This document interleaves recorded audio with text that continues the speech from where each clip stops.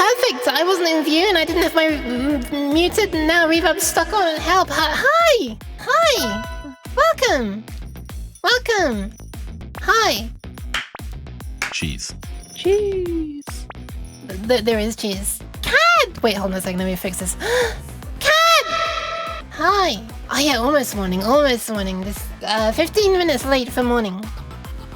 Hi. Welcome. Welcome. Welcome Psychic. Welcome Jakku. Welcome Plumhead. Prod as well. Art. Cat. Ast. Welcome everyone. Thank you for the pats, Jokeber. Welcome Jokeber as well. Okay, this is gonna be a little confusing when I say these two names quickly. Jakaba and Jokeber. It's like they're a little they're vaguely similar. There's a J and then a vowel and then a K and then a vowel and then a B and then a noise. Hi. Yeah. Why does it sound almost like Jack and Daxter when I read it that way? Jack and Jockber. Cheese. Hi. Identical. Jokuber. Yeah, you can mix them together like that. Welcome. Why is there cheese? Ah, speaking of cheese, we now have 2 new cheese sounds. This is the most energy I've had in quite a while as well, by the way. So I'm sorry, I might be a little bit hyper and a little bit loud. Drive Uke. Abort retrieve failed cheese. Retrieve? Ready? Cheese. Hi, Spitfire. Welcome, welcome. Okay, cheese was the option you chose. Okay. A, R, F, or C, I guess. Man, remember when there was a board retry and fail as an option? I do. Hi. Welcome. Welcome, welcome. I just glanced over at like a doc thingy that I'm going to be using as in documentation for stuff. Well, it's not even documentation, it's just a Wikipedia page that I've saved. Wait, no, it's not even Wikipedia, it's some other wiki. And I realized that when you write out CH, like short for output channel, it looks like you're just saying ouch. And it made me... Cheese. It made me cheese. We have 2 new cheese sounds, is what I was trying to say earlier. One of them provided... what the fuck? One of them provided by... How dare you, Cat? One of them provided by Astatin. And one of them provided by Piffle! Got 2 new cute sounds. What is this? I just wanted to show you this super quickly because look, it's kind of funny. Look, it says ouch. It says ouch. Ha ha ha! How we laugh. Anyway, yeah. What the? Oh god! Here comes the barrage. It's the Omni barrage. Hi, welcome Omni. Welcome. We're gonna be driving. We're not gonna be driving. I guess you could say I'll be driving the OPL sound chip. Please, love. Anyway, welcome.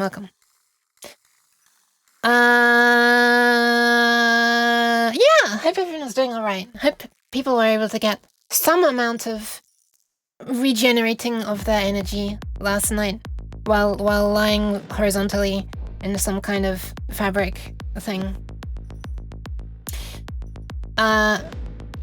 Yeah, I actually got some. Better than the night before, at least.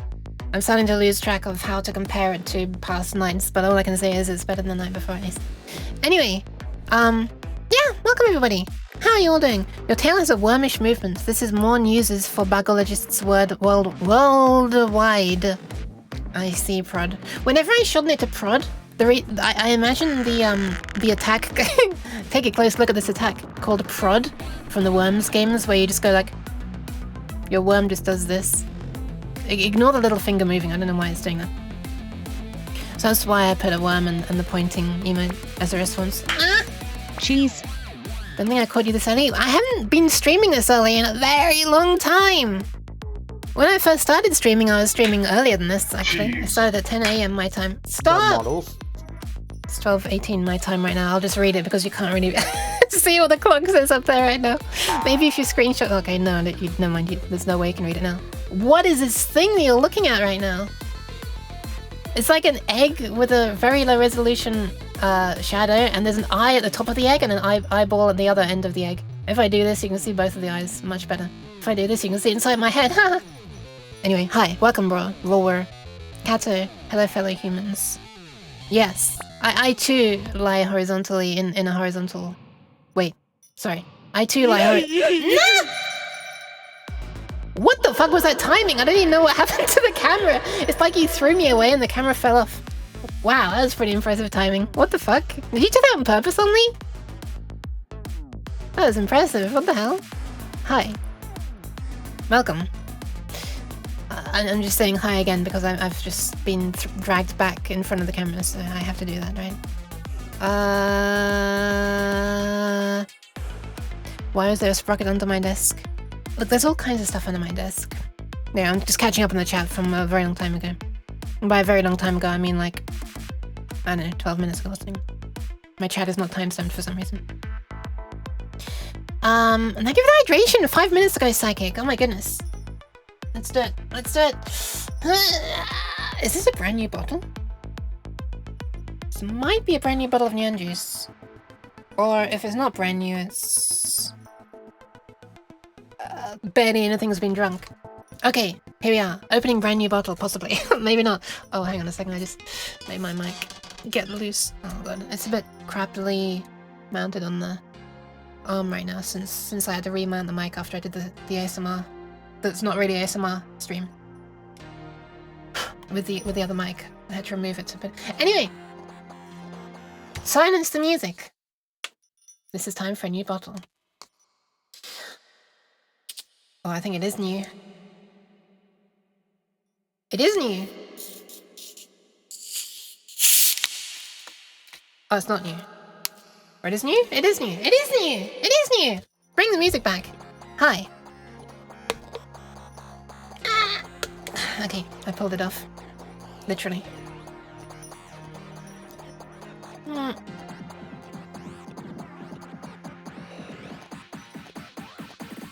A brand new bottle of new juice.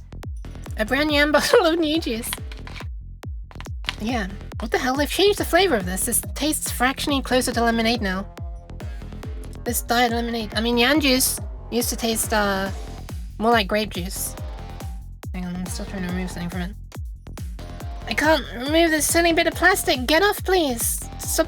Okay, gone. Nice.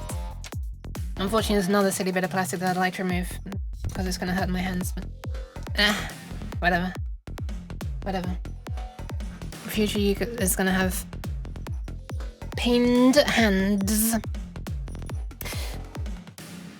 Anyway, yeah, two new cheese sounds. That's pretty cool. Pretty good. I like. Oh my god, I thought it was my audio failing for a sec, but it's just an effect on the music. But yeah, how are peeps? How are peeps? I was kind of torn for a moment between when I was trying to decide what to stream today. I knew it needed to be programming because I haven't done that in a while. I didn't know if I wanted to be working on the little text bubble that I want to appear when after Long Yuk is used to show her speech, or if I wanted to go back to DOS stuff because in Astatin's stream earlier, DOS programming was mentioned and I was like, man, I haven't done that in ages. So yeah. Hi Lotus, welcome. Ages is maybe an over-exaggeration. Let me see actually how long it's been. Oh god! It's been exactly 3 months. No, exactly 2 months. Exactly 2 months. I can do math. Wow. It was last modified on the 26th of December, 2024, and it's the 27th now. So like, does that make it a complete 2 months? Because like we've gone the full day of the 26th without doing it. Therefore, like you know, I don't know. How can she be so cute? No, you.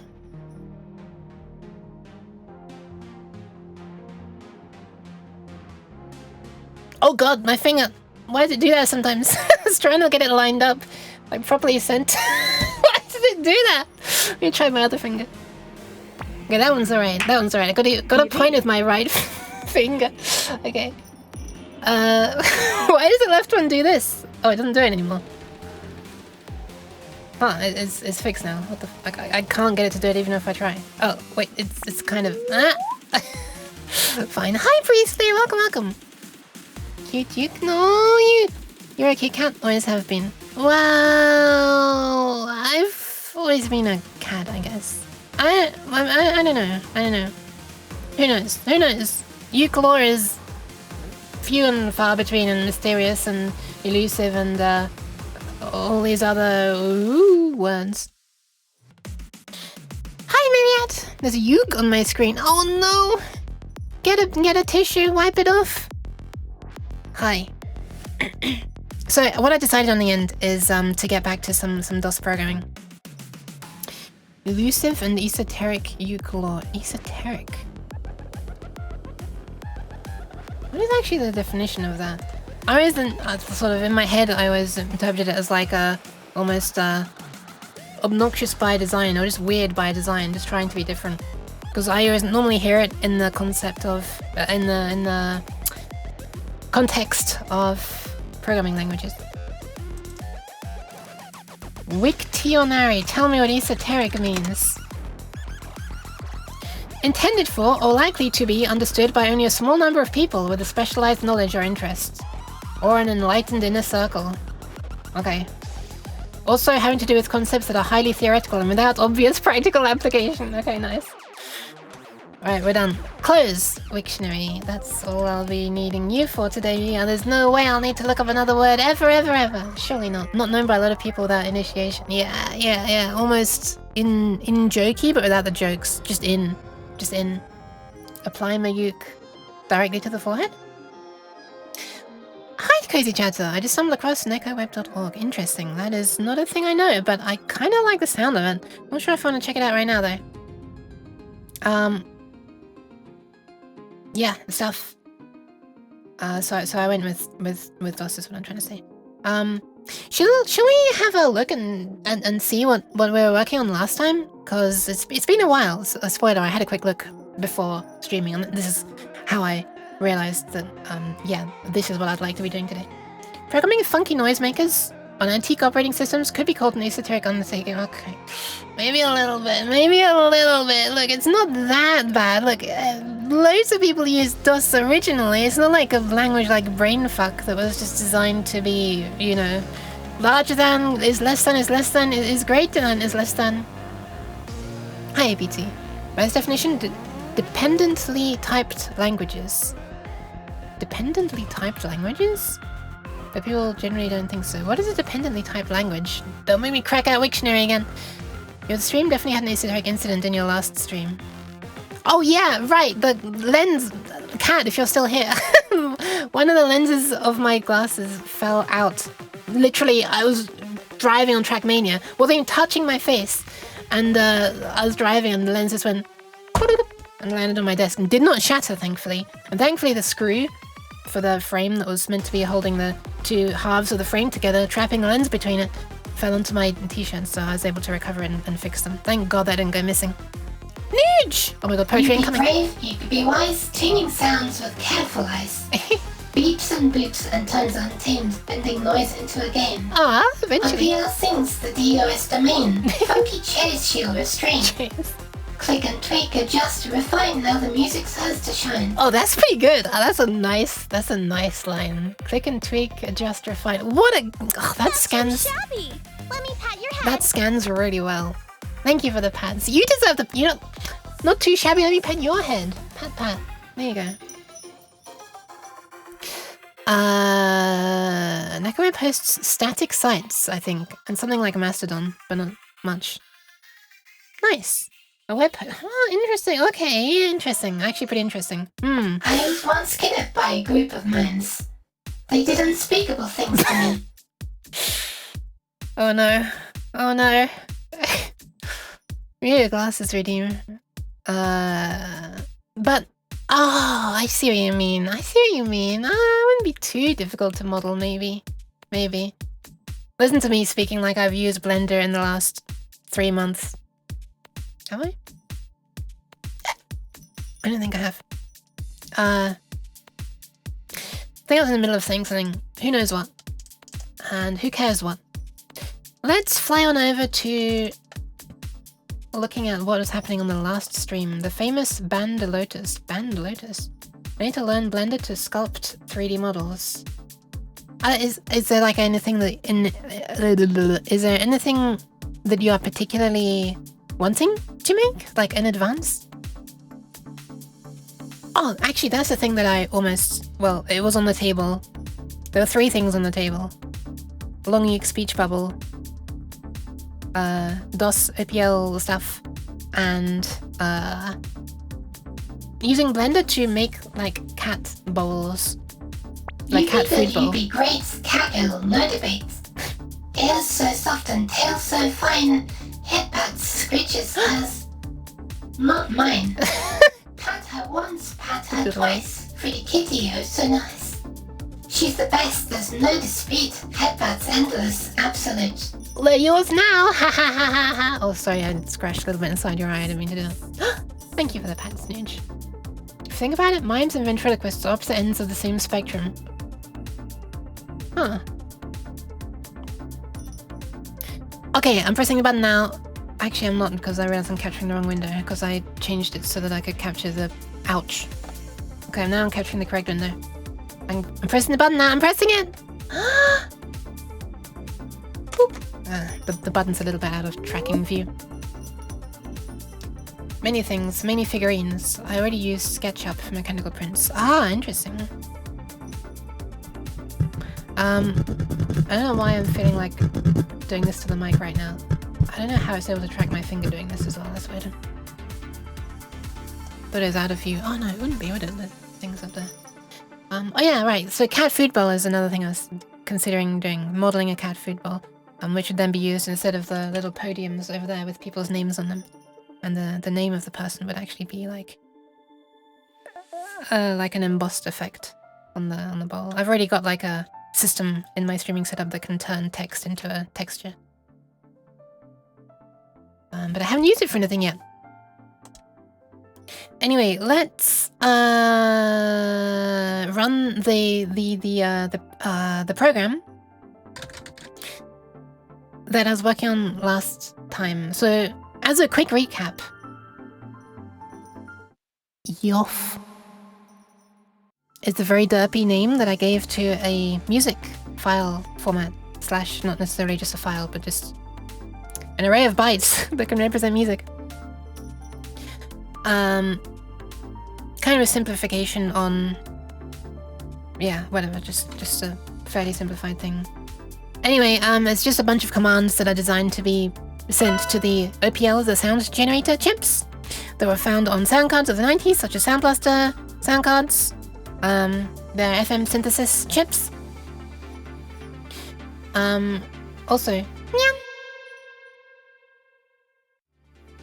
for the nooge. Hi, Q's, welcome.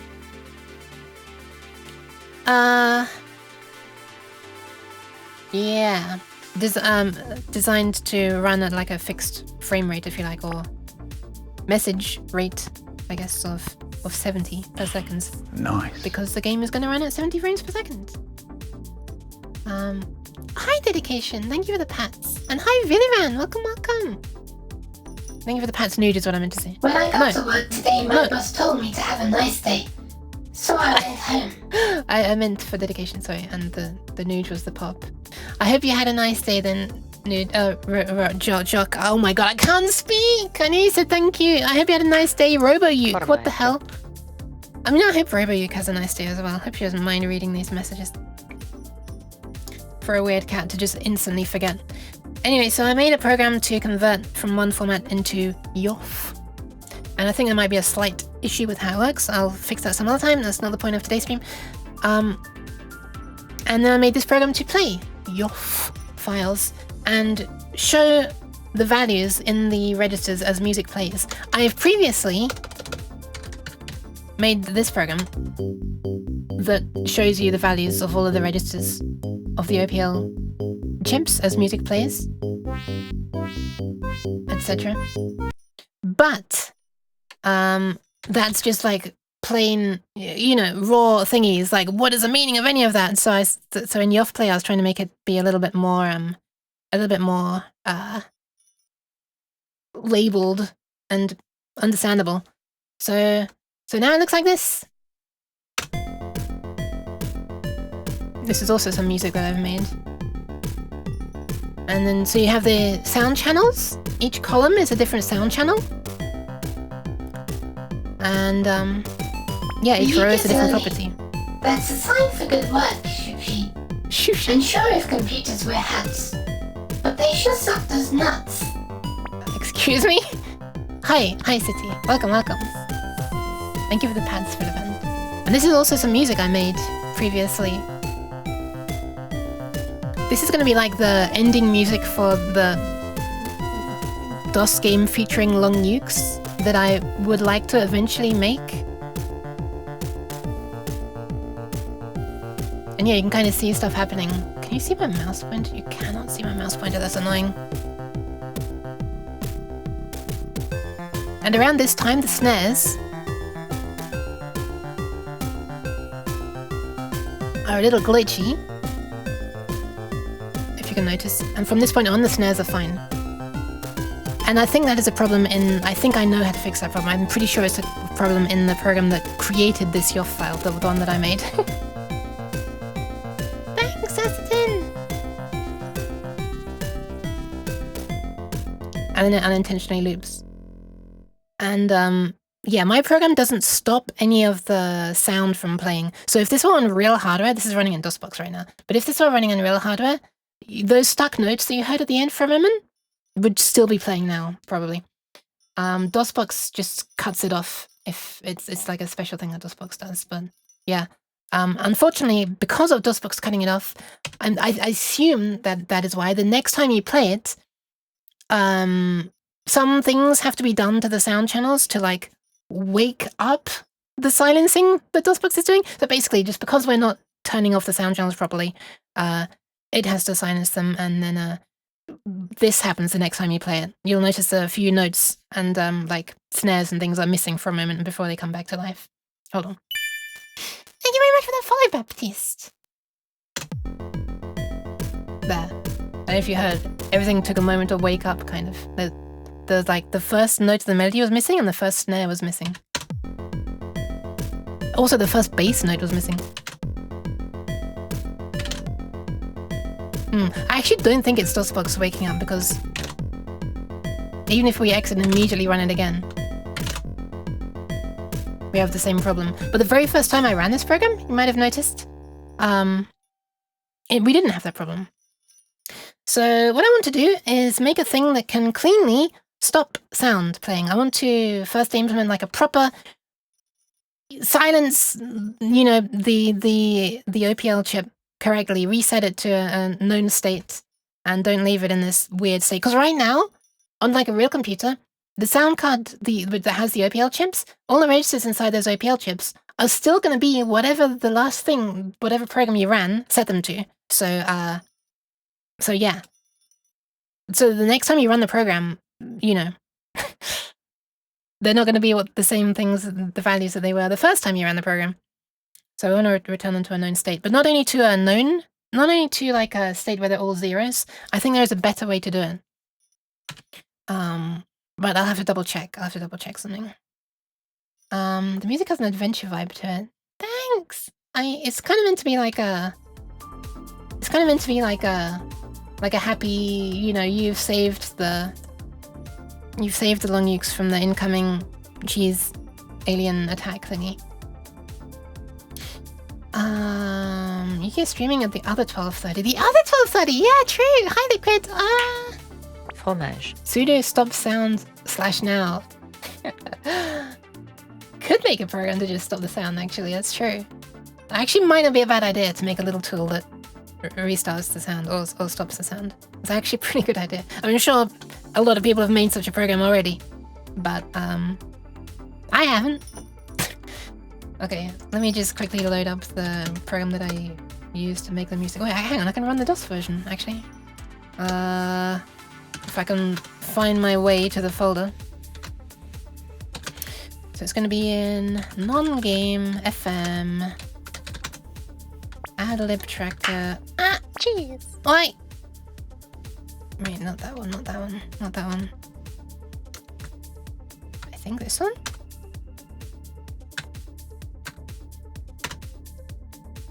Usually I run the Windows version, so I don't have to get a DOS box up. the Windows version includes an emulation of the sound chip itself. So this is a program called AdLib Tracker 2. And yeah, there's a Windows version, which looks just like this, but it has like, you know, it's a standalone thing and it can emulate the sound of the chips itself. But yeah, if I load up the music, if I remember the shortcuts, nope, that's save, where's load, there's load. Which folder are we in? Is this one? Is this where I saved it in? Nope, this is the wrong folder. I'm trying to remember which version of AdLib Tracker's thingy folder I saved it in. Is this one? There it is! Oh yeah, right, this is a problem in the DOS version, the shortened file names. Oh, I think it's this one, right? Why is it... Okay, whatever. I assume it's this. Yeah, it's this one. If this is an AdLib Tracker... If this is AdLib Tracker, that makes you the AdLib Trucker. Where's your cat and your southern accent? Hey, It's I'm not... greater than... It's greater than... Right, Shush. You're done. Thank you for the pats, Exia. Hi, Exia. Welcome, welcome. Welcome, welcome. That's a lot of pats. I'm not a trucker. I should put the Longy trucker hat on again though. So the way this works is if I just loop one bar, the first bar, and we go to the instrument editor. Well, first of all, you can see which instruments are playing, which is pretty cool. If I were to edit bass, then we've got like the attack, decay, sustain, and release of these. So if I like start changing some of these, actually if I change this, you'll be able to hear something very obvious changing.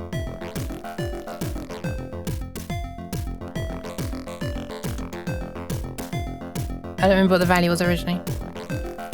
This is the strength of FM modulation that I'm changing here.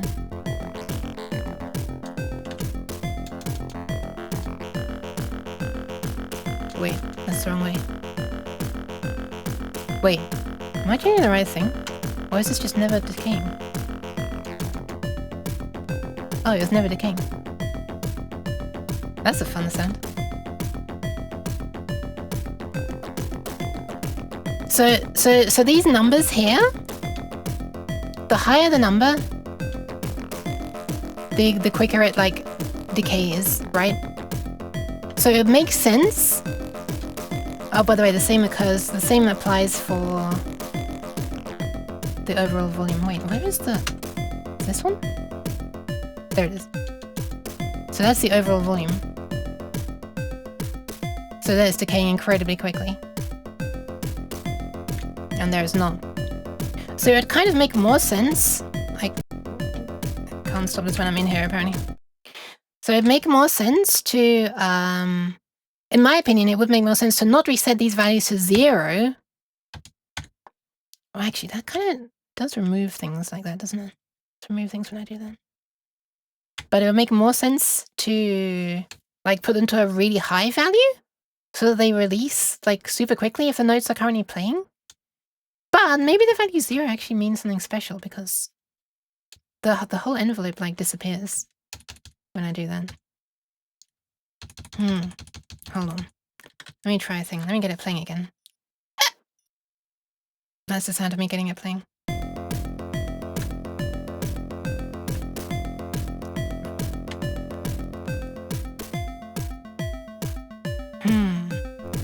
So it just like gradually faded away and didn't start any new notes. Which is kind of interesting. So what if I put this to 0 then? And this to 0? Okay.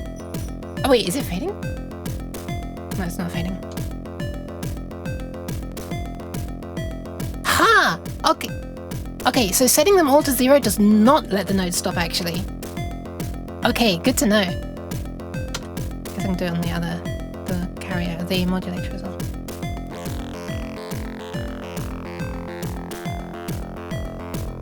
Wait, that sounds cool. What the hell?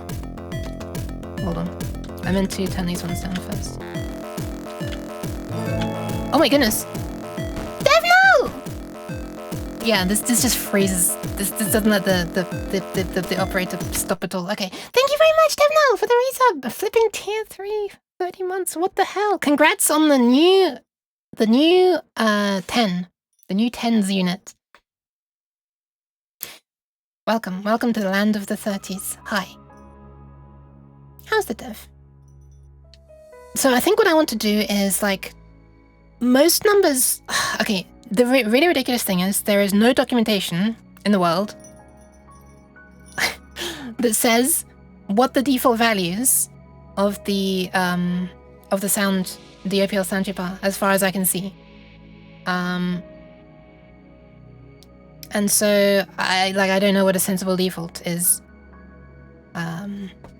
But it wouldn't be unreasonable to assume 0 for everything, right? But 0 is not going to stop the sound quickly. So perhaps what I should do is set every register to 0, except for the attack and the decay and the release, which I want to like slam up to maximum speed so that the sound fades like as quickly as possible. That's the plan, and it doesn't really matter what I set the sustain to. It's just, yeah, whatever. Thank you, Ranger, for follow your pass. Pass. I'm not sure how to pronounce that. Southern accent equals Uke with a pirate accent. Yar. Yar! Long Uke delivery. Long Uke delivery. Yes, that's what the tracker had said, yeah. Long Uke tracker. Long Uke tracker. Wait a minute. Should I make another version, which is... No, I shouldn't. But a tracker hat rather than a trucker hat would be kind of funny. Because this is a tracker. Also, welcome in, Sleepy. Welcome in. How's the sleep doing? Anyway, yeah, this is the music that's meant to be the ending music. And then this is the music that is meant to be the starting music. Which has been played a million times before.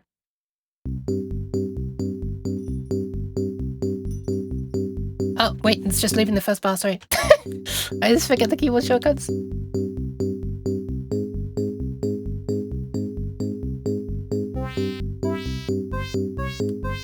I really just want to make the game if only to have the Long Uke silly derpy face slide in while the silly derpy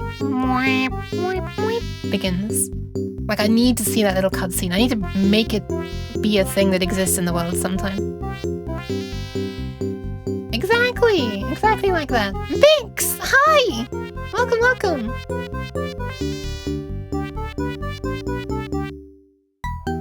Wait, what? I think this is an old version. This is not the finished version. What the hell? Wait. Huh? Wait, where's the... Is that the current? Well, this one's got a bigger file size than this one. Is it this one? Is this the finished one? That one was not finished. I thought the instrument sounded a little bit different at the beginning, but then it missed the silly little noise. And I realized, well, yeah, this is not the one. How do you move through the patterns again? I forget the shortcuts. There we are.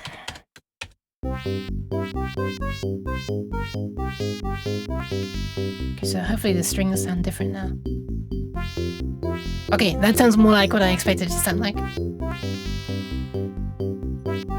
We deserve every little silly noise? Yeah, the little silly noise that's happening right now.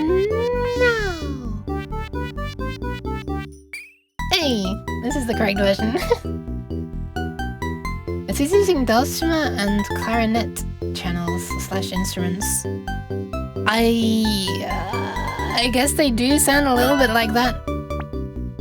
The clarinet, I mean... what the... Stop!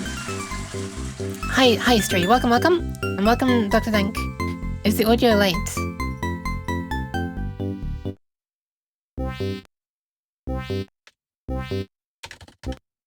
Well, the flipping responding to me even telling it to play is late. It is going to be a little bit late because of the... You know, the sound chips being emulated. They're not the real deal. Thank you for the hydration on the posture check and the saving the kidneys. I saved the kidneys recently. I don't need to do it right now. I'm going to refund you for that. There are no set instruments here as such. Scrolling to see who it was. Not Dev, no, not Myriad, no Assistant, not Bix. Cozy. They are just like you make an instrument in this way. Hold on. Let me just get this looping.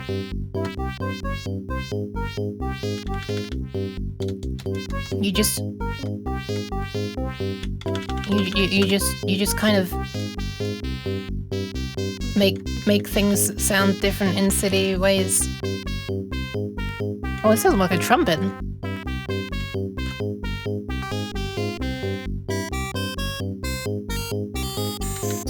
It's fucking nasty.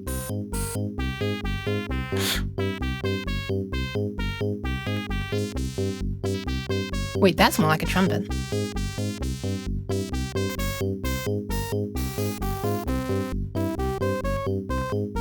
Yeah, you kind of just do it in some way. You do it. You just do it.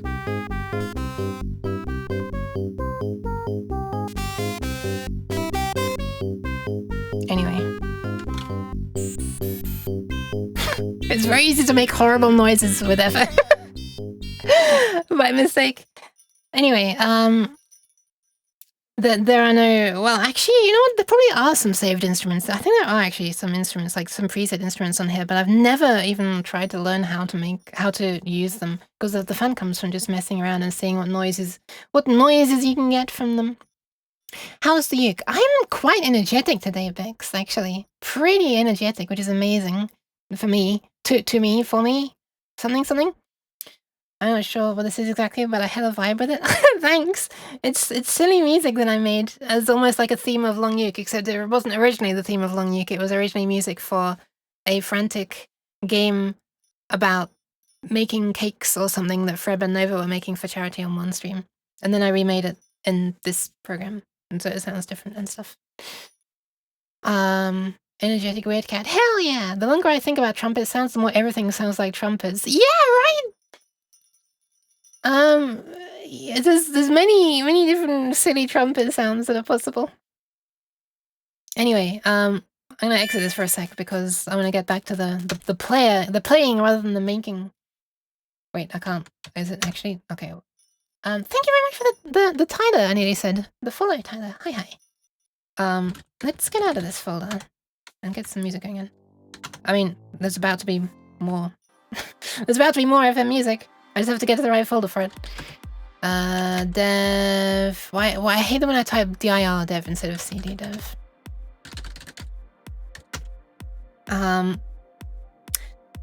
Yeah, so this player here. Oh, nice. We've got completely broken bass and kicks since having run AdLib Tracker. Nice. Wow, what the hell? What the hell is AdLib Tracker doing to stop sound then? Interesting. Why do the snares sound like there's a little bubble pop happening in them? Listen. There's like a little bubble pop sound in there somewhere. Oh! Now we do get the stuck nodes. Now DOSBox is not stopping it. What the hell? Why was it stopping it before? This is what you'd expect on actual hardware.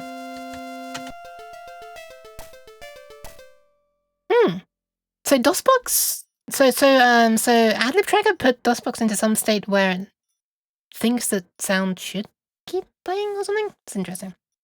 Anyway, let's try to make a proper function that resets everything at the beginning and also resets everything at the end, I guess, because, you know, let's be good neighbors and not leave our crap lying around, right? Let's clear up after ourselves, reset things to a sensible state. So, for the first time in 2 months, let's run fed.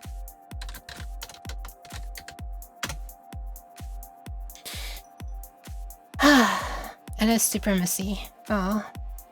I think on Fluid Synth there's like 140 instruments channels, which is insane. You can import sound fonts. Fluid Synth? What is Fluid Synth?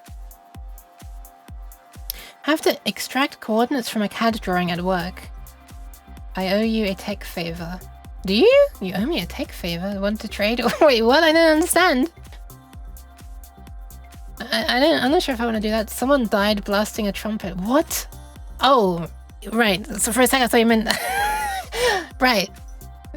Because of the stuck note. I see. I didn't know what you were talking about for a second. POV, you take 0.2 sec too long to move. Wait. Wait a minute. Hold on. Wait a minute. Is like stream audio like super delayed or something? Wait, is stream audio like super delayed? Like super delayed? Is that what someone was talking about earlier when they were asking if audio is delayed? Is that why people are only just hearing the trumpet sound? Wait, what's going on? Hang on, is something... You're no mobile and in bed? Oh, okay. There's a combination of 3 messages that made me think then.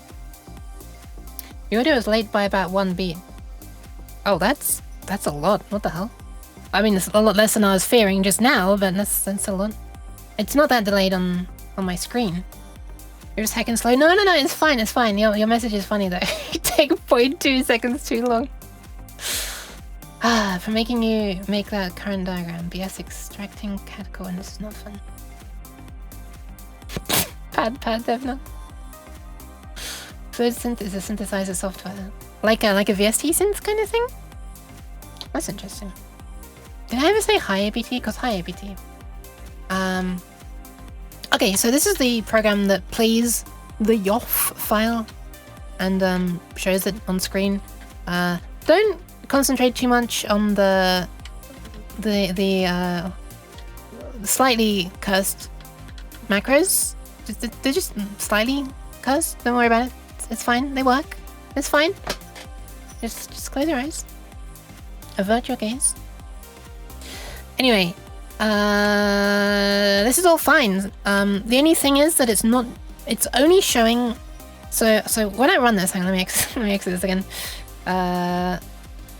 When we run it,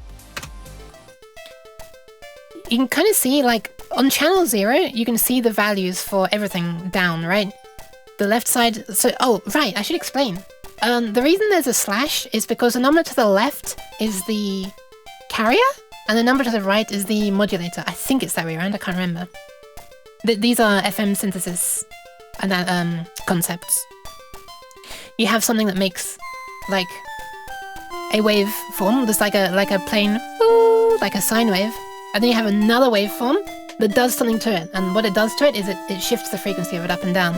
You could say it modulates the frequency. That's FM. Hold on. Okay.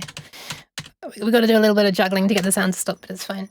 But yeah, you can see that it was showing numbers down the first column, but the other columns just had a slash and no values written. And that's because the YOF file, the music file, hadn't set any values for any of those things. And so my program just only draws text when a value is set. It doesn't do anything at the beginning. So I think the first thing I should do is the first thing I should do is act as if there are messages setting a default value for every register. Yeah, that's what I should do. So this function here, the OPL send command, I want to call this like setting like the data at every single address to like a default value, like 0, just something to get text being drawn. And heaven forbid, maybe setting the values all to 0 is actually what I need to do to get sound to work correctly. So let's just do it and see if it works. But this is only going to be setting up the initial values. It's still probably going to hang when I exit. Like the sound is probably still going to get stuck. I'm just heckin' slow. No worries, Mix. Your migraine from earlier is gone. Hell yeah! Nice. Can you open your eyes now? Oh, sorry. Yes, you can open your eyes now. Don't worry. Ooh, no, I'm kidding. Something that makes a wave, and then a wave that microwaves the first wave. You know, you actually, that's correct. That's a funny way of saying it. The collision makes frequencies to bend more, also act like waves, more so like bending waves. Do I have an easy way to demonstrate this? Do I have an easy way to demonstrate this?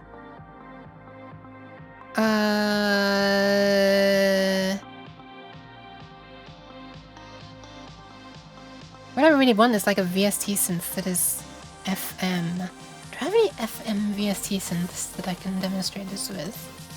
Do I have any? 1 second, hold on. Slight tangent.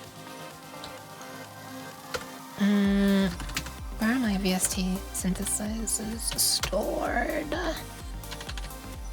Instruments. FM. I do! I do have some. There's a chance that this will do bad things. Let's see if it works. I need to load a VST host. I don't want to use Ableton Live for this.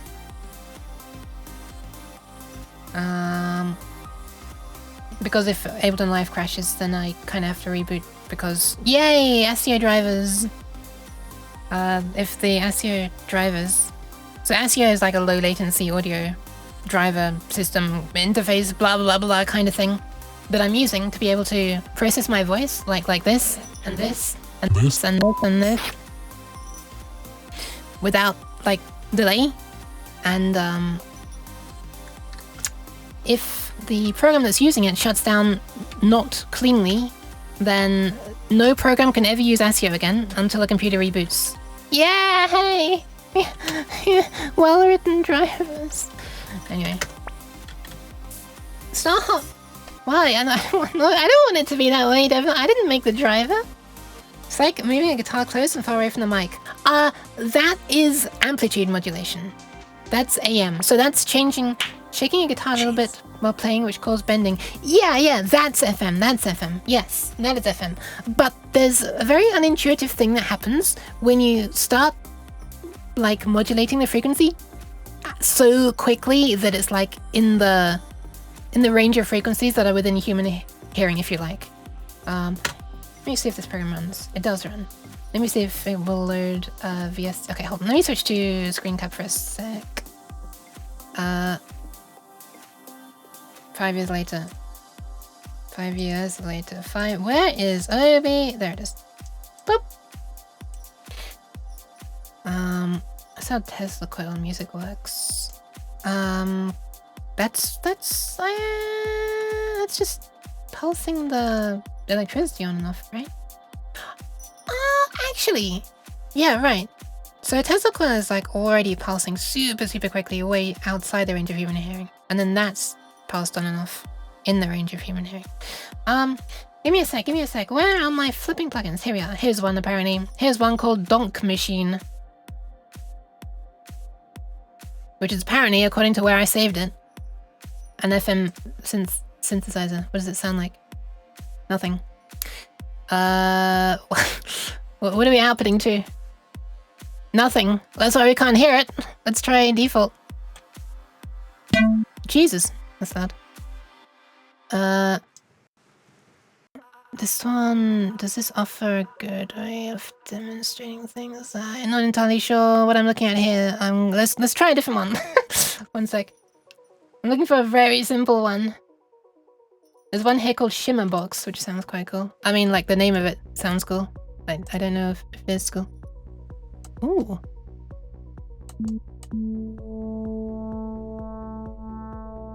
Can I lock a note on? Oh, I can. I was hoping to be able to do it down to like super low frequencies as a demonstration. What about this? Oh, wait a minute. What the hell? Wait. Oh my god, I forgot about this. This is kind of funny. This is a VST synthesizer that is an emulation of OPL. That is the very thing that I'm programming for here. What the hell? That's loud as fuck, man. Can I? Okay.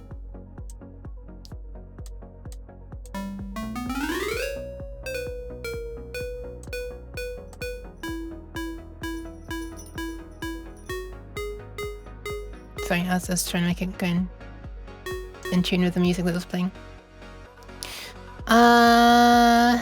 Modulator. So what if...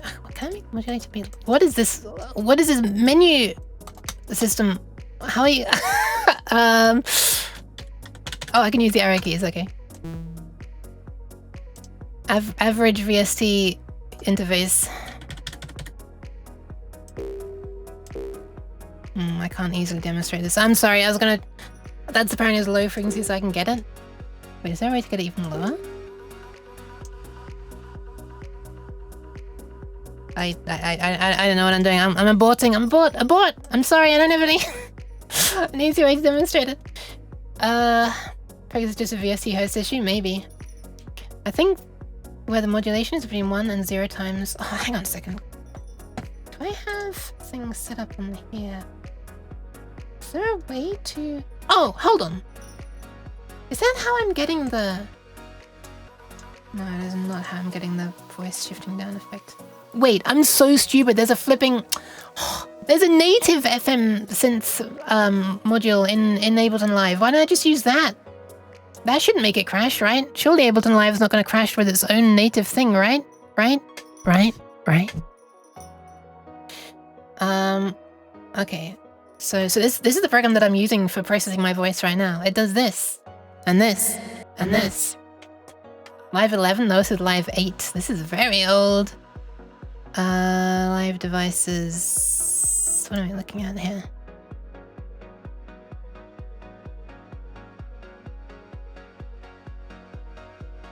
What am I looking at here?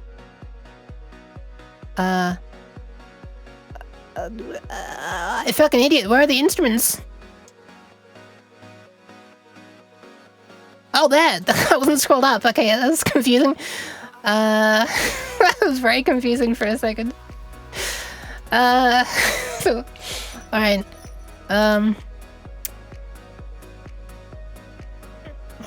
Is this one? Is this the FM one? I could have sworn I had an FM one. Operator is the FM one, right? Okay, so can I use the keys of the keyboard as a... That's the wrong kind of keys. This is the right kind of keys? Okay, that works, nice. Okay, so we've got a sine wave. Where's the modulator? God, it's been... I don't think I ever properly learned how to use this, but it's been so long that I can barely remember anything. How does one get to the thingy where it's being modulated?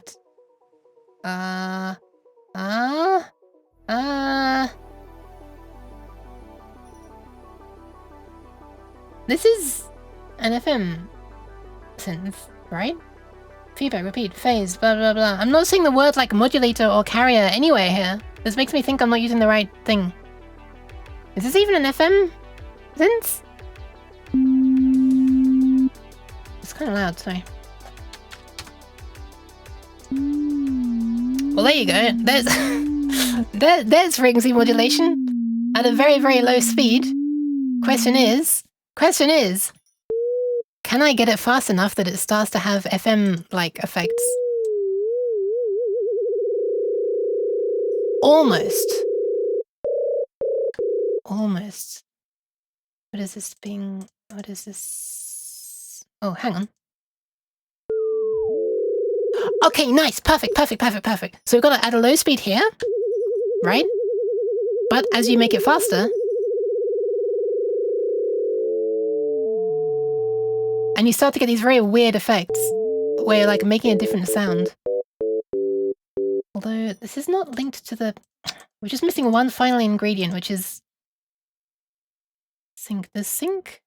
Oh, this is synced to the tempo. I want something where it's like key tracked. Amount is the intensity. So wait to have this linked to the key that's playing. Is there a way to have this linked to the key that is playing? It should be, right? Amounts to velocity, rate to key. That's what I want. Okay, so now it's completely linked to the key. Is it going slower?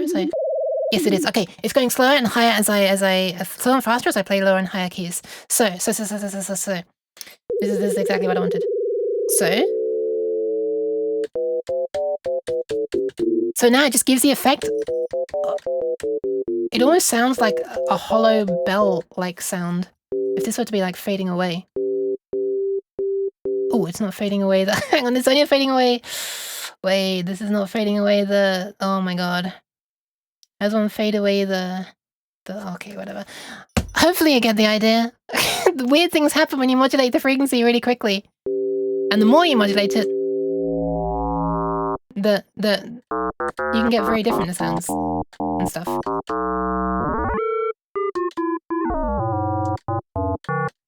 Lots of weird noises.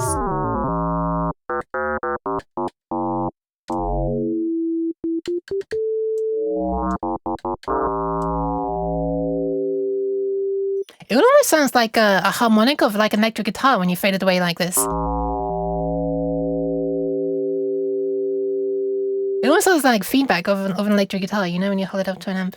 The way it fades away like this. Anyway. There you go. Sorry for the extremely scuffed demonstration of FM. We stumbled our way there eventually. Okay, anyway.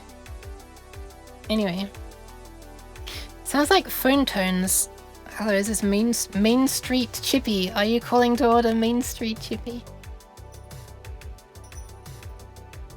I can make you a hardware LFO that you can plug in as an external instrument. That sounds pretty cool. I don't think I have a good way to capture that though. Wait, that's not true. I have a synth right here that I can unplug. The synthesizer that I usually use for making music, when I'm like, you know, for commissions and stuff, is not an FM synthesizer though. I guess I could make FM music under commission. I'd probably charge more because it's difficult. It's much harder. It's kind of fun, but it's also like way more time consuming. I can spend like a whole night just like making a couple of instruments that sound good. Like just the instruments themselves, not even like, yeah. Maybe it's a slight exaggeration, maybe not a whole night. But you can easily spend an hour on it. Just there's so much tweaking to do, and then like as you're like changing the FM parameters, you're like you almost like want to play different notes, or not necessarily the notes, but like, you know, a different rhythm, or like make the notes longer and shorter and stuff to complement the instrument better. Like if you have an instrument that sounds cool with a long fade in, you can't just be like going like bada, super quickly playing different notes. You gotta like give it time to feed in, and, you know. Anyway, let's make a little function that sends, simulates as if there are loads of messages in the yoff file to set default values of everything. Let's call it init OPL bruv. Just that actually. And okay, how's this working again? There are 2 ports, right? There are 2 ports. Destination port. Should that be 0 or 1, I assume? Dest port. If it is 0...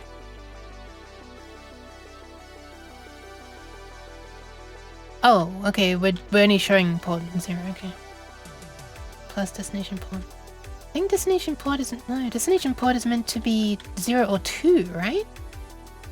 Yeah, either 0 for port 0 or 2 for port 1.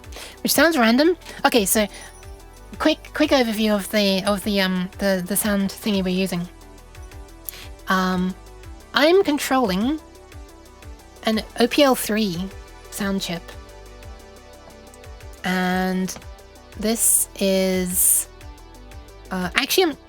it's a chip that is a successor to the OPL 2, and it has double the number of channels as the OPL 2, but OPL 2 had so many registers. These are like locations in its memory that control the sound. Parameters, basically. It's had so many registers, not so many registers, that you could address them all in 1 byte. Like 0 to 255 was enough to reference every single...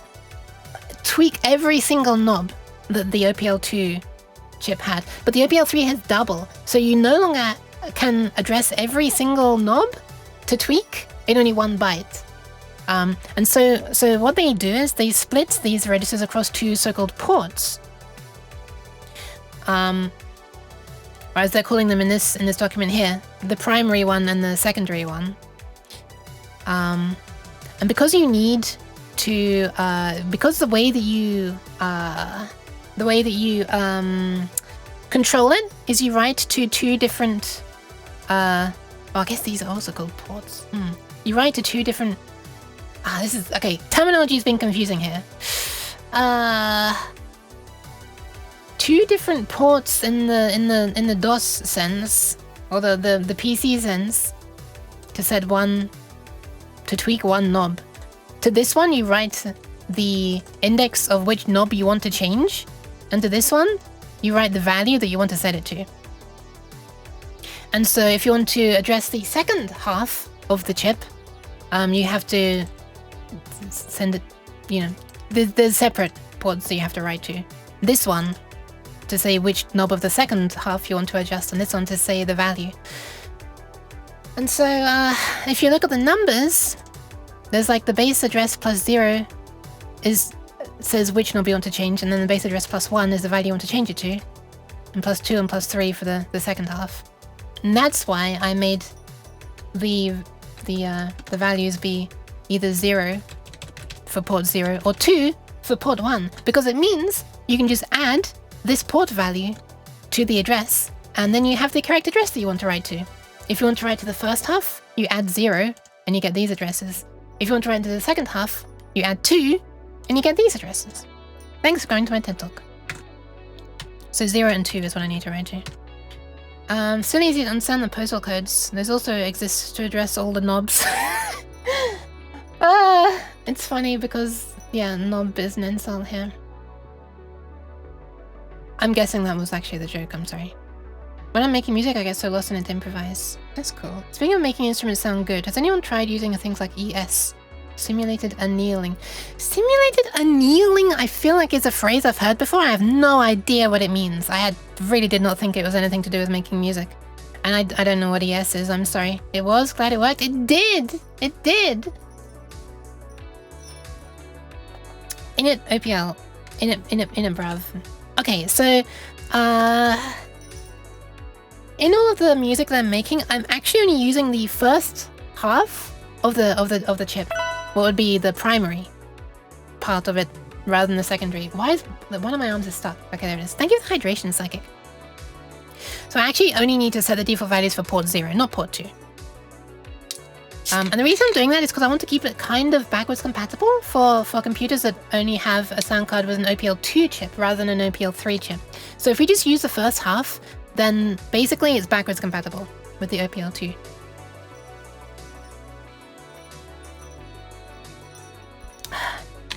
That's the idea. And also, the OPL 2, or the first half of the OPL 3, has 9 sound channels, and I'm only using 6 for the music. I'm making sure to only use 6, the first 6. And the reason for that is because I want to use the last 3, I want to keep them free for playing sound effects in the game, eventually. This is all working towards like a little sound system for a game. So yeah. We'll choose one of the last 3 channels, which are 6, 7, or 8. Because numbering starts at 0. We'll just use one of those. And the sounds will just be stored, sort of controlling the first of those 3. And if that one's already in use, then we'll just add 1 or add whatever we need to add to shift the messages so that they look like they're for controlling the second of those 3 sound channels. And if that one's in use, then we'll just, you know, add again to be controlling the third one. If they're all in use, I don't know, we'll have to overwrite one of them. But yeah, so the idea is that the sounds will just be stored for one in the channel, and we'll like manipulate the instructions that are stored to control that chip, so that they control a different sound channel if that sound channel is already in use. So essentially we should be able to play 3 different sounds at the same time, and music. Which should be pretty cool if it's possible. I'll be happy if that works.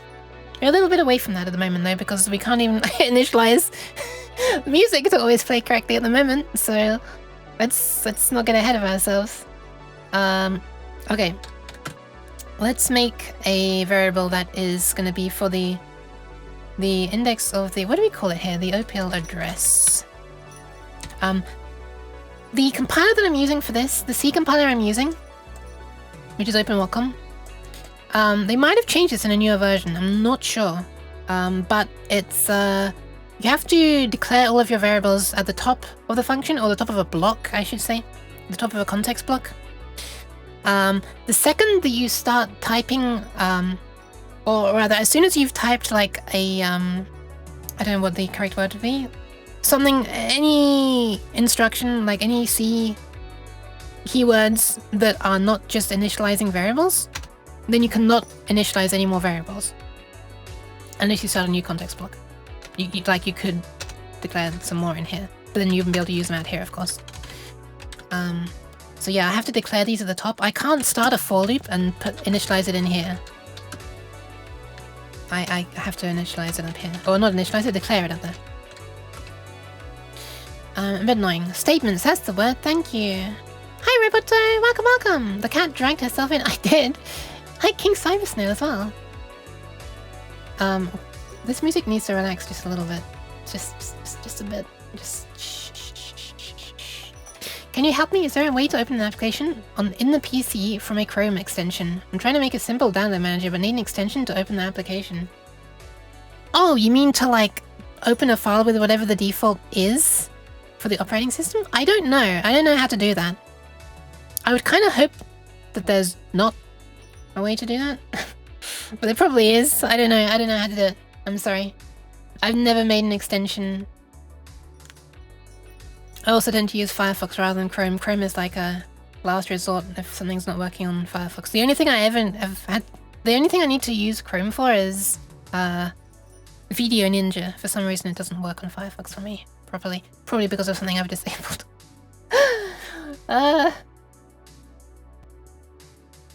You can register a protocol. Intent-like system. Oh, okay.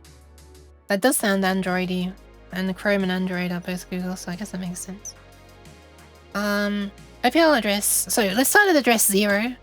And well, maybe we don't need to... You know, I don't know what our range actually needs to be. But let's just do the entire address space, 0 to 255. And then we'll narrow it down, I guess.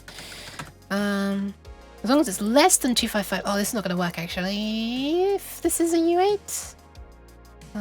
hold on. Let me see what the address space actually is. Okay, we... Up to F5. Up to F5 is as high as we need to go. Okay, I'll stop at F5. And we don't need to worry about this. These things should not have been touched. But I guess we can reset it to 0. Guess we can reset them to 0. Yeah, okay. Let's go from 0, 1. Oh, it starts at 0, 1, not even 0, 0. Let's go from 0, 1 up to F5. So let's start at 0x 0, 1 up to 0x F5 up to and including.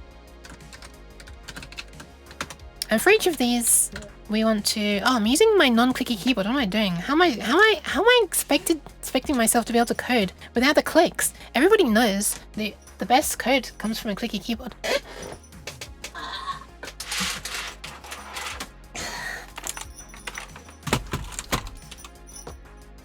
What am I doing? I'm handicapping myself. What is this? Is this some kind of flex? It's not meant to be. Okay. Nice. There's the good stuff. Okay, so what's the function I want to call again? OPL send command. I'm just gonna copy this because imagine having the memory to remember a function definition. Signature, whatever the word is. This keyboard is fucking dusty. What the hell? It really has been this long since I was last coding. Oh my god. Ew. I need to give that a wipe over like a damp tissue or something. Until then, I'll just make my hands dusty because apparently I'm not sneezing enough already. My hay fever is beginning to kick off. OPL send command on port 0 to address this one. Value of 0. Sure, let's try just setting it to a value of 0. And, you know, we'll see if that does a thing. Where's the main? Yeah, main. Here it is. Where's main? Here. I think at the very, very beginning we should initialize no matter what. Before we even try to open the file, let's just init. Let's do OPL init anyway. Did I call it OPL init or init OPL? I should have called OPL init. Yeah, so we can at least use this program to just silence things, even if it can't play the file, you know, in case there are stuck notes from some other program. That's it, right? Shall we see if it works? Let's close and compile it. How did this work in? Welcome compile and link. Quiet. Let's see.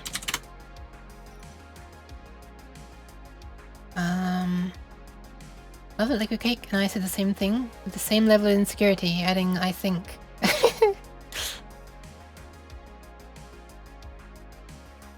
Your app, colon, whatever you like here. Interesting.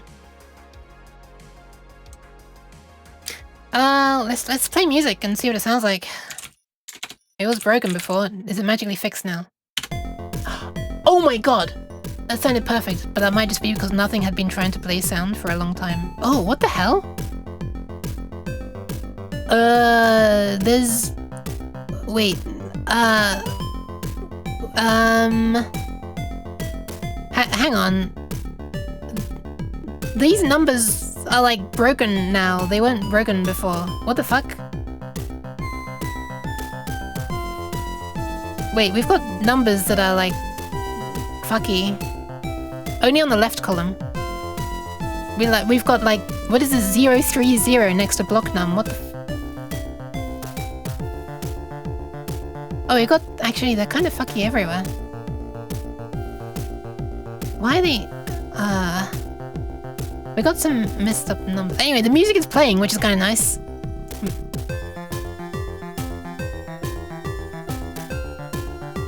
Yeah, that's pretty cool. Let's play it again. Okay, perfect. We got stuck notes. Let's see if it initializes properly. Dude! Okay. We are initializing properly. Oh, that makes me so happy. What the hell? Okay. Now let's make it so we don't get stuck notes at the end. Thank you for the claps. Whoa, that looks nice as it's floating across. That looks very confusing. That looks like an optical illusion in the Twitch chat. Hold on, let me capture this. Look at this. Look at this. Like, why does OBS jump back? Look at that. It's almost like one moves across and then gets grouped up. I don't know how to explain it. There's some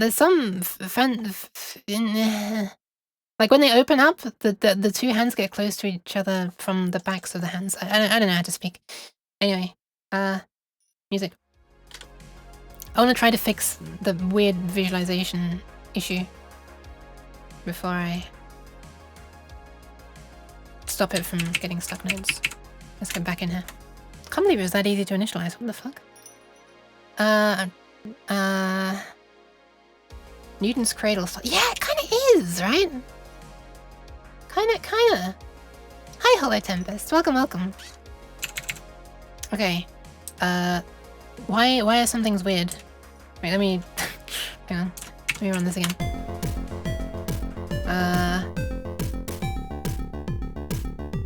Okay. So the value next to key on, where it says 010,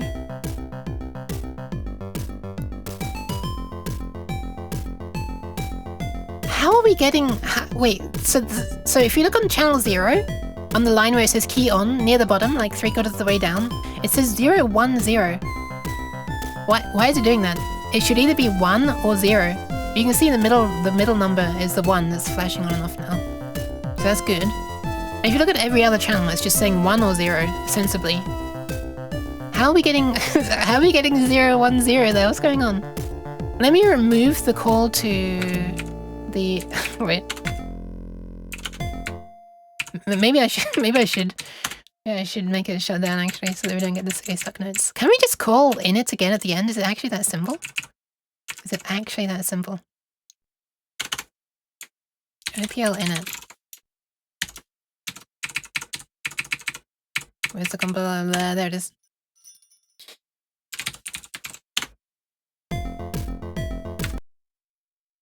Sheesh. Wait, why are we why are we getting this mess on the screen now?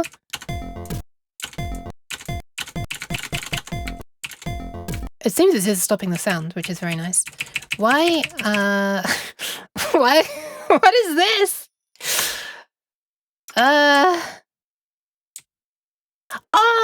Right, of course. Yeah, of course. Init draws. Ugh, yeah, init draws. Wait, actually, this could be useful for debugging. Init draws the text again after we've cleared the screen. I'm being silly. Let me see what text appears. This actually could be useful for debugging. Unintentionally. Wait, I need to keep an eye out. So key on 010.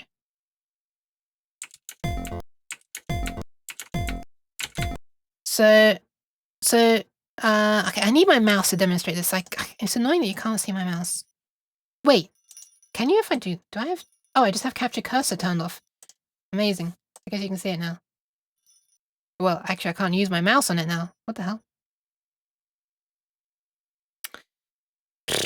Why can you not see the mouse? I thought you could before. It's weird.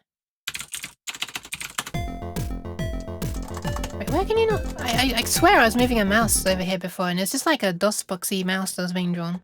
I can't show it now. It's annoying. Oh well, let's go back to screen capture. So this line here is a line of it. Oh my god, I can't even use the mouse. So this line here, this here, you can see my mouse now. Yay, you see it? This one. So 010. Now when I stop it from playing, this here, we print a 0 here, which we shouldn't be printing. I don't know how we got a 0 on the right hand side, because that is not appearing. That's not our initializing doing that. But for some reason, we're getting a 0 there. By the way, it is correct that there should only be one down the middle, because essentially the entire sound is either on the left speaker or the right speaker or both. And the entire sound is a key on, like you're holding down the key on the keyboard, or you're releasing it. So you can't like turn off just the carrier or just the modulator. There's only this one value for both. That's why these should be centered down the middle, like they are here. These ones near the top should have the slashes. This one here, there should only be one value as well, like this. And there's a value there that shouldn't be there, and there's like a number there that shouldn't be there. So it's the only ones that are failing are the ones that should only have one value. The ones that should have two values are all being drawn. Oh, it's not even true. This one's glitching as well. What the? How are we getting 0, 0 here? Okay, what the fuck?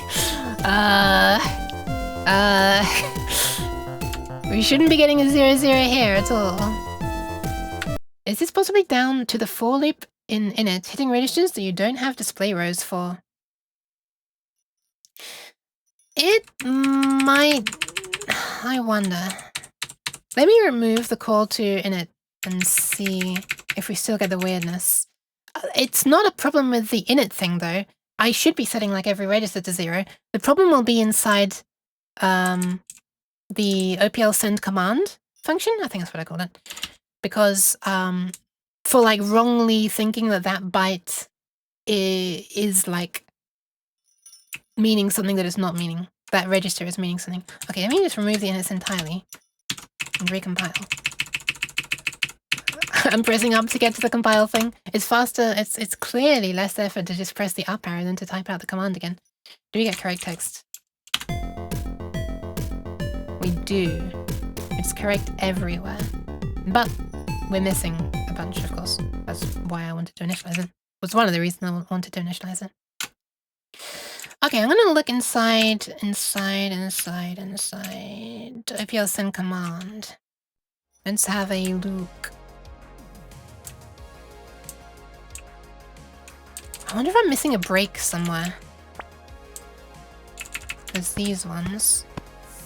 Thank you for the pats. Why are my hands stuck? Jeez. My hands! Okay. Wait. Hold on. You're right. You're right. Well, we're both right. So this here, we should only be going up to 3-5. Not 3-6, 3-7, 3-8, 3-9, 3A, 3B, 3C, 3D, 3E, 3F.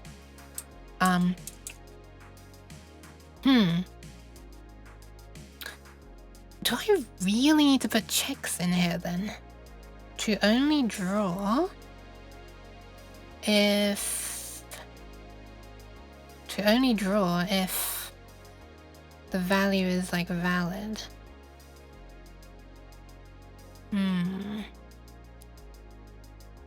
Do I want to make my thing able to like safer at tolerating malformed files in the sense that there are files that are addressing registers that don't have a meaning? I don't think I really care about that, to be honest. Because my music is gonna... The YOF file is gonna come from a conversion of... This is a bit of a disgusting chain, but...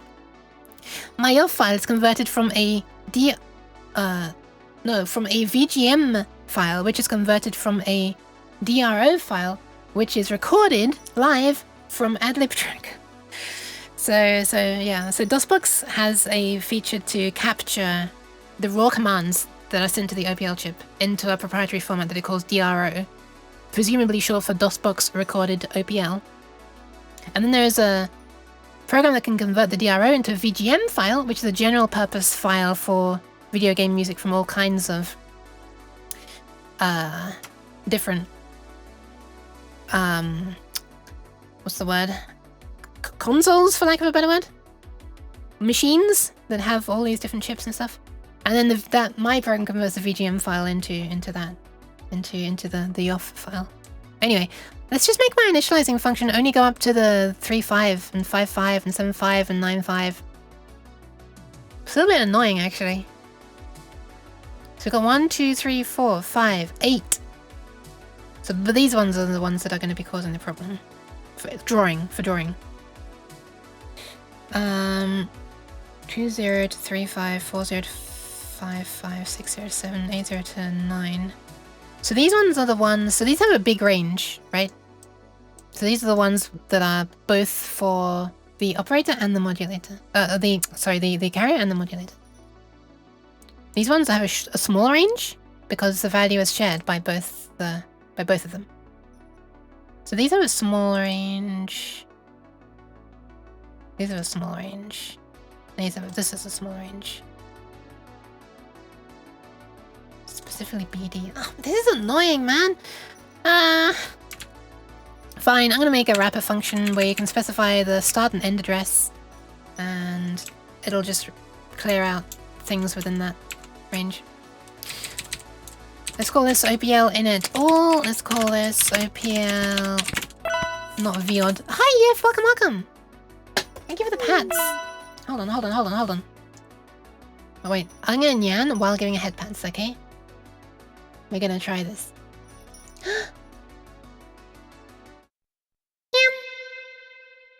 There we go. Pants for the GIF. Also, hi Hickey Dev, welcome, and hi Ibran. Is this possibly down to? Oh, it's you! I didn't even say hi to you. Oh my god, yes. It was you who was saying, is this possibly down to the loop in it hitting register? I never said hi to you. What is wrong with me? Hi, welcome. I'm sorry.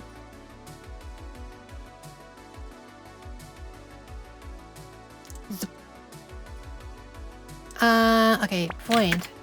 Welcome. Void. Oh my. We got the 8-bit clicky clacks. It's actually 16-bit. Hi, Baptiste. I already said hi, but I'm saying it again. OPL init range. We're gonna say OPL address load or start.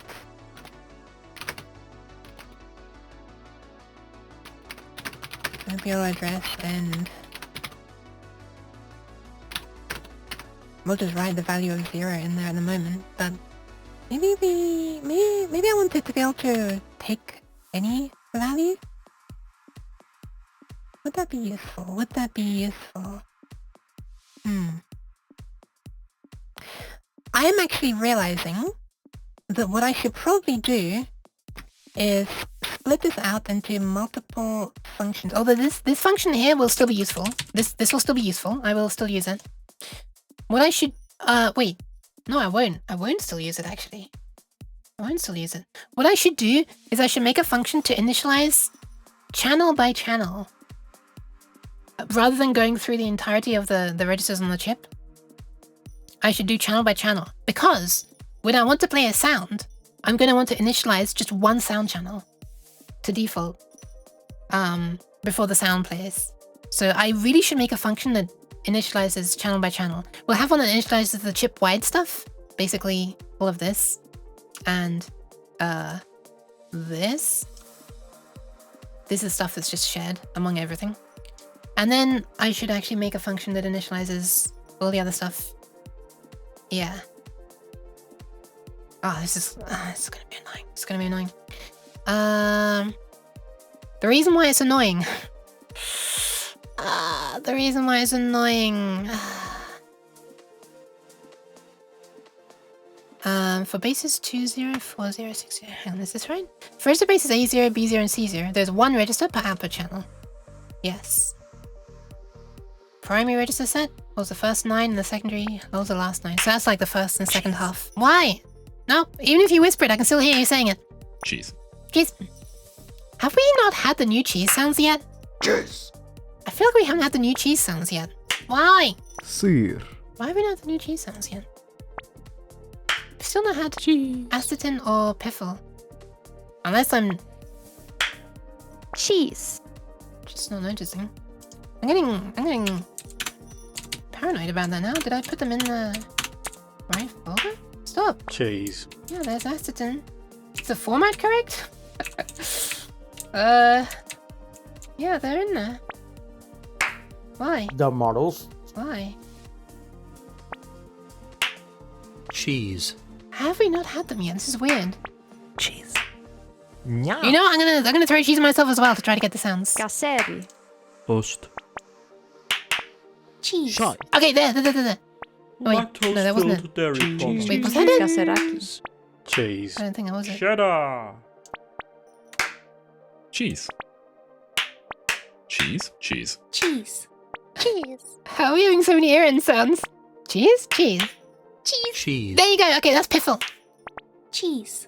That one was Piffle. Cheese. And there's Astatin! Okay, there you go. Gina. There you go. There you go. Okay, we've got Astatin and we've got Piffle. Yeah, now you can stop throwing cheese at me.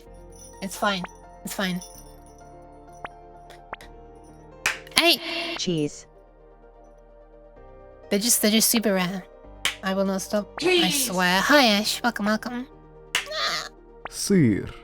So 2040. Gina. Cinnamon duck troll, I swear. Wait for the cheese to fall off. Formaggio. It's slowly happening. My lactose Post. intolerant ass could never. Oh. Yes. Lactase tablets are a thing. They're pretty good. They're pretty good. I was able to do a Cheese cheese time. taste testing stream despite being a little lactose intolerant. Cheese. Jeez, Yes. this is too much. 20406080 and E0. There are 2 registers per channel. Each register maps to 1 operator.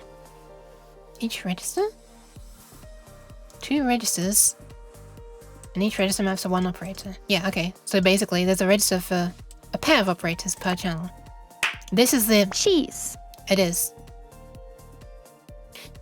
Yeah, fine, but for some reason they don't work with everything. Aw, that sucks. Yoga will still destroy you. Oh, damn. Interesting. And hi, Faye. How goes the stream? It goes okayly, thank you.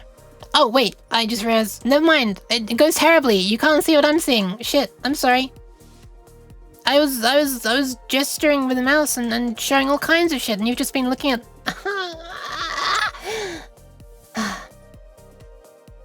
I'm quite cheesy right now. Hope you're doing alright there, Faye.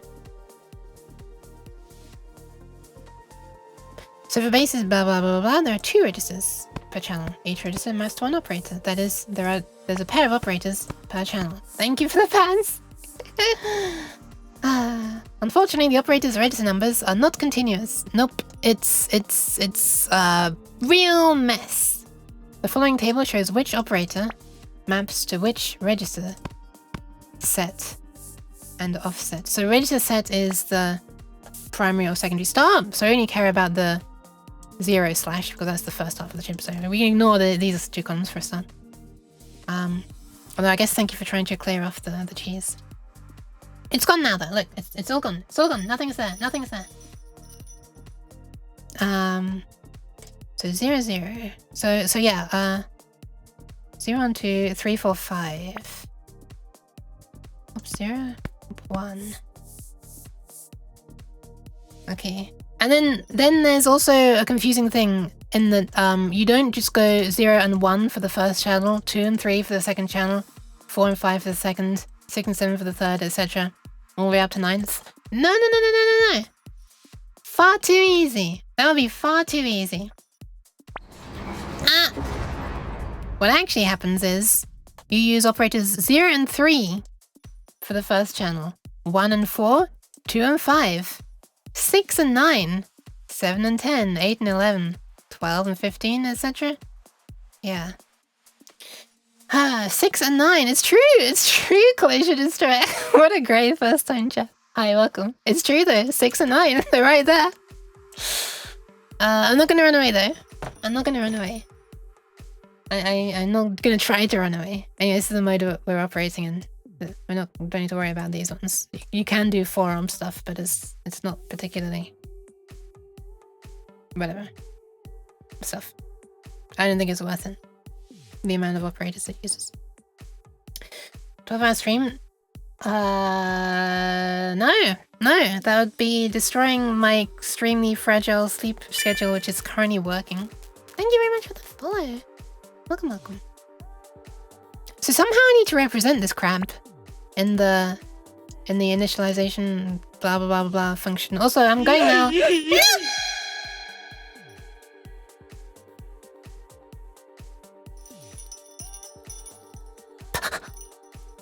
How dare you? YX. Oh, because you're bailing me out of jail. Ah, I see. Okay.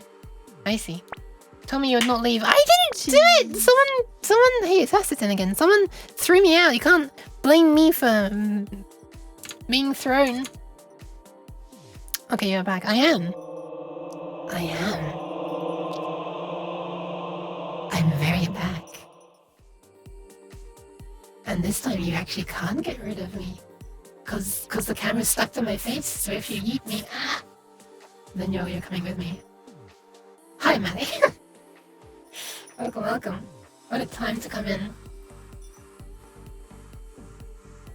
Are you okay, ma'am? I'm very okay. I've just been made a bit spooky. Someone redeemed the spooky Yuki redeem.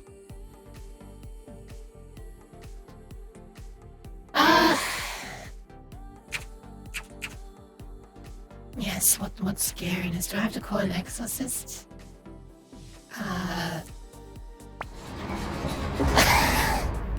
No, it's fine. I'm trapped behind these bars now. If I look to one side, you can see that they're on. Okay, never mind. I'm not gonna spoil it. It's worn off now, so I can't spoil it. Best to be on the safe side. But you could just redeem the posture check redeem, because when I stretch, it sounds like the demon is being exorcised from me. Why? Was that the holy water? It is! Hey, I got it. Okay, nice. Alright, I guess we're gonna do this then. Oh my goodness. Holy! I've become holy. There you go. I'm black and white because I'm in jail, but I'm bright black and white. Alright, that's the old way. Oh my goodness. Alright, fine. I will save the kidneys. Did you just flush an entire toilet of holy water over me? I'm gonna go and save the kidneys. I'm also gonna drink a little bit. Hydrate a little bit. Hi, Shinspiegel, maybe some woos. I'm gonna do that right now.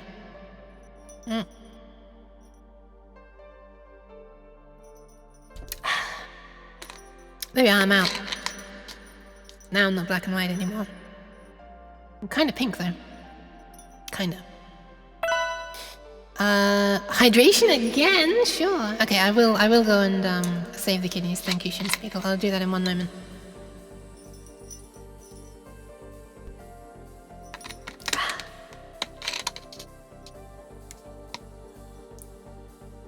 Benefits of jail. I can save a life. Apparently so. Jeez. There we go. I'm getting up. I'm also gonna go for the Christopher. Okay, I'm gonna go and save the kidneys right now, which means go to the toilet. I owe you 2? Wait, ready? Oh, there was another one 1 minute ago. What the hell? That must have been. Oh yeah, right. That was right after I got made holy. Okay, hold on.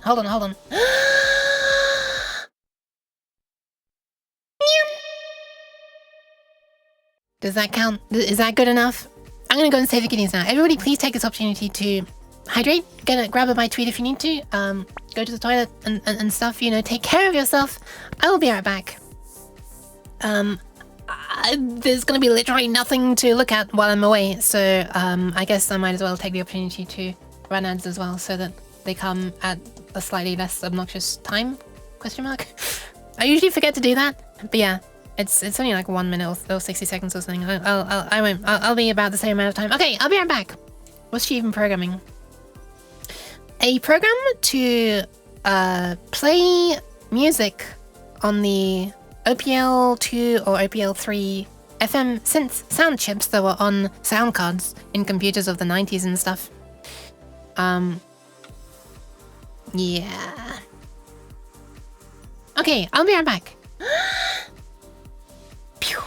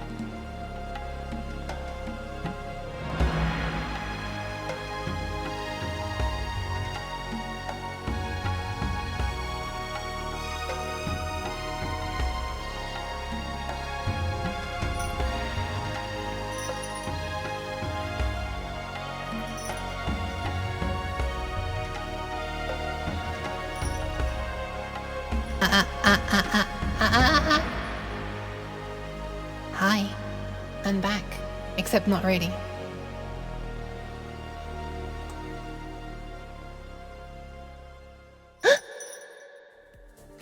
Now I'm actually back.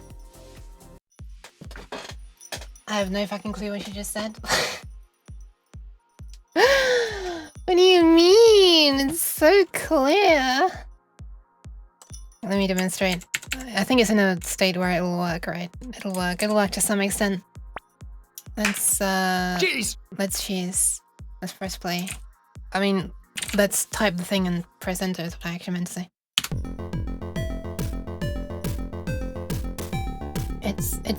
It's playing music and it's showing the internals of the sound chip that's making the sound, although it's just emulated. This is just DOSBox. It's not the real deal, but you know, it could run on actual hardware. Hopefully. Haven't tried it. but... Also, I hope you like this one note in particular, because it's going to be playing for the rest of the stream now. It's not, I'm stopping it. Okay, yeah, that's one of the things I was working on, to stop stuck notes and badly initialized things. It kind of was screaming like that. Okay. Let's do a thing where we can initialize a single channel.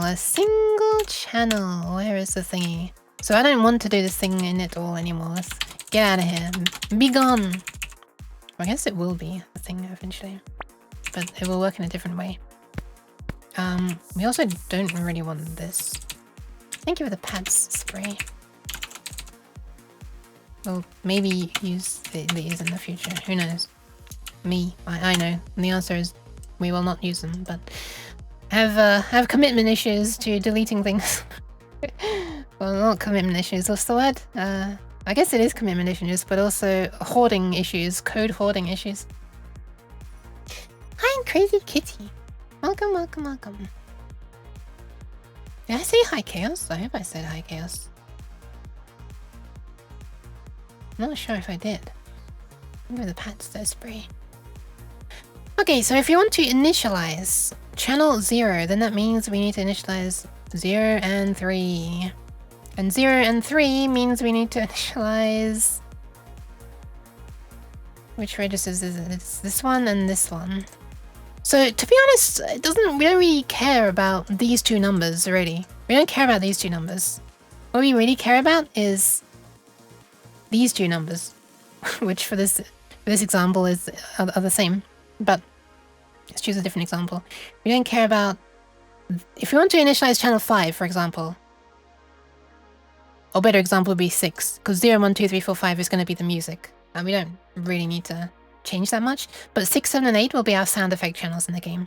So if we need to initialize channel 6, can I care about them if I want to? Yeah, sure you can. It will be channels 12, or operators 12 and 15. But we don't need to know that. We just need to know which registers to reset. Why cheese? The old pattern cheese. Hi kids.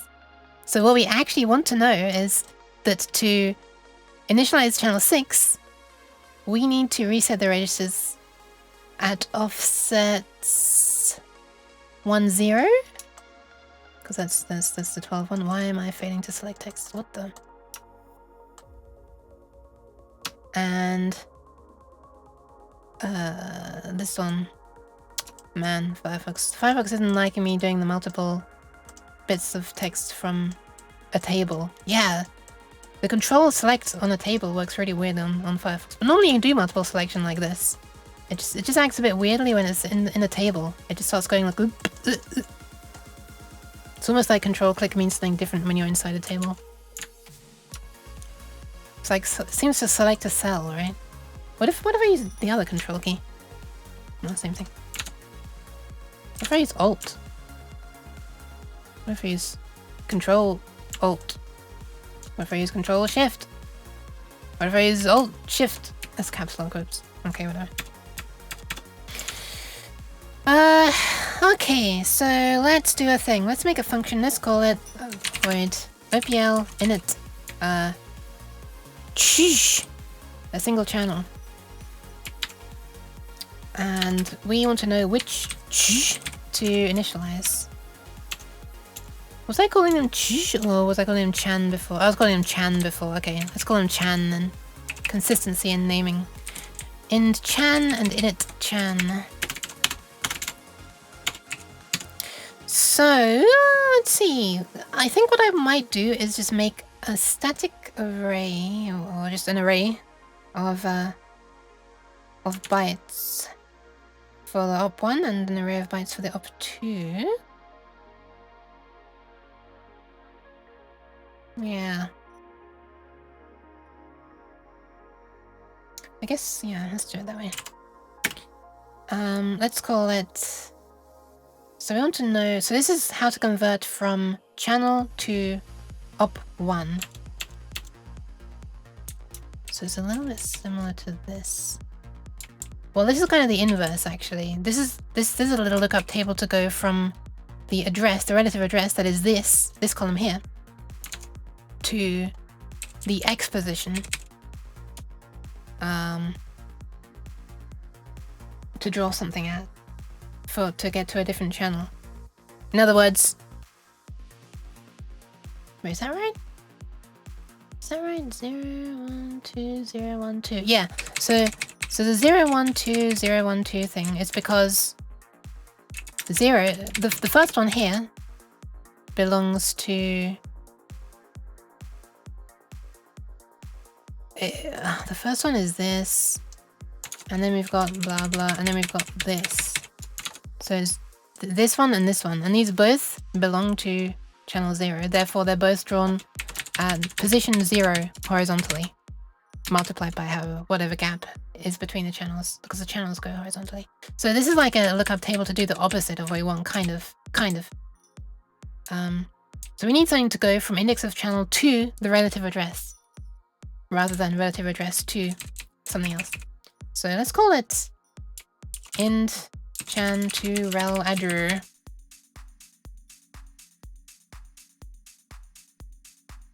Or to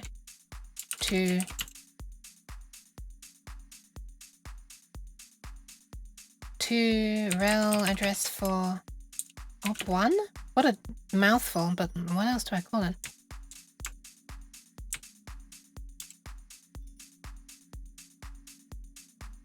I guess I could just call it rel addr op1.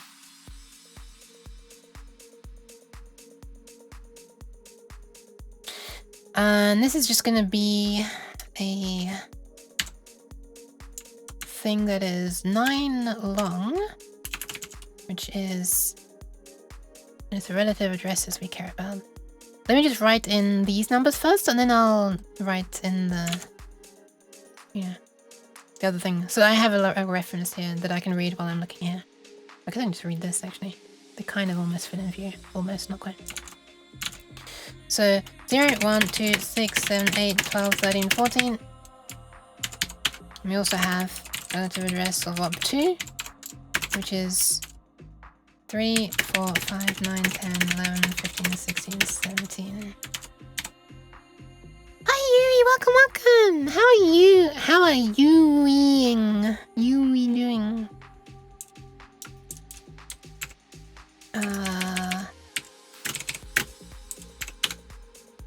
We also want something else, I think, right? Oh, for the actual channels, it's literally just the channel index that gets added to there. Yeah, okay, so that's fine. Okay. You're gay? Relatable.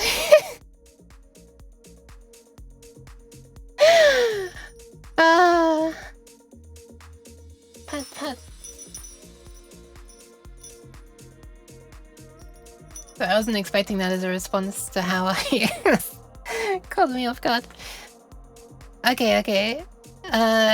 So these are not the relative addresses though. These are the indices of the operators. So we want to convert that to the relative addresses. So all I need to do is look up the numbers that I've typed here in this column and replace them with the numbers written in this column, which are in hex. So it's gonna take more space. So this is 0x00, this is 0x01, this is 0x02, 6 is 0x08, this is 6, 7, 8, right? 6, 7, 6, 09. Oh my god, that 0x09, 8 is 0x0a. What a horrible system this is, but I mean, I guess it works for backwards compatibility, right? I guess it's this weird for backwards compatibility.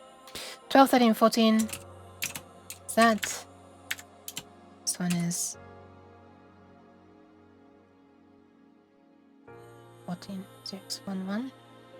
This is so easy to get confused as you're typing this, holy.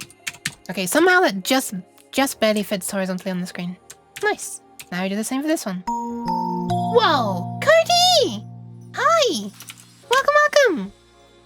Where's my bread handed over? I don't have any bread, but Cheese. I have some cheese. Would you like some cheese to put between your slices of bread?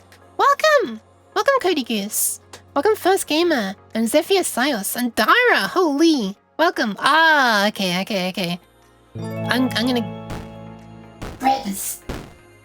Breaders. She thought that was like lead speak, so she pronounced it like bread ease. And hi, welcome, Dara. If you need the bread, please ask Dara. Dara is the bread master, one could say. Thank you very much for the resum, Dara. Holy, that's a high number. What the hell? You know mine. Maybe you could like direct someone to the bakery or something to get it. But welcome in, everybody. Hi, Jackie D as well. Welcome. How's your stream? Thank you very much for the raid. You've joined me at a time where I'm trying to do some programming to essentially play music of a certain kind while displaying on the screen like the internals of like what's happening in the chip that is making the sound. Yes. You've joined me on my finally getting back to nerdy stuff for stream. Anyway, let me show you what you're up to. More to the point. What were you up to? Cody Goose. I don't know why I nearly wrote Cody Goose. That was weird. Making silly spells and causing chaos. Interesting. Ah, Noita! Sorry. I have to give headbands. Oh, don't bite my hand! Looks like you're biting my hand. 5-hour stream. Have a nice rest from that. Good job. Don't pat the bite. Yeah, I wish you'd told me earlier. Jeez. Hope you had fun. I've never played Noita. Noita's the one that is the sort of almost like a sand, like pixely that's the word, particle simulation thing. Like the whole world is like made of particles, right? Like the floor can kind of corrode from things and burn, and like you're shooting out things from your wands as well, right? Like a side view game. Never played that. I'm right. It occasionally happens. Is this the project you were designing a board for a while back? No, this is actually something different. So this is not for me. I have too many like half-complete, half-baked projects always on the go. I'm sorry. Or on the back burner. So that one that you're referring to, this hand keeps on getting stuck in my tracking. It's really weird. It's like, I don't know why. I'm not actually doing. If you see me doing this, I'm not really doing that. The leap motion is lying. Noita is fun, but also reasonably hard. I see. Alright, probably too hard for me then. I'm not much of a gamer. I'm just much of a gay. So yeah, the circuit board project was for playing MIDI files. This one is for so it's for playing the type of music that would have been used in MS-DOS games of the 90s. Or one of the types. I guess there are multiple types of music.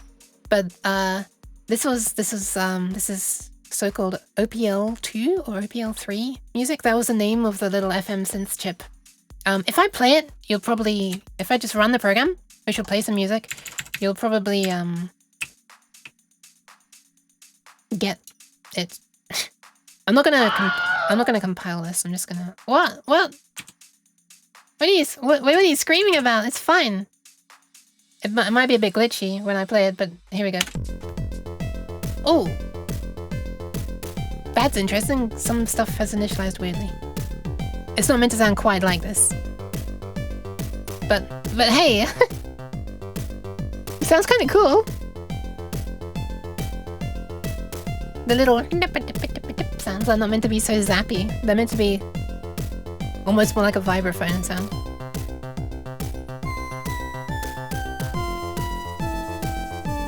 Thank you! This is also music I made. This is eventually hopefully going to be used as like the ending music of a DOS game for like a tower defense game where there's cheese coming in and you got to defend little long nukes on the floor. What is a long nuke? One of you might ask. It's this little creature in the Twitch chat.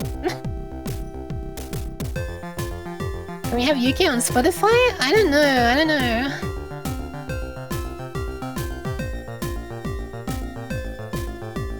And so like this view here is like showing each of the sound channels. I tried to make the music only use 6 channels, so we got 1, 2, 3, 4, 5, 6. Because in the game, these last 3 are going to be used for sound effects. That's my plan.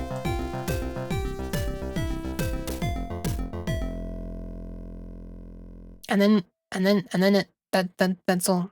That's all she wrote. I mean, like literally, that's all I wrote of the music. And I'm trying to make it so that it sort of initializes correctly. I've made it so that it will initialize everything correctly, but I'm trying to change it so I can initialize just a single sound channel correctly, because in the game, when I want to play a sound, I'm going to want to like initialize, like stop anything that's playing on one of those last 3 sound channels so that I can play a sound effect on them. So I'm trying to change the little code that I made for initializing things to work per channel. Thank you for the crabs! Thank you. It's so cool. No, thank you. I could imagine a dude from Leave the Company dancing to this. Wait, how did it go again? Wait, I forgot how the dance went. I was like...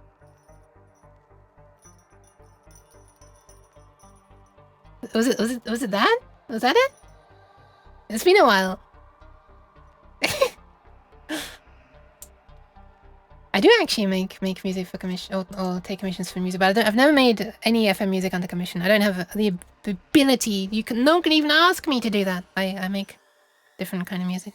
But I guess I could. I said earlier this exact same thing. I guess I could make this kind of music as a commission, but it's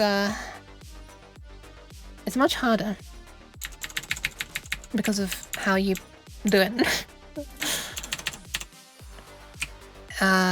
Nyan, basically.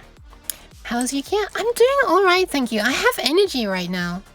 I mean, the very fact that I'm streaming at this time is, you know, I haven't been able to do that for, like, I think years, right? It's ridiculous. When I first started streaming, I streamed in the morning at 10 AM. Would you believe that?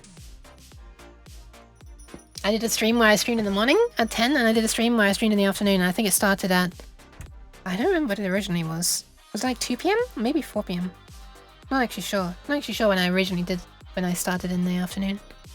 But yeah, the last few streams I've actually done starting at like 12 midday rather than midnight. But yeah, I very much appreciate the raid, Cody. Thank you very much. Please do take care of yourself. Like, everybody, hydrate. Friend of mine, stay hydrated. Hashtag not sponsored, but you know, maybe pick up some Nyan juice. It's not a thing that you can get actually, but anyway, don't worry about that. Just drink it anyway. Like eat and then toilet and things. Yeah. But yeah, I sometimes, I used to quite a lot stream programming and stuff. This is my first programming stream in a little while, because you know, it requires some brain energy, and I haven't had brain energy for a long time. But now I do, and I want to take advantage of it.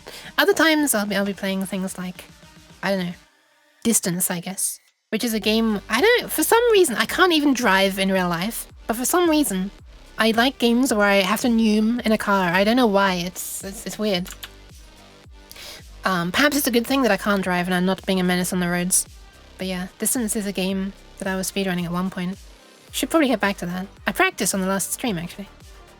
It's a game where you like... I don't know, there's a lot of lore. There's a lot of lore for... It has a lot of lore for a car game, but it's like a... You're kind of like a sentient car, almost, that is one iteration of like some training algorithm being developed. I don't know what the point of it is, but that you're like in space on like a satellite constellation thingy because humans migrated from Earth to space because Earth got messed up somehow, but like for some reason you're a car now, you're a kid now, you're a squid now, and I don't know if all humans became like that. I don't know. It's extremely ambiguous, but it's, I don't know, the atmosphere of the game I love. The music is just amazing. Anyway, there you go. If any of that sounds bizarre enough, to be intriguing to anyone, I would recommend to check it out. Driving in real life is a chore. You can't even make flips. I know, right? You can't even jump, drive along the wall for a bit, do a barrel roll and stuff. It sounds crazy. It's cool. It's very cool. There's so much atmosphere.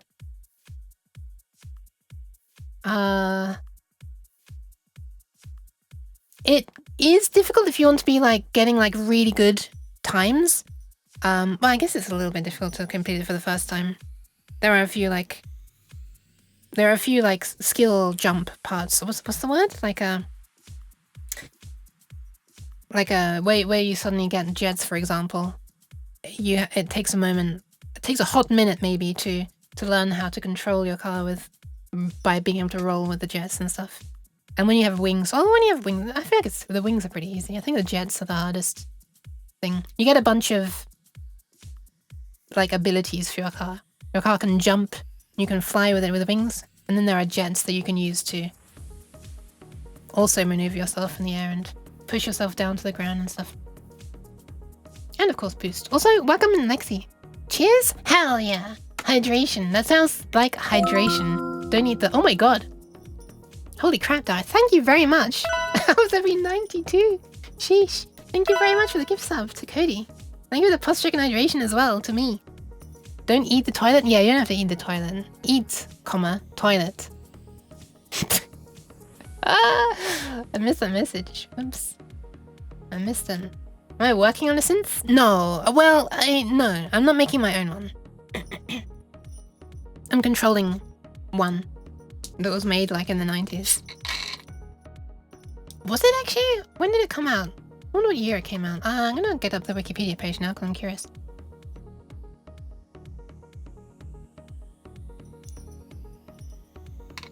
Did FGS suggest so way more fun? Might be it. Who knows? It might be it. There certainly are too many... Wait, it was 3 months? Oh my god, it was! Dara! Holy, thank you very much. I didn't even realize the 3 months path. Ugh. What a terrible streamer I am. Detailed avatar already? Thank you. Wikipedia. OPL 2. This looks like it's got all the information I need. Zip. Zip. So OPL 2 came out in 85? Oh my god. Okay, when did OPL 3 come out? Wait, when did OPL the original come out? 84, okay. Next year they came out with OPL 2. Cheers. Aye. Oh yeah, right, I got a pasta check as well. Almost forgot the pasta check. No, why? Cheers. What are you doing? Why? Why you can't just say Yuki Cutie and then throw cheese. Stop this. OPL 3. 1990. Okay. So technically, this did come out in the 90s. It also came out with OPL 4. I've never had anything with an OPL 4. Wait, this is an OPL 4. Where's OPL 4? There it is. Oh, they didn't have a date written down for that. Cheers. Why? Jeez. Why? Stop this. Why didn't they have a date for this? It's a bit weird. Oh well. Oh well. 84, the best year, is it? Yui, can you type /me redeem cheese? Wait, really? Wait, what? Wait, /me wait, can you actually wait? Redeem cheese. I wonder if you can make your nickname grey and type /me something like a redeem. It looks a little bit different though because like you've got like the fangs sign and this. I guess you could just like insert 2 triangles. Oh, apparently I can't insert any triangles. What the fuck? Can I do it on Notepad? Why does this just break sometimes? Why can I not? Oh my god. Okay, I can point apparently. Here's a cat. Amazing. Usually you're meant to be able to insert emotes like that. Don't the 90s start at 1991? Huh? Oh my god, the malicious compliance from Yui. I like it. Did I ever say hi, Dr. Dank? I hope so. I'm sorry that my memory is so very bad. Darn, alright, redeemed cheese. Keep it going, keep it going. Keep the malicious compliance going. I mean, it does look kind of... it does look close, kind of. I guess a little bit? Ah! The models. Nope, that was definitely not Dara. Jesus. That was definitely you. I can see it was you. I can see it was you. Stop! It's you! Why am I so loud? I think it's because my music is lower than usual. That I sound louder when I get louder. Yeah, that's what it is. It's not me being loud at all. I'm not obnoxious. Cheese. Oh my god, you're just saying it with each other. Okay, well let me just keep typing these confusing numbers for a moment. 3 is 0x03. I'm replacing the numbers that I've written down here. I'm looking up like where this is 4, I'm looking up 4 here. And then I'm replacing whatever is written here with this. So at the moment 4 is 4 or 5 is 5. But then it starts deviating, 6 is 8, and then we get into like So 1 sec. So 4 is 0x04. I also can't type apparently. 5 is 0x05. 9 is 0x. What is this? 0x0b? 10 is 0x0c. 11 is 0x0d. 15 is 0x13. 16 is 0x14 and blah blah blah blah blah blah. Perfect. 4 is 4, 6 is 8, and uke is q. Nope. Nope, you. I thought that was a long uke joke for a moment. That's like... that's what the long uke thinks. Who designed this? I think it's because of backwards compatibility with previous ones, but yeah, it's this is just one level, by the way, Lexi. Were you there earlier?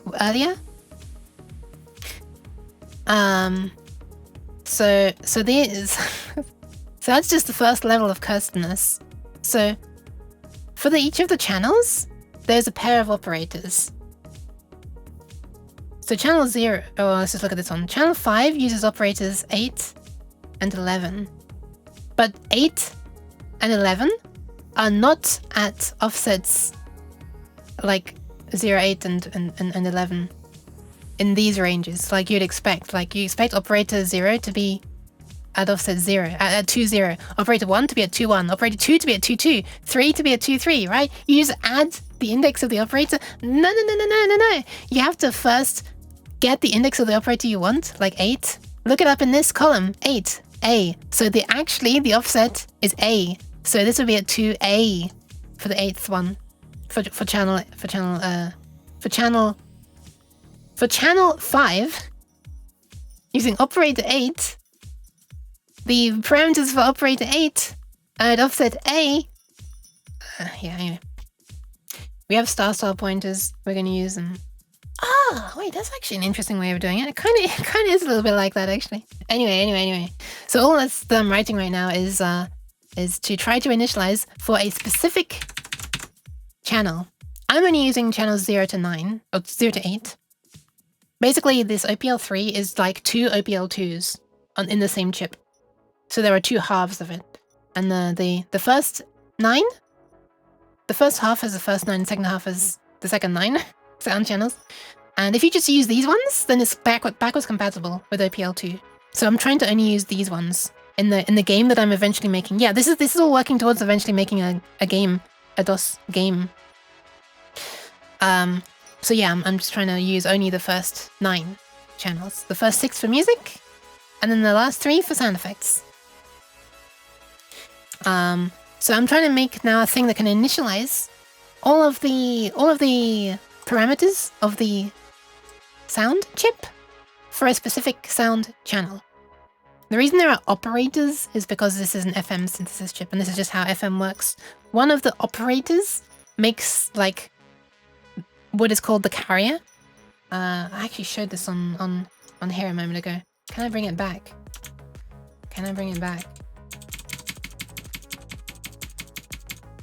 I can, okay. So one of the operators creates just a tone like this, and the other operator does not directly create a tone. It adjusts the frequency of the other tone. You could say it modulates the frequency. That's FM, frequency modulation. So if we make it modulate it very slowly,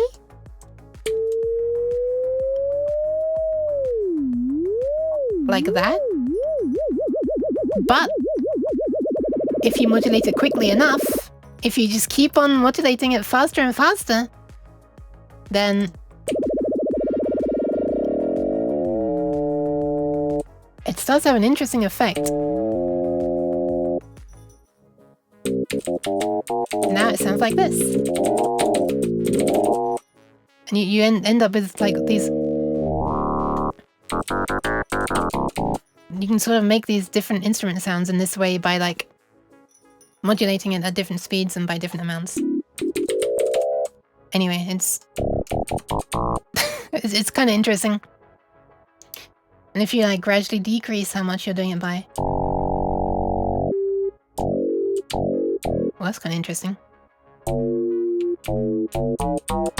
You can make weird sounds like that. Anyway, that's frequency modulation. And so that's why there are two. One of them is so-called carrier, and the other one is the one that changes the carrier, which is called the modulator. Also, for the U, do you know? Oh my goodness. Carrier. I hardly know. Thank you very much for the resub. I can't believe I didn't think of that already. You can also do it with modulator. I barely know it. Welcome in. Thank you very much. Do you know a systematic way to think about the frequency ratios? Do you know a systematic way? Modulate. Modulate. Oh my god. Hi Tai, welcome. First thing I do when I wake up, what? Cheese time. Oh my god, fine. The way that this sound chip works is you set a multiple of the carrier frequency that the modulator should run at. So it can run at half the frequency, it can run at the same frequency, it can run at 2, 3, 4, 5, 6, 7, 8, 9, and then it starts to skip some. I think it skips to like, I can't remember actually. If we look down here, it should say somewhere. Here we are. 10, 12, and 15. So yeah, this is the frequency that the modulator will run at relative to the carrier. Yeah, it's a bit weird as well because there's like 0 is half and then 1, 2. Okay, this is really nice. Then there's 10. 10. So a value of 10 means a factor of 10. A value of 11 also means a factor of 10. A value of 12 means 12. 13 means 12. 14 means 15 and 15 means 15. I guess there was like accuracy issues. Like I don't know how to explain it. Like I guess due to how it works, they couldn't accurately get 11 or 13 or 14. I guess. Or maybe those values just never sound nice. I don't know. Who knows? But maybe you want it to not sound nice, right? FM is very good at not sounding nice. It's very easy to make a mistake like I did earlier and end up with harsh noises. Someone should invent a box that can demodulate it on the other side. It's like a radio receiver. Maybe it's a prime number thing? Who knows? Have I said hi to Cinnamon Duck Troll? I'm not sure, but I do remember seeing the name. So hi. Do all inharmonic spectra sound equally inharmonic? I can demonstrate actually. You know what? Let's demonstrate. And this time I'm going to run the version of the program that's the Windows version because I don't want to exit the code editor. Hold on. There's a version that exists for DOS and there's a version that exists for Windows. And earlier on I ran the version in DOSBox here, but I can't be bothered to do that now, so I'll just run the Windows one. Here it is. It looks very small on stream. Let me switch to a window capture. Eventually. There it is. That's a bit of a weird position. Sure, let's change my layout. Hold on. Coming back, but this time in 4:3 aspect ratio. Ta-da! So let's just make a thing, shall we? No, let's not. Let's open a thing that already exists. What shall we go with? Which one shall I do? Let's go with this. This is the music that was playing before. Let's stop this music and press play so that it just loops the first bar. This is kind of loud. Hold on. There's not an easy way for me to adjust volume. Hold on. Hold. Keep holding. Okay, you can stop holding. Should be a bit quieter. Let's adjust. Let's adjust the instrument that is playing the melody. That crystal-y sound.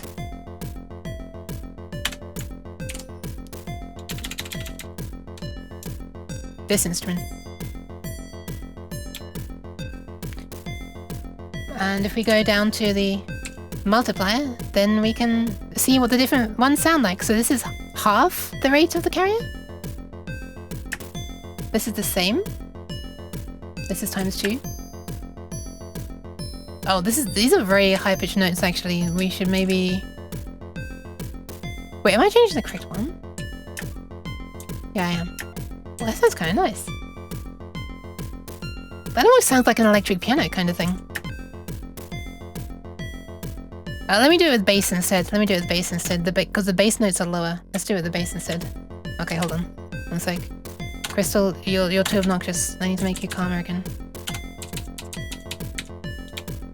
Chill a bit. Or I could just chill you out a lot so that we can hear the bass. Bass. So this. This being the bass. Let's try the other ones. This is half. This is 1 times. Wow, that sounds really cool. What the fuck? This is 2.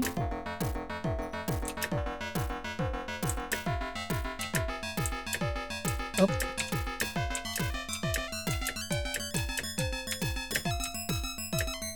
Yeah. This all kind of depends on the waveform as well. These all change things a bit. That sounds cool. That sounds annoying.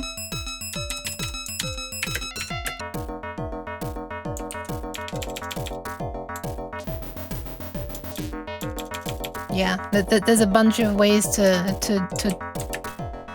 tweak the sound. It's very fun to play around with. I'm gonna be honest. Oh!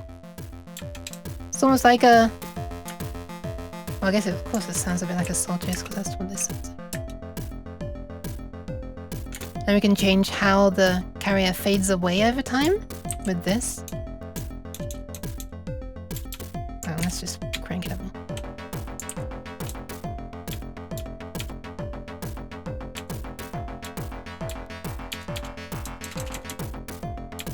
Anyway, it's fun to play around with. How come blue looks so good? I don't know.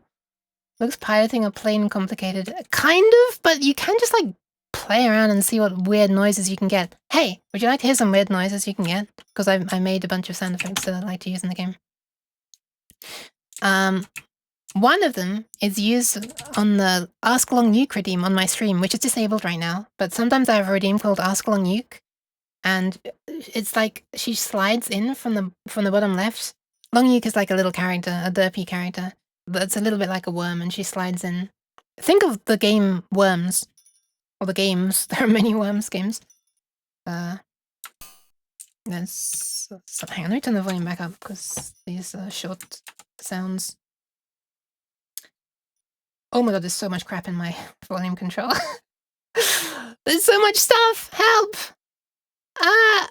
Oh, it's actually... Why do we have the world's longest... Oh, you can't even see. I'm not capturing the screen. Ah!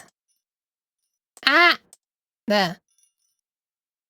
It's the world's longest scroll bar for like just scrolling one column to the side. I thought I had more than I had. It was worrying me. Make me worried for nothing. How dare it? Why cheese? How dare you as well? Anyway, here are some sounds.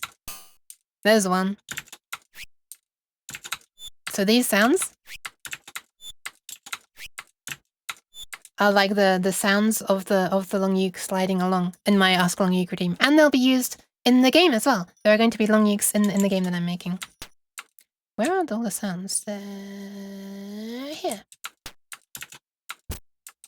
This sound here was meant to be like a cheese splatty sound, kind of. No, not that one. Ah! This was meant to be the voice of the long uke. Also this one. This is meant to be like a scared long uke sound. Oh, this one? No, this one? It's meant to be for you. So the game that I'm wanting to make is like a thing where you've got like turrets and you're trying to shoot down cheese that's coming in. And you're wanting to make sure that the cheese doesn't hurt the long ukes that are sliding around on the ground. And that's going to be the sound for you firing one of those turrets, I guess. I'm guessing that should be the sound for when you hit one of the cheeses. And is this? Yeah, this is the sound that I'm the most proud of. An explosion that I guess will be for when something hits the floor. You know, you don't manage to shoot down the cheese before it hits the floor.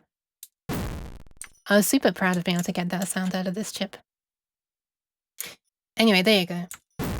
I've never heard the sound like that before in a game, in a DOS game that uses OPL, so I was happy of being able to get that sound. Will it run on modern platforms? Well, in DOSBox, yes. So DOSBox is this DOS emulator that I'm running right here. So DOSBox is... Can you fuck off with your splash screen? This splash screen is really obnoxious on Windows. In DOS, it's fine because it relinquishes control immediately. A bunch of DOS things would just print something to the screen and exit immediately. But on the Windows version, it doesn't. It hangs around. It lingers and outstays its welcome. Anyway, this is DOSBox. Yeah, you'll be able to run the game on here. In fact, that is all I'm running it on right now when I'm working on it and related things. Let me go back to the other layout. That's why the editor looks retro? Yeah. Okay, let me catch up on all the messages that I missed. I'm very sorry. Hope you guys are doing well. I'm doing not too badly. I'm quite energetic right now, which is really nice. Musician studying for the ham radio license. Nice! That's pretty cool.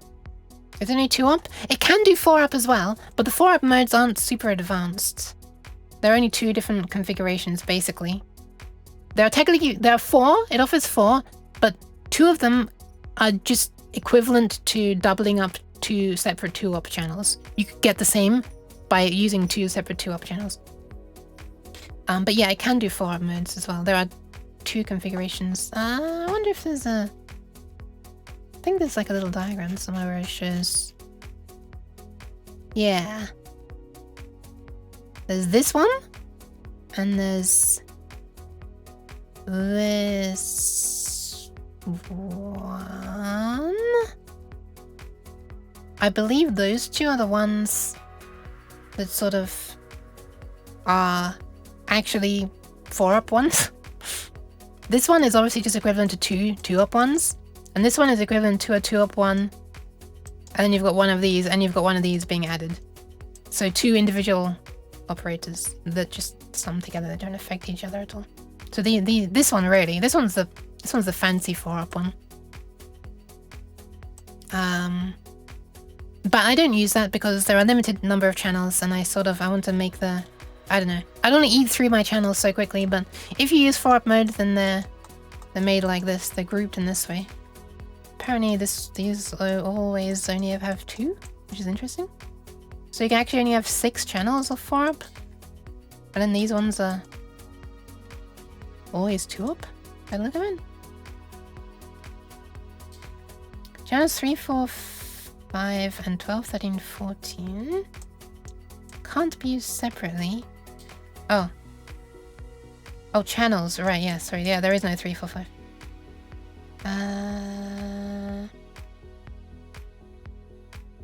OPL 3 enables you to enable or disable forward mode separately for any of channels 0, 1, 2, 9, 10, 11. Man, this has some really complicated ways of being able to configure things that I don't want to have to think about too much. So I'm just using two of my arm got stuck again. What the hell? In Germany, it's voluntary. Just certifies your speed. Wait, what? Oh, Morse code test. I see. Hi, Fluffy, Unixern.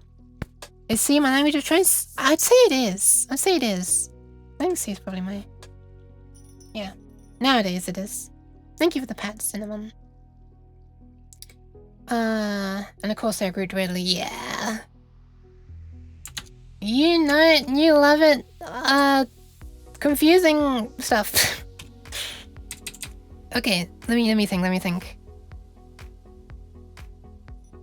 Okay, I've thought. I lied, I haven't really thought.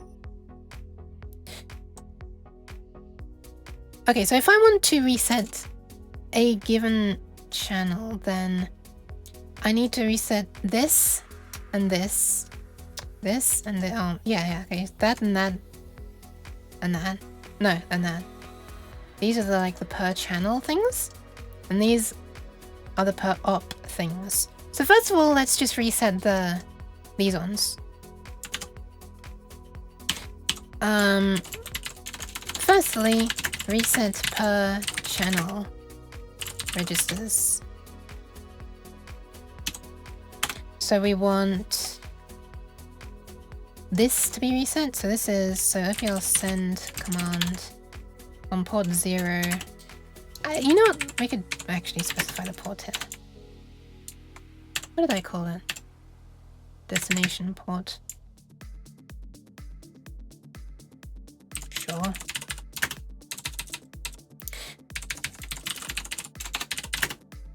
The value of 0.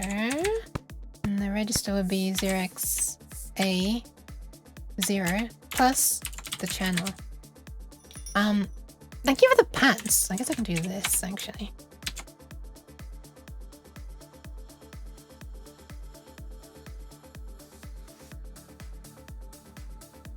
Is that gonna come back to bite me? I don't think it is. I think that should work. Thank you for the pants so well. Welcome, whoa. And Dapper Sapper, flipping heck. So many people. So many cool peeps. As you can see in the top right of the stream, we are sponsored by the C programming language and MS-DOS. Nah, I always try and put up there what I'm currently playing. I've never done a sponsored stream. Despite doing streams that ostensibly seem like they should be sponsored streams in the past, but nope. Absolutely not. I mean, if one day, like flipping, I don't know, some company that makes some software I use a bunch wants to sponsor me for some reason, I'd be happy, but hasn't happened in 3 years, so I'm not holding my breath. Anyway, someday I'll write my own tracker. That'd be pretty cool. Can enchant be larger than 8? It could come in that way, yeah. But like, this function is only ever going to be called by me. So I'm just going to type in only the values that I want. Thank you for the follow, Fluff. I'll sponsor you to make terrible dad jokes all stream. I don't know if I have the ability to think them up that well. You're good at those. I mean, I can like look some up online, I guess, but you know. It's probably just gonna be a load of ones that everyone's heard before.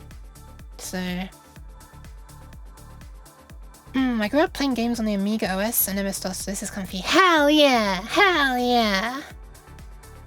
I grew up playing games in DOS, so yeah. That was cool. That's pretty cool. Future you is totally not gonna forget about that.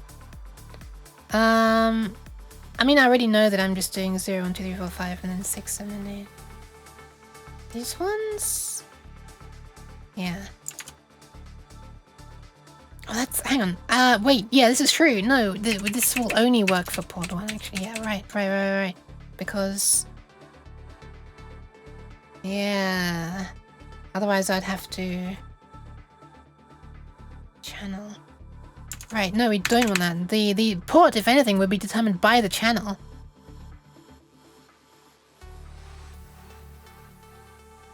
Yeah, the port, if anything, would be determined by the channel. Should we make this so they can cope with... Should we make it so we can cope with things on the other port? I guess we could. That means I need another thing here. This is gonna be called desk port, I guess. So now we need this to go to 18. We need this to go to 18, and we need this to go to 18. And all this is 0, 0, 0, 0, 0, 0, 0, 0, 0, and then 2, 2, 2, 2, 2, 2, 2, 2, 2. For not 1, but 2, for reasons that I went into a TED talk about earlier, and I'm not going to do it again. 1, 2, 3, 4, 5, 6, 7, 8, 9. 1, 2, 3, 4, 5, 6, 7, 8, 9. Essentially, the number 2 is more useful than the number 1. Because of the registers that I need to write to. They're 2 apart. The first half is 0 and 1, and the second half is 2 and 3. So I just add 0 to access these ones, and I add 2 to access these ones. There we are. That was a much shorter version of the TED talk than I said earlier. Wow. Anyway, imagine twice as useful. Yeah, imagine reading tags. I'm not from Australia. I am from the internet. Also the places in the tags. Although you can't really see the tag. Are tags even visible on mobile? I'm not sure they are. I'm in England. I am from anime, yes. She's from Yukistan. Oh my goodness. What are the ports? So the OPL 3 is a successor to the OPL 2 chip. The OPL 2 had as many registers as you could address all of the registers on the chip in 1 byte. Hello. Why, hello there, Tusky. And then the OPL 3 came along, and it has double the number of addresses. So you must write them to different ports because there is not enough space within 1 byte to address all of them. The first 9 are in the first port, the second 9 are on the second port. Also,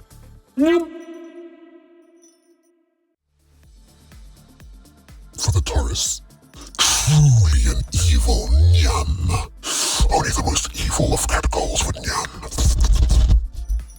Okay, sorry. I know why I do that, I'm stupid. Okay, so these are the first ones. The second one... I'm back! So these are the first blah, blah, blah, blah, and these are the second blah, blah. So this is 18, 19, 20, 24, 25, 26, 30, 31, 32. Excuse me. And this one is 21, 22, 23, 27, 28, 29, 33, 34, 35. Now we convert these numbers into the actual thingies by reading this thingy down the side and looking up the thingies and typing the equivalent thingy. This is... What did I just do? I was backspacing by mistake. Wait, hang on, are these the same? 8, 9, A, B, C, D...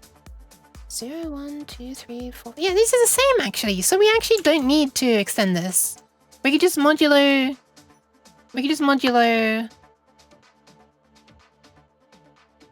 whatever the word is. 9. We could just do modulo 9. To reset, to access... To... Never mind, I can't speak. The real question is it worth doing a modulo? And I guess we could do a division for this as well. Is it worth doing a modulo and a division? Or would it be better to waste another 27 bytes of RAM? Which is the better call? Which is the better call? I reckon we have 27 bytes to spare currently. Let's do it this way. Let's do it this way. Also, hi Hickey Devon, Anna coded, and also... Wait, yes. I did do the first nyan, but not you. Also, nyan! You can also use the formula. Channel plus 5 times channel divided by 3. That's interesting. I'm definitely not going to do that though, because... I'd rather not, you know... I'd rather be minimizing overhead of stuff. Although, that said, an array lookup is... Well, it basically is another addition. You've got the address of this plus the offset. Uh-oh. What are the target specs?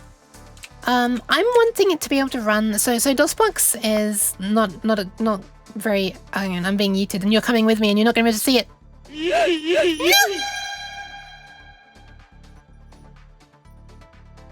Well, you came with me and you can't see it and the camera's grabbing me and everything's going weird. Okay, I'm back. Hi. Did you enjoy that trip? You were stuck to my face so you couldn't actually really see what was happening, but I got yeeted, I promise. Cheese. Ah! I got it was easier to figure out than the formula. I mean, yeah. But, yeah. Also, so DOSBox isn't great for emulating an actual machine. So what I'm wanting to do is try to...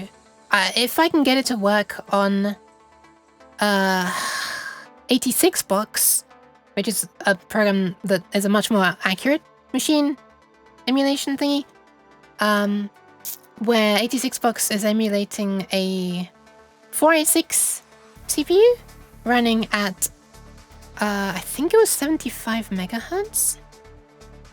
Then I'll be kind of happy. But yeah. It appears you have a cheese slice on your head. It happens sometimes. Is it still there? I think it's full enough. Thank you for the save with the kidney, Psychic. I should do that. I do actually need to save the kidneys right now. I will do that.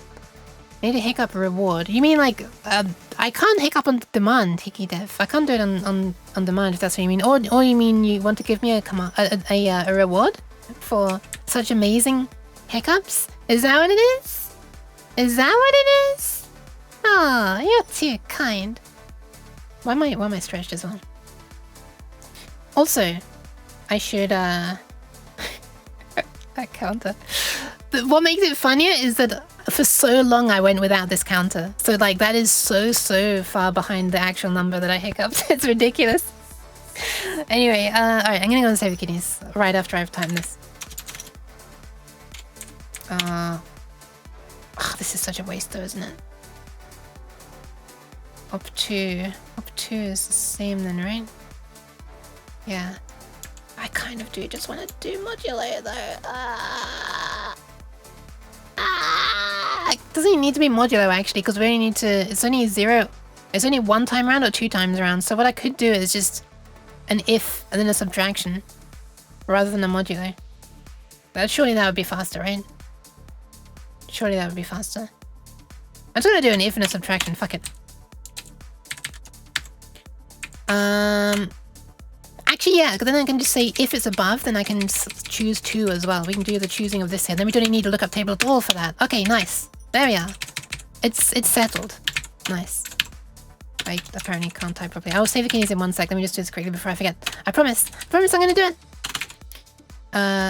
So we're gonna have a U8 for end port, or dest port is what I called it. It's wild talking about saving 20 bytes of RAM. Yeah, the bytes aren't that important. I am wanting to fit as much as I can into 64K though, because otherwise I have to start using far pointers, which are like, you know, half the access speed because, well, they're 32-bit instead of 16-bit, and this is going to be, you know, like, this is for a 16-bit CPU, so, yeah. Well, DOS is a 16-bit OS, but whatever. Not that this is really accessing the DOS-y parts. The only real DOS functions I'm using... Well, actually that's true. I am using I'm using some functions. I'm using... What is DOS actually providing? DOS is providing the disk access stuff, of course. That's the D. So anytime I'm reading files, that's thanks to DOS.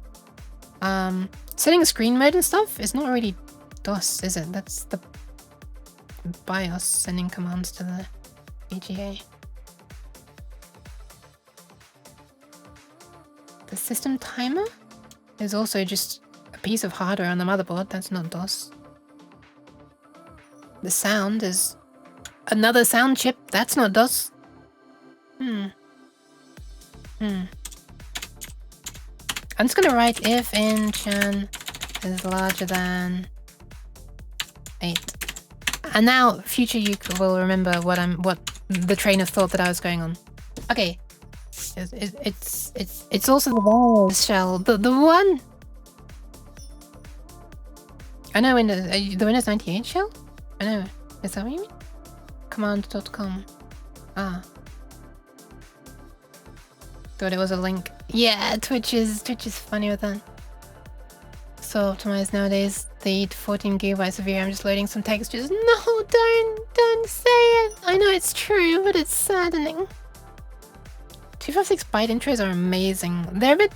I think my favorite, the sweet spot for me is the 4 kilobyte intros. I haven't made any or anything. I'm just saying I think that's where it gets big enough to be like interesting.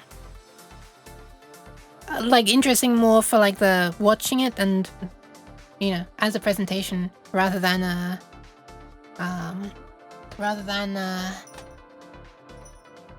yeah, I'm meaning the demo scene stuff. I was assuming Lexi was meaning the demo scene. Yeah, I feel like 256 bytes is so few bytes that it's you almost have to be, you know, you have to know a lot about the internals to appreciate what's even being done. That said, there is an amazing demo online called A Mind is Born for the Commodore 64, which is in 256 bytes, and that is ridiculous. That is a thing with graphics and like generative, algorithmically driven something music. There's the person who made that demo did a write-up with it, and yeah, the music is actually really good, and yeah, it's somehow 256 bytes. It's so... let me get this up on screen. I'm sorry, I swear I'll save the kidneys in just 1 sec. Let me just find this very quickly. A Mind is Born. Is this the... yeah. So this is a... there is a video of it on YouTube. But also, this is the entire program. This is the raw bytes of the executable. Like, what? This is it. And executing this, that is easily viewable on one screen, brings you, like, I don't know how long this is, a bunch long. I'm pressing play, 2 minutes 22 of stuff. What are these rated videos? Anyway, I'm not gonna play it right now. But yeah, it's very interesting. And there's like a whole write-up about it. It's like, it really goes in depth. It's very cool. Very cool. Oh, most of these are comments actually, it turns out, but yeah. Anyway, I'm gonna go and save the kidneys. I'm finally gonna do it. I'm going. Alright, I'll be right back. I'm also gonna run ads because Twitch is wanting to run ads in what the fuck? Why did it just unload the tab that was loaded a moment ago where it was telling me that it was going to be running? Oh my god. It was like 9 minutes or something. In 9 minutes or so it was wanting to run ads. So I might as well just do it now. 8 minutes. There it is. So I'll do it now rather than when I come back. Rather than letting Twitch do it when I come back. And that way hopefully it won't interrupt an annoying moment. So yeah. I'll be right back. Everybody else, please take the opportunity to save your kidneys as well if you want to. And yeah, be right back. Pew.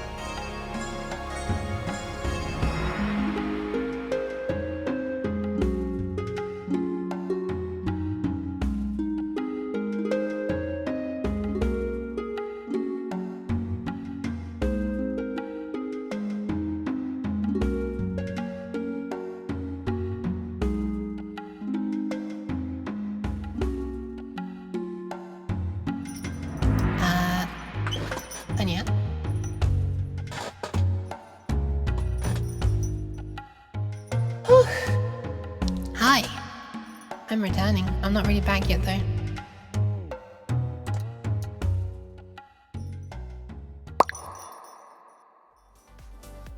I'm back. I muted myself instead of turning off reverb. Cryo, not Cairo, Cryo. 88 miles an hour is a banana. Yes, I know that one as well. Yeah, that one's very impressive. Was that the one that was CGA? For CGA, but they're able to squeeze many more colors out of it than the 4 that you usually get.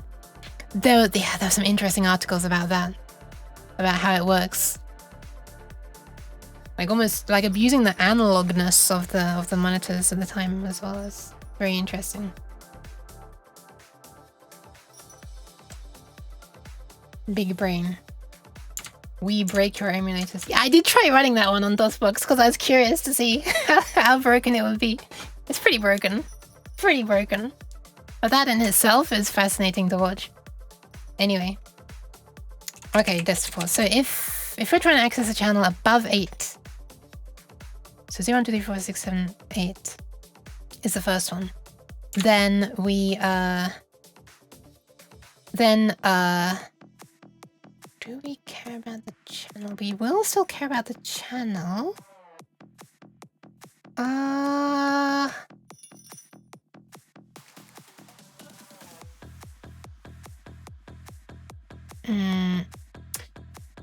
This is the sound player code of the game.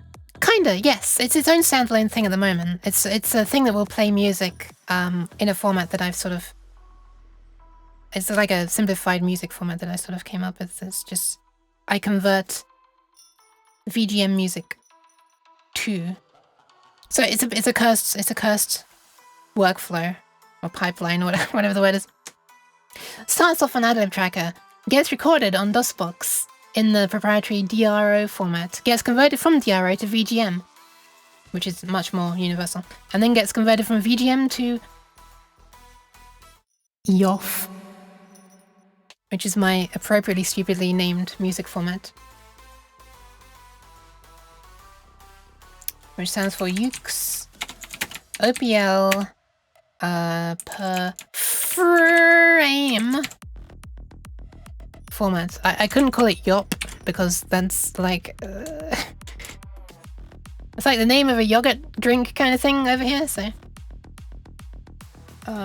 YOF would be good, yeah. Basically it's similar to VGM but with a lot less overhead. VGM tries to be like being able to like support many different sound chips. I need to support one, so immediately I can do away with one of the bytes, like every third byte that says, hey, this is the message for this chip. And yeah, and also because I know what frame rate it's going to be running at, I don't need to specify delays in like 44,100ths of a second. That's the timing resolution of VGM files. There's like an assumed sample rate of 44,100 Hz. Instead, I can just measure the delays in frames. And, well, that requires only much smaller numbers. So you can squeeze a bunch of these things into one kind of status byte that has a mixture of a delay until the next message, the number of messages that follow, and which port the messages should go to. And so, yeah, it can make the things quite a lot smaller. I wonder if I can find the text file describing it then. But yeah, right now I'm sort of trying to make thank you for the pats, by the way, FPL. Hi FPL, welcome. Already awaiting the distribution of .uf files. That would be funny. It would have to be Y0F, wouldn't it? That's not what I was trying to do. Y0F. Cheers. Hi! Thank you for the hydration, Wanoxim. Thank you for the posture check, Wanoxim. Yeah, I'd like to get this music player working, properly initializing and shutting down, which I have already done, but now I'm trying to do it per channel, so that I can also eventually get, like, be able to press a key and then play it. It will play a sound on one of those 3 sound channels.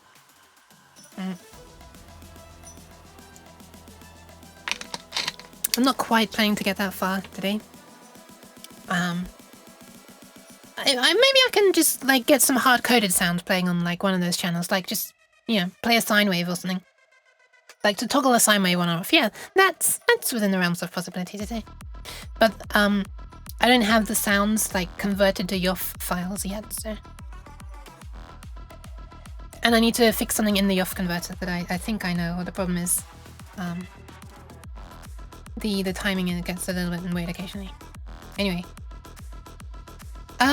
If int chan is larger than 8, then the destination port is gonna be 2. Otherwise, it's gonna be 0. But also, we want to pretend that then this number is this -9. In this case. We also want another variable that is in the lookup, let's call it. In the lookup here is going to be equal to int chan -9. Otherwise, in the lookup is going to be int chan. I don't like the way these are aligned. And then we can simply do reset per channel registers. Actually, we only need to, yeah, what we really care about is the value stored here. So we might as well just make an already looked up person. Relative address op1. I'm gonna call this relative addresses for op1 and op2. Wait, that goes against how I was doing that though.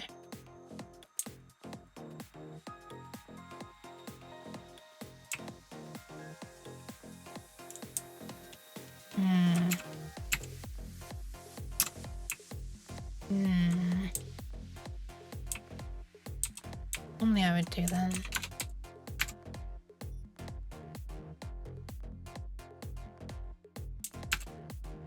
I don't like having long variable names when I'm doing C stuff in here, because premium horizontal space is at a premium. I guess I'll call it this though. I have to declare all the things at the top because of the compiler I'm using.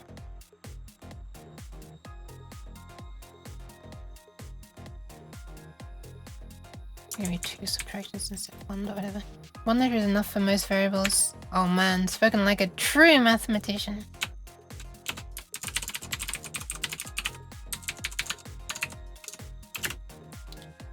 Rel adder op1 enchan -9. This is gonna look messy. There's a lot of similar lines and I'm just changing tiny bits. But it is what it is right now.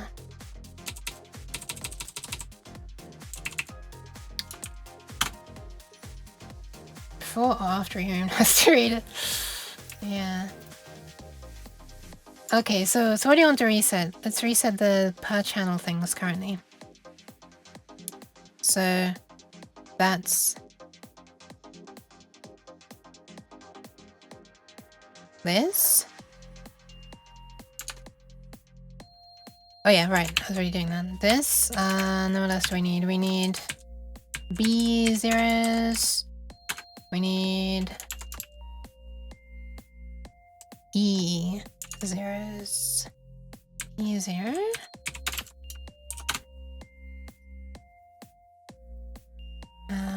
All these other things are going to be done in some other initializing thing because these are not even channel specific. Okay, now you want the ones that are op specific.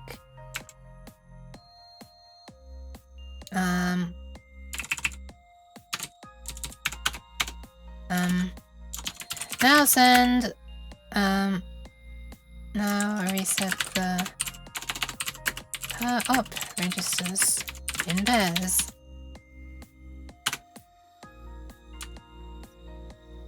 Why am I not putting semicolon?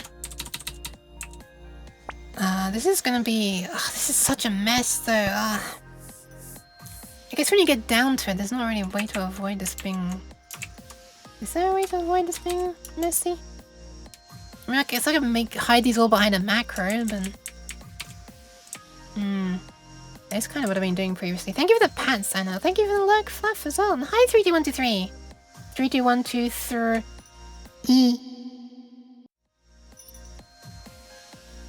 I said hi Dota as well. But that saying hi to you always messes my brain up for a moment. Because it's like, hi, Doto. Or I could say, hi, Doto. Anyway, 0x20 ordered with the relative address or the current relative address of op1. I kind of want to make a macro for this.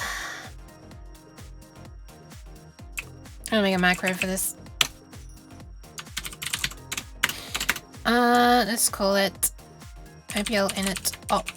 I'll uninitialize that at the bottom as well.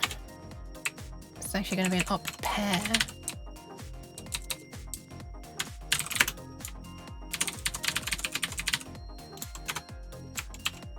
You know what? I'm going to define it here in line, actually. Down here.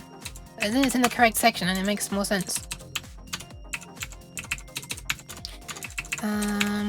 And we're going to want the first pair and the second pair. So the first pair is... Well, we already know what the first and second pair is because we're going to define it there. I need to pass them into the function. What we need to do is pass the address. Let's call it... What do I call it? OPL addr, yeah, OPL addr. OPL addr base. And what this is gonna do is call this, basically. And then also call how do you do line continuation again? I can't remember. With a backslash? And then the same again, but this time it's gonna be 2, which is not super neat. And this is gonna be OPL address space.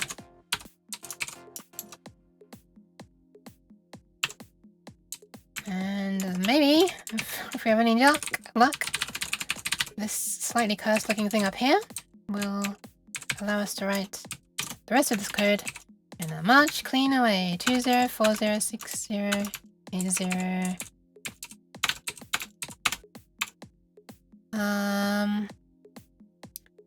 Which other ones do we need? Do we need E0 as well? Let me undefine it. I'm gonna indent this so I can see where that's available easily. Wide code, yeah.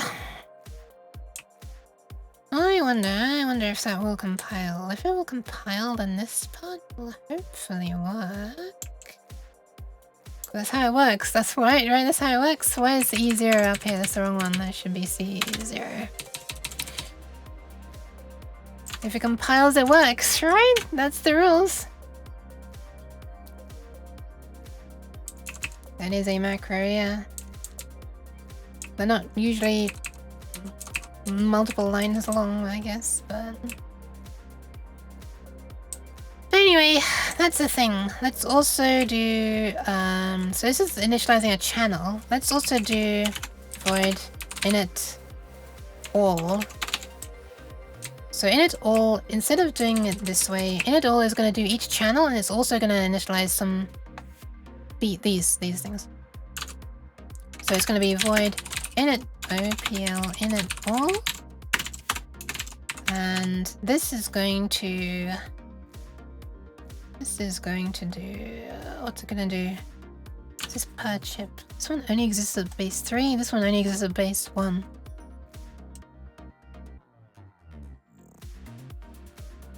Okay.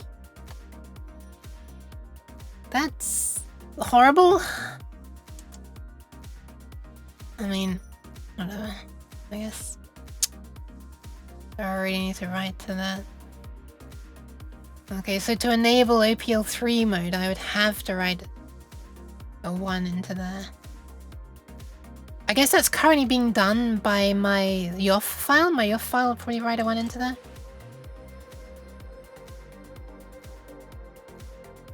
So it doesn't really matter that much. I mean, none of this really matters for silencing things. Just for silencing things, all of this stuff, the channel initializing should be sufficient. Like, I shouldn't even need to reset the other things, but I'm just trying to reset everything just to make sure it's in a known state. And I'm currently doing this only on the first port at the moment, not even the second port. So that means this, we're not resetting anything on the second port. We shouldn't need to reset any of this on the second port. This, maybe. Well, probably actually. And yeah, this as well, I guess. Is it possible to like have the first half of the chip running in like drum mode then? And the second half of the chip running in not drum mode? Is that a thing that's possible? Ah! Formaggio. Why? I think we need to science this for answers. Yeah, I'll test it out. I'll try it. Why do I like that emote? Hi. I don't like the cheese, I just like the emote. Okay, alright. That's all it is. Okay, whatever, let's go into loop 4. We want a channel. In chan.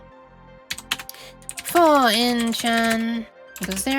In chan is less than or equal to. What's it go to again? 17. In chan plus.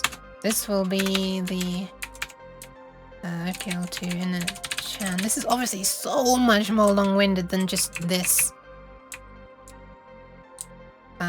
But the problem is with this is that it was writing to things above 3.5 and below 4.0, which is causing glitches on how we're drawing things. It's fine for the chip, but just not for how I'm visualizing things. But then maybe in the game I should just do this. For simplicity, who knows? Who knows? Who knows? No, Inchan, what are you doing? What is that squirrel? Oh, it's a shock.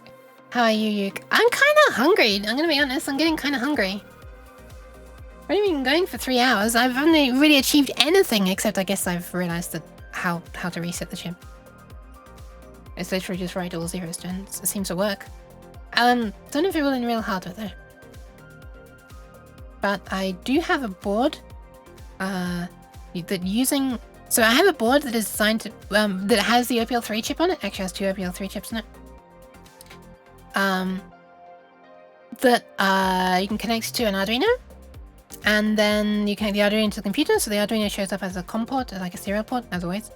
And then you can use a forked version of DOSBox called DOSBox X, which allows you to send all OPL commands to a serial port rather than emulating them yourself, so that you actually have the sound generated by the real-life hardware rather than the emulation. So that would be a thing to probably try. Definitely that would be a thing to try once I get further on, making sure it works with the actual hardware. Yuki, hungry? I am hungry. I hunger. You know what? I should really... Thank you very much for the follow, Brain Stack Overflow. Brain Stack Overflow. Good name. I was hoping that I'd be able to try some noodles that I bought yesterday. Today. If that makes grammatical sense, I don't know. Hello, hi Medusa Skirt. Fascinating understands nothing. Oh, sorry. Nooder.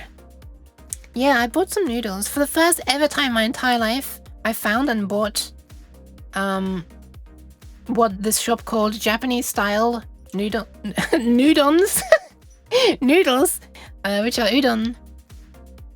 And I've never had it before, and I kind of want to try it. So yeah. And if I'm going to try it, I should really be doing it now rather than later, because if it gets too much later, I won't be able to eat dinner and blah blah blah blah blah blah blah. Noodles. Alright, that means I need to rush and test this out. Enough chit chat. Serious business. No fun allowed time. No, it's fine. Everyone can still talk. So we're gonna initialize that channel. So we initialize each channel, and then we need to do the other things, I guess. The only thing is we wouldn't be initializing this. We can just 4 and 5, yes. So 1, 2, and 3. 1, 2, and 3. So this is OPL send command on port 0 to address 1. I can write this as 0, 0. A value of 0. Am I going to do this on the second port as well? This is so small I can put them side by side and not feel bad about it. We're going to do the same for 2, and we're going to do the same for 3. This is not worth making a loop because it's only... Wait, do I do still want them both to be reset though, don't I? So, actually... Oh wait, that only exists there. So we don't need to do 5. This only exists up... Is there 4? I see, I see. So we want to do 1, 2, 3, and 4. We don't want to do... And we want to do BD as well. We don't want to do 5. Okay, right, this is worth making a loop. Damn it! It's worth making a loop. Ah! Which system to choose? And C compiler. There's quite a few options. I'm using OpenWhatCom, and this is DOSBox, yeah. Although I was just mentioning DOSBox X, but I'm not actually using DOSBox X at the moment. But at some point I will, because that will allow me to send the OPL commands out to real hardware, rather than just emulating those sound chips. How many channels does that thing have? 18! 0 to 17. If you're using it in 2-op mode. If you're using it in 4-op mode, then there are fewer channels available in total, because the limiting factor is really the number of operators. And if you're using 4 for every channel, then there's fewer to go around. You don't get as many channels. Do you have any resources for designing play routines? No, not at all. This is the kind of thing that I don't know, I find this fun. This is the sort of self-experimenting sounds like I mean something else.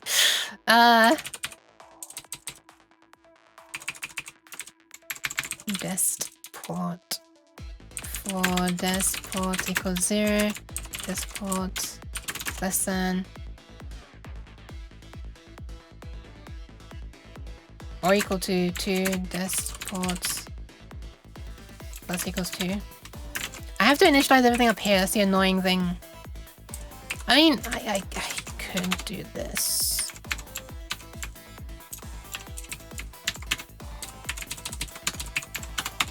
This would work. But because of this compiler. Yeah.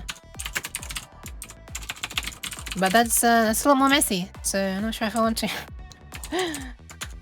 Whatever, I've written it now. There's no going back.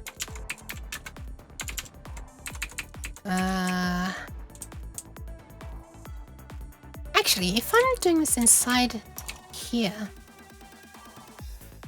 could I do that if the very first thing I'm doing is this? Obviously in normal C I could. But self-experimenting is perhaps for non-Twitch hours. Yeah, self-discovery with C code. Yeah, you're already awakening my urge to do the same. Hell yeah, I recommend it. Do it.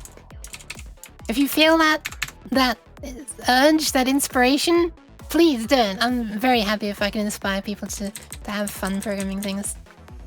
You know, even just to try things out. So we only need to do this once now.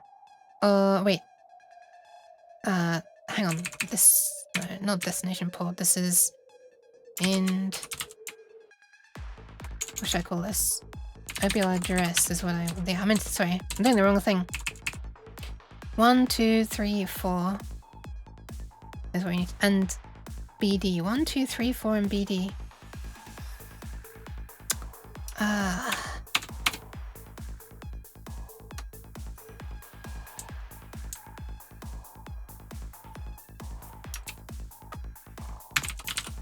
Fine, I'll do it this way. 1, 2, 3, 4, and BD. And it's kind of cool that BD is here, and this is the address BD, and this has the percussion things, and one of the percussion names is named BD for bass drum. and it's on the BD register. It's kind of neat. Kind of neat little in joke that's not a joke in the slightest, but it's just how it is. 0x05. Okay, I need to start adding comments because this is very random.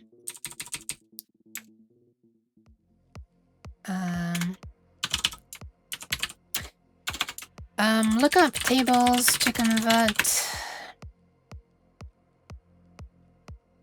channel index 0 to 8 or 9 to 18 to an offset that is added to a base address in order to control op1 and op2 for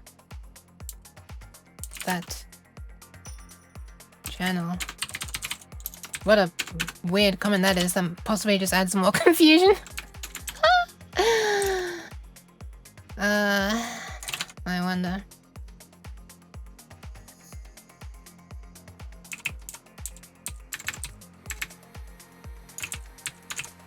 Um, 9 to 18 has same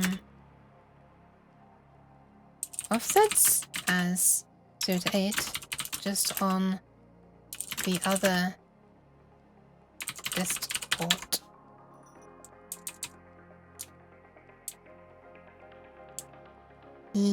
Something like that.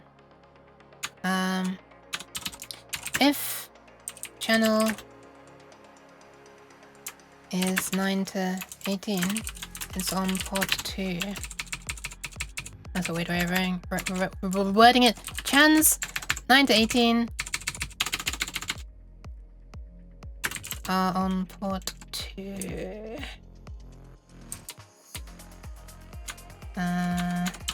Chans. I'm gonna write this as second port actually, for avoiding ambiguity of whether I'm 0 or 1 indexed. 0 to 8 are on first ports.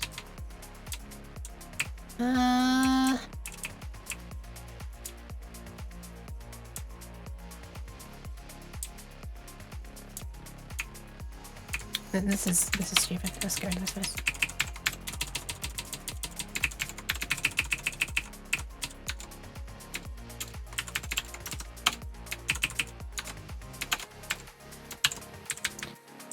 Bloop.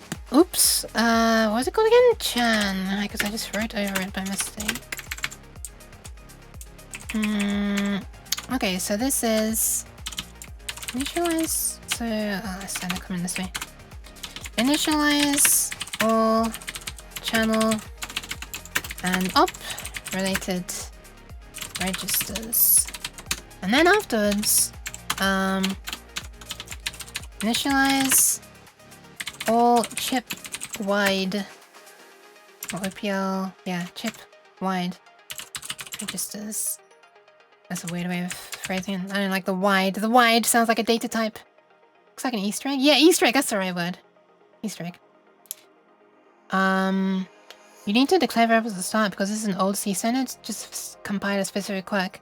It is a compile specific quirk, and it's because it's technically only compliant to an old C standard. But it has a lot of things that are in the modern Cs, just apparently not that particular part. Not being able to declare a variable after you've started writing other statements. That might have changed by now. Can't remember when I downloaded this compiler last. I think it was sometime last year, near the beginning of last year. Maybe that's changed, I don't know. But yeah. Can anyone explain the difference between a pointer and a reference in brainrot language? To me, they're the same. Pointer, reference, and address all occupy the exact same slots in my head. Also,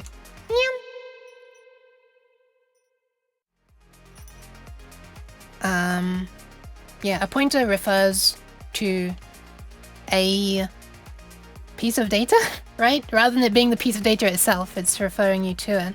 And that piece of data is stored at, well,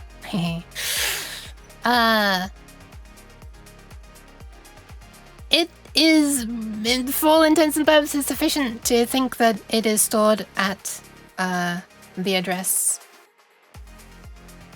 that the pointer specifies. It's obviously not that physical address in memory, because whatever the word is, the thing the OS does to allow programs to only access their own address space and not write into other programs' address space. But by the way, that is not a thing that exists here in DOS. We're running in real mode here rather than protected mode, which means we don't get the virtual memory space. Virtual memory, that's the word. So actually, we can write into a memory space, and then when we close the program and the next program starts, another program can read from that memory space, and yeah, it reads the same memory that we had access to. Actually, this is exploited by a type of DOS program known as TSR programs, terminate and stay resident programs. It's kind of cool, the idea of it. Basically, your program sets up, so somewhere near the beginning of memory, there is a table, if you like, an array of pointers that are function pointers. So they are just the address of a function that's stored elsewhere in memory, and they are like basically, okay, example, get a concrete example. So there is a system timer that every so often fires an interrupt, and so that you can have code run at regular intervals. And DOS sets up some callback, some functions to be executing every time this timer ticks. But you can also choose to add your own function to the list of things it'll be called. DOS will run its things, and then it'll run your thing. And yeah, so that way, that's actually how I am. Is it how I'm doing it right now? I'm not sure if it is how I'm doing it right now. In another program of mine, I'm doing that for the playback of the music to be happening at regular intervals. And what you can do is you can set up a function like that, a callback function, so something will happen every so often, and then just exit the program. But as long as you don't remove your the pointer from the list of things that should be called on that tick, on every system tick, it'll keep happening.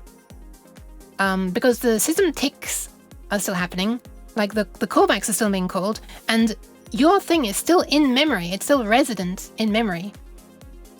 And when you run another program, as long as that other program doesn't overwrite where your function is stored in memory,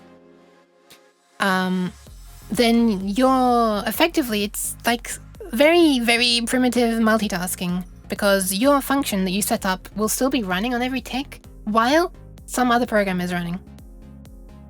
I believe that is how some, if not all, drivers work in DOS. I might be wrong. I'm getting a little out of my comfort zone here. It says memory by luck. Kind of. You can, there are addresses that are, basically if you use very high addresses, high end, and thank you for the pads, then yeah, I guess they're less likely to get used. If programs are only not using file pointers, then you're only going to be accessing the first 64 kilobytes of RAM.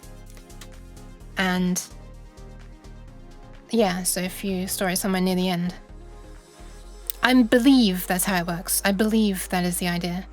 I wonder if there are dedicated regions of memory that are designed to only be used for this kind of thing, rather than you having to hope about it. Or cooperation? Cooperation 2, I guess. Remember when you revived a DOS chiptune tracker? How often do you use DOS now? When I revived it? Haven't I used DOS now? Not super often. It's mostly just for these projects. Or if I'm feeling incredibly nostalgic and I want to play a game like Alley Cat or something. Also, take a close look at this face. And this snout. Hi, Figueira. Also, how's Enlin doing? How's the Enlin doing? Also, did I ever say hi to Finuki-chan? I'm not sure. You can override these pointers with your own to run whatever you want instead of a system function. There are ways... Yes, but you shouldn't do that. There are... You're supposed to call... I think there's a BIOS? I'm not sure how you do it. I can't remember the exact technicality. It might be a BIOS function. Or there's something that you can call that just adds yours to the list of functions to call. I think it's a list. On a technical level, like on a small level. I'm not sure if it is an array that will have a fixed length, or if it's like almost like a linked list. So the last one is going to have a pointer to the next one, which will have a pointer to the next one. I'm actually not sure about which way that works. Thank you for the eggplant. You're sleepy? How's you? I have energy, and then I stole your energy today. I have some energy. I haven't done a lot with interrupts. I have set up an interrupt for handling key presses, and I've also set up one for the system timer. I can't remember which timer it was. As you can tell, it's been a while. I'm sorry. I can't even remember how I did it. You know what? Let's fucking find out. I'm just being lazy. I'm literally... The code is right here. You could just fucking read it. Okay, it was timer 0 that I was using. And the interrupt for the keyboard. Oh, we do! Okay, we do get the address. We do store the original addresses and then restore them afterwards. Which makes me wonder if it's a linked list. I don't know if it is though. Alright, so how do we do this again? In timer 0, search for in timer 0. Init ISR. Okay. How does that work? Oh my god, please. Ah! I did the worst thing possible! I pressed Ctrl Z, which saves and exits. Fuck. Well, I just overrode some code. Amazing. I love the keyboard shortcuts of this editor. Well, now I've got to fix this that I just fucking overrode a part of by mistake. Oh, look at that. Oh, thankfully all I did was that. Oh! Lucky. Alright, init ISR auto. Where is that? Init ISR auto. Where the fuck is it? Init ISR auto. Oh, it's a fucking macro. Okay, so it is a DOS function. Okay. It is a DOS function. There you are. I can answer it now. Now let's press Ctrl Z to actually save and exit now that I want to. Yeah, this is the program that just... It's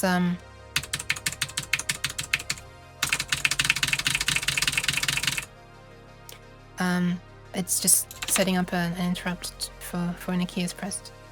And it's looking at the arrows and it's making the left arrow be this one, the down arrow be that one, the blah blah blah blah blah blah blah. Threading content. Absolutely threading. Yoffplay.c. I should probably test to see if that even recompiles. Where was I? I think I was adding comments, right? Initialize all chip widers. Okay, sure, I'll just call it that. Those which exist on both ports. And then this register only exists on second port. So I think now I can compile this and hopefully it'll work. OPL init all is not being called anywhere yet though. So let's just call it here. I guess I'll do it at the end again as well. I'm actually going to do it after the clearing of the screen on purpose, just to make sure that we don't write weird characters to weird positions. So we're going to get some text left over when I exit, but it should be text at the correct positions and not weird like I was accidentally doing before. Okay, recompile time. Ah. Okay, That's not good. OPL init. Oh, one of those doesn't have a capital letter. What the hell? Line 286. All of these should have capital I's. Okay, what were the other problems? I can't remember anymore. OPL2 inits chan. OPL2 inits chan. On line 298.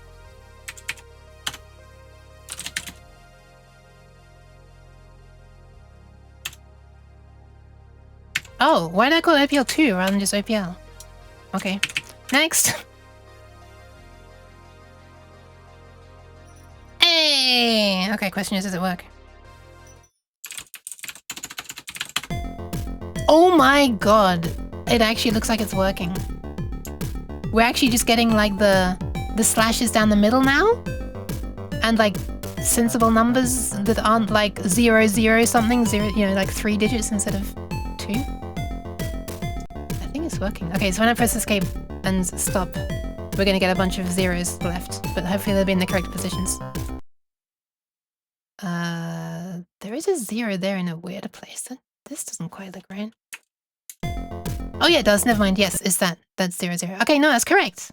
All the zeros are in the right place. Okay, now let me just change it so that the reset at the end happens before we clear the screen, so that we actually get a clear screen. And that should be it. Can't believe that took like 3 hours. But anyway, that's a slight exaggeration because if you save the original pointer and chain call it, it's a linked list. Nice. I'm glad somebody's putting my energy to good use. I guess I was going to say success in the first try. Yeah, eventually, once I got it compiled properly. Okay, I kind of want to do the thing where I now try to control channels 6, 7, and 8, just manually, by pressing a key. I'm not going to set up an interrupt on the keyboard and stuff. I'm just going to do, the quick and dirty, easy way of, seeing if a key has been pressed since we last checked. I think it was called, get.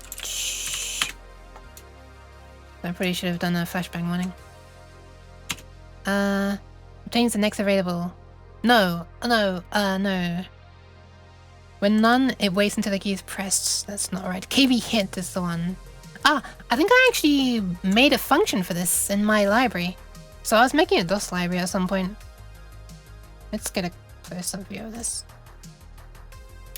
Let's go into...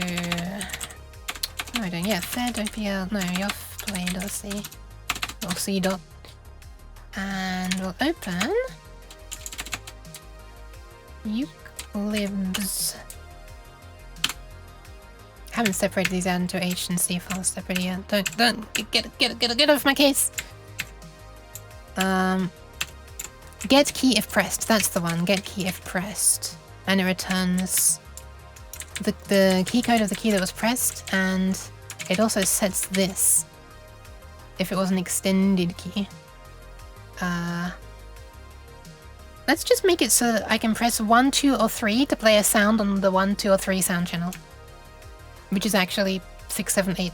So I could do 6, 7, 8 instead. I'll do 1, 2, 3. Okay, I'm just gonna copy this function signature because I'm never gonna remember it. Käse. Why? Hi, this is X539. Quick and dirty, returning to the QDOS roots. Ah, is that what the QD stands for? Quick and dirty operating system. I'm joking. I don't think that's what you meant, but I'm gonna name it. I'm gonna say that's what it stands for. That's how it is sometimes. You spend hours, maybe days, looking for the actual code that causes a horrible bug. This one, yeah, this wasn't too bad.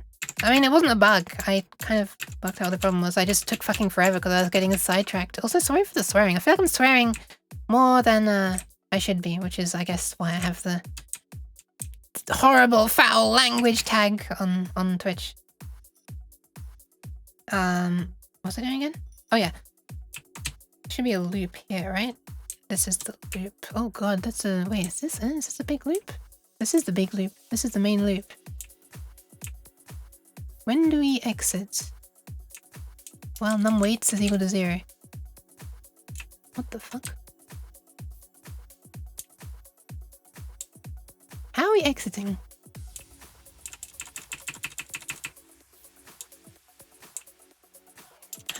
exiting.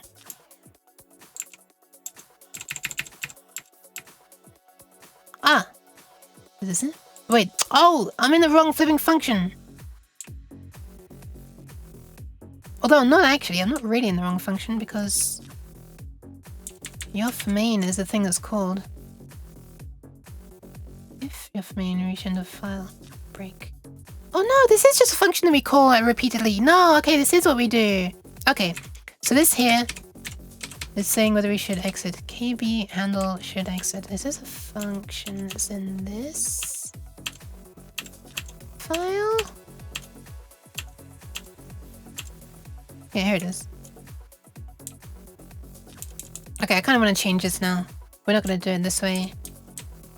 We are not gonna do it this way. We don't need any of this anyway. I think this was written sometime before I... Yeah, this must have been written sometime before I made the function in my library that I'm now about to use instead. I'm just gonna make a function called KB handle, and it's gonna do more than just checking if we should quit. It's gonna do checking if we should... Actually, it will be. You know what? It should be named this still. But it's going to do something extra. And it's not going to work in this way. It's going to use the thing in my library. I'm just... Oh shit, I've lost it already. Thank you for the follow, Lunatic Raver. Welcome. Oh, Lunatic Raver, not Lunatic Craver. Oh my god. Lunatic Raver. Sorry. That's a fun misreading. Okay, I'm moving this down to this area. And we are gonna do it this way. Oh wait, we are doing the get key if pressed already. What the fuck? This is literally what I'm already doing. Never mind. So I'm not even looking to see if the key is extended, am I? I should already be making sure that if not is key extended. I think escape is not an extended key. Wait, if keycode. Keycode equals this. If keycode. If it's not extended, if it is equal to 27. Why am I not switching on this? Oh, I guess I can switch on it now. Yeah. I was not switching on it before. That's a bit of a weird way of doing it. Switch keycode. Actually, this whole thing can be inside the if not extended. I'm pretty sure that escape isn't an extended keycode. We'll find out in a moment if pressing escape no longer exits and I have to crash DOSBox. So case 27.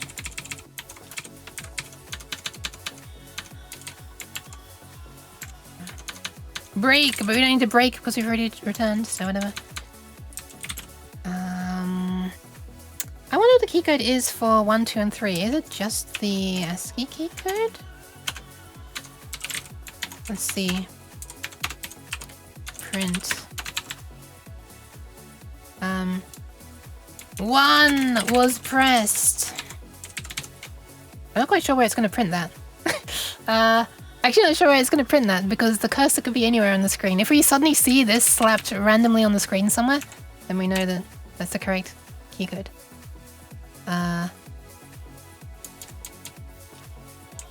Okay.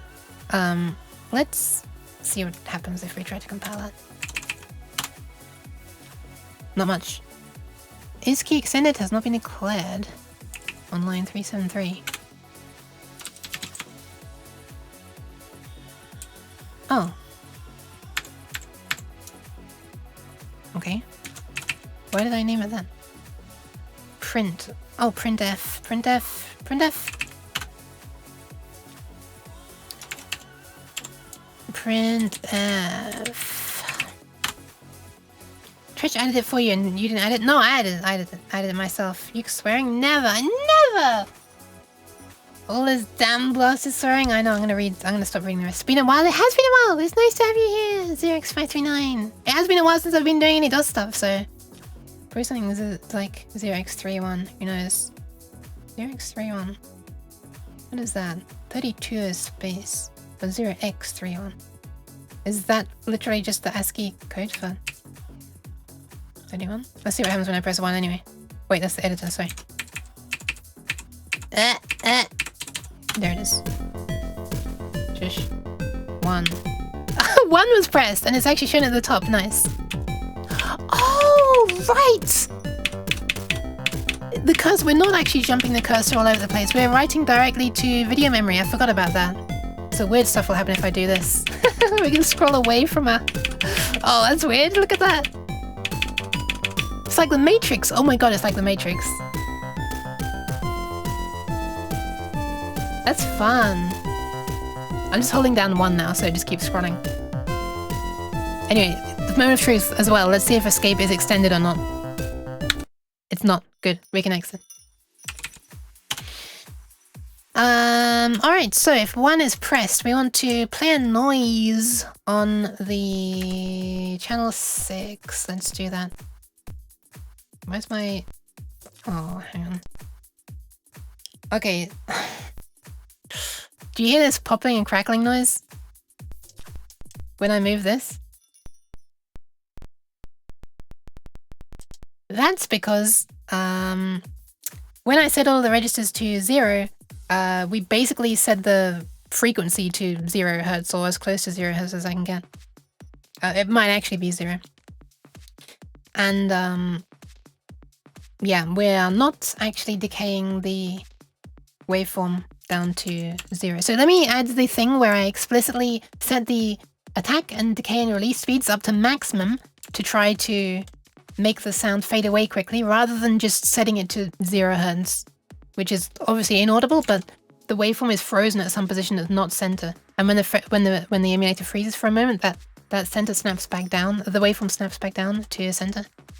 Okay, so what I want to do is set this to F, this to F. I don't care about this, and I'll set this to F as well. So let's try that. Now that init-chan is its own thing, this is actually easy to do. Why cheese though? So we want 60 to 75, 60 to 75. So it's this one. So right now I'm just hard coding 0 in here. So I'm going to change this so that we actually can pass in a value to set it to. Let's call this new val, I guess.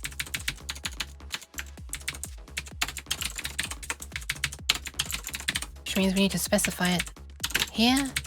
And here, and here, but we're doing something different now. So 60 is not 0, it's going to be FF. So this is attack equals F, decay equals F. And this one 0x0F, I guess, which is sustain equals 0, release equals F. And now the misalignment of these is bugging me, so I have to do this. I'm sure you understand it then. So much better. Okay, let's see if that avoids the clicking. Although to be fair, to be honest, that is the first time I've heard it this stream. So if I don't hear it after recompiling, holy shit. Line 270. Oh.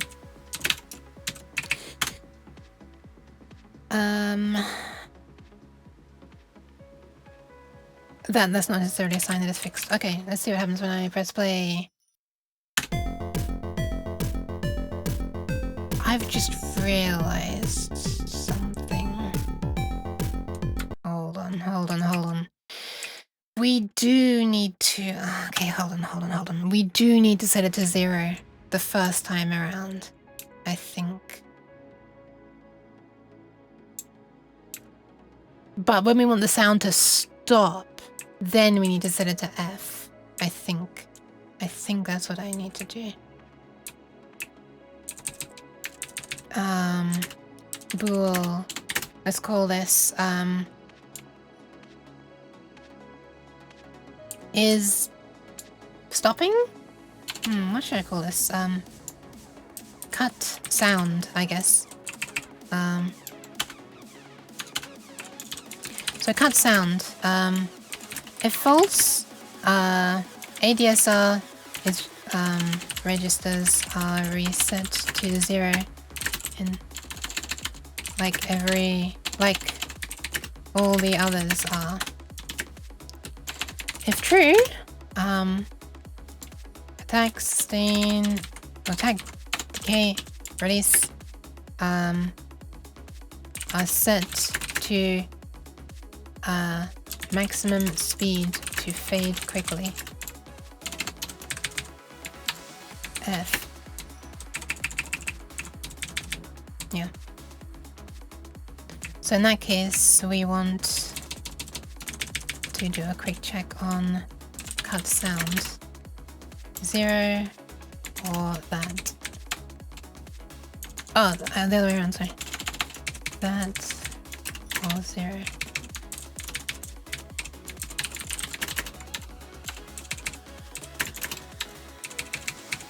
We'll see if that works. I have doubts. So by default, this is going to be cut sound. I read that as cute sound for a second, rather than cut sound. So this, we want to say... I guess I'll do cut sound here as well. We'll do the same thing here. So this is bool cut sound.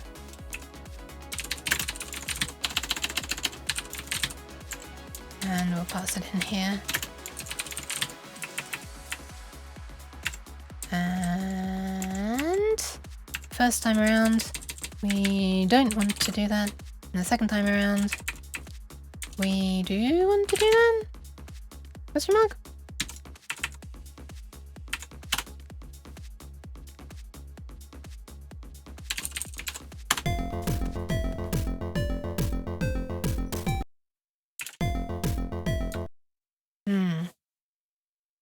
Dragging to see if it's popping. There is currently no popping. I think what I should do is a little bit of a comparison now. I should put it back and see if when I put it back, it does pop again. Because to be fair, I hadn't noticed popping for a long time, so I'm not sure if this has actually fixed the problem or if that even was a problem at all. So say false now, afterwards, and we recompile. So this now should be doing exactly what it was doing before, resetting everything to 0. Which means freeze the waveform, unfortunately. Anyway, run it. Oh my god! Immediately. Okay, that was the problem then.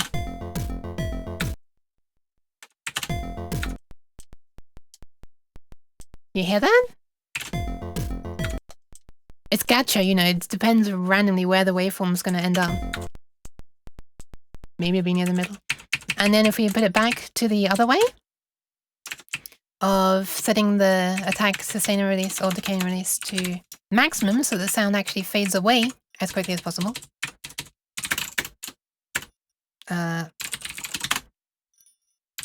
Then hopefully we don't get the popping. No popping. No popping.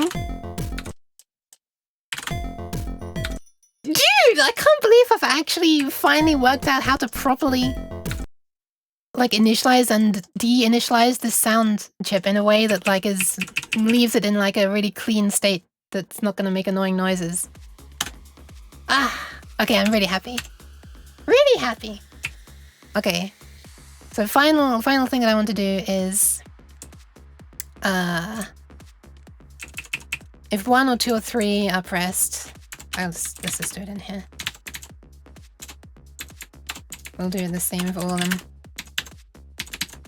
We'll have a little function that is OPL play test sound, and we'll give it a channel, so it should be 0 to 2. This will be a U8 end sound chan. In sound chan should be 0 to 2. The OPL sound chip is emulated by Toolbox? Yes, yes, it is. At the moment it is. But eventually I want to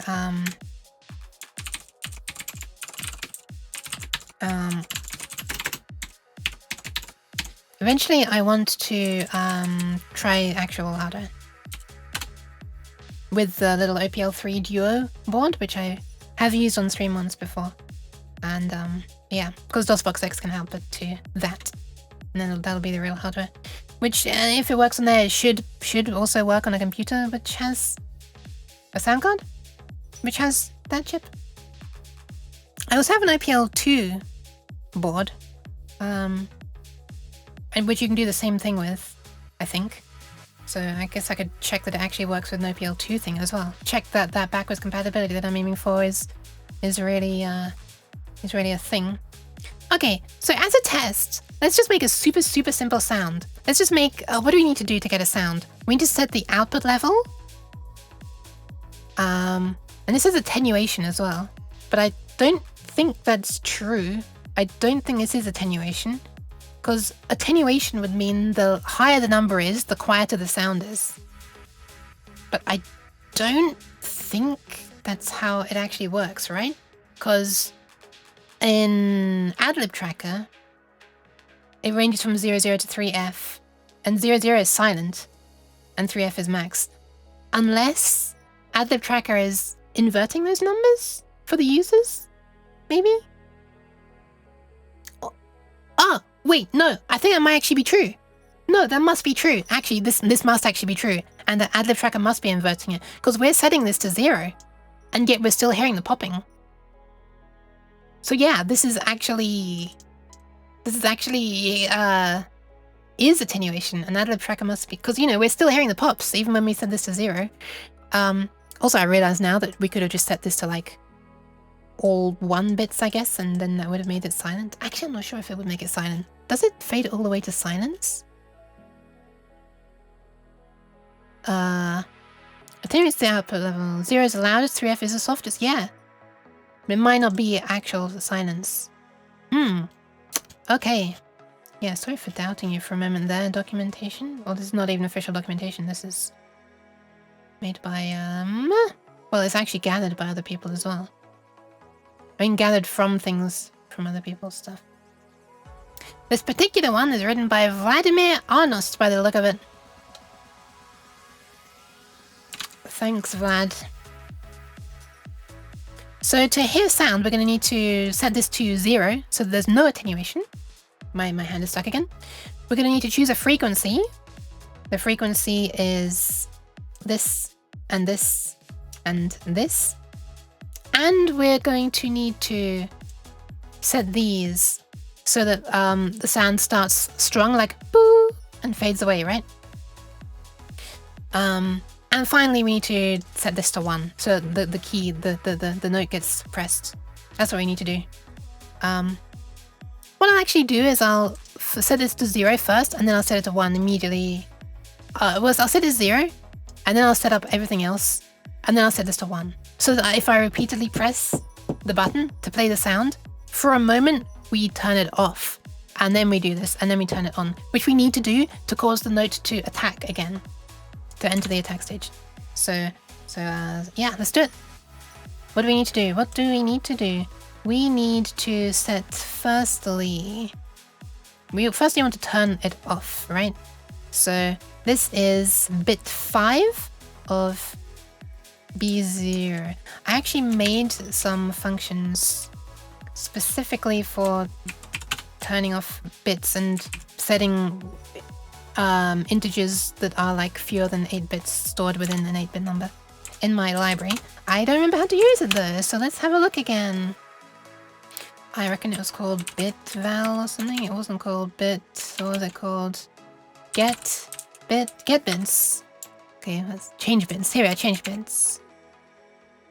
So we pass in the current value, the index of the first bit, where this is 7 and this is 0, and the number of bits, and then the new value. Okay, so this is what we want, change bits. Man, I love it when I lose where I was. I love it when I'm actually able to use some stuff that a past uke did. So we want to change whatever this is. Although, do I really want to read back the current value? I can't do that on real hardware. I mean, I might be able to on real hardware, but I can't on the Arduino one. The Arduino one doesn't implement, the OPL 3 Duo doesn't implement read back. Maybe there's a way to make it, I don't know. probably quite a pain over stereo with the blocking reads and stuff. So I'll just write out everything. So we're gonna do key on. So I'm not even gonna be using change bits probably. I'll keep it commented down just in case. So let's choose a sound channel first, and we might as well just call this in chan. And then I'll just offset it so that it's above the music channel. So int chan plus equals 6. And then this is what we'll pass into something.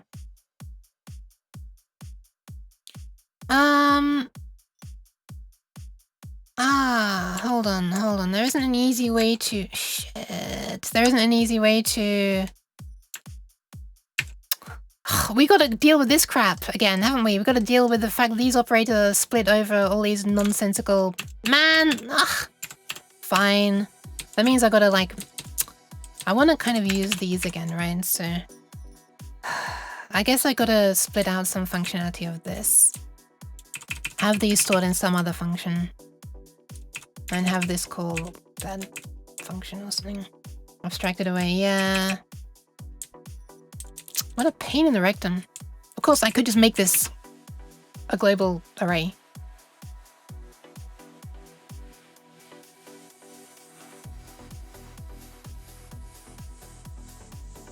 Yeah, I could just make that a global array. Maybe I'm making this harder for myself than I need to. I think I'm making this harder for myself than I need to. I'm just gonna make this a global array. That might need to change in the future. I'm not sure.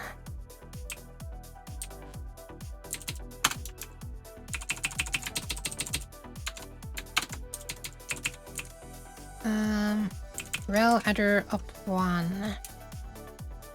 Wait, this should be called rel adder.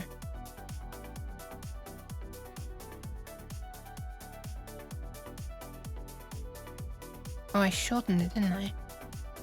Okay, whatever. Right, the code should still work currently. Rel adder up 1. Rel adder up 1. So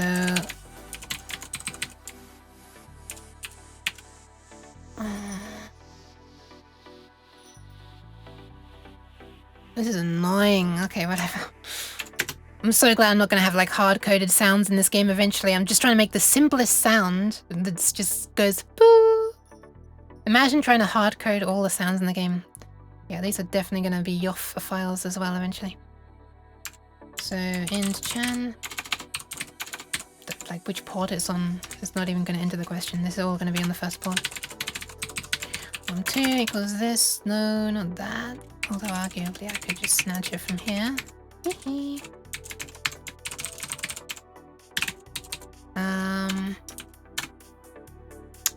Hi Alchemy! Welcome! Oh my goodness, sorry, I didn't see you there. Sorry! That's a really cute party emote. Oh my goodness. That's really cute. I love your avatar, Alchemy. Long time no see though.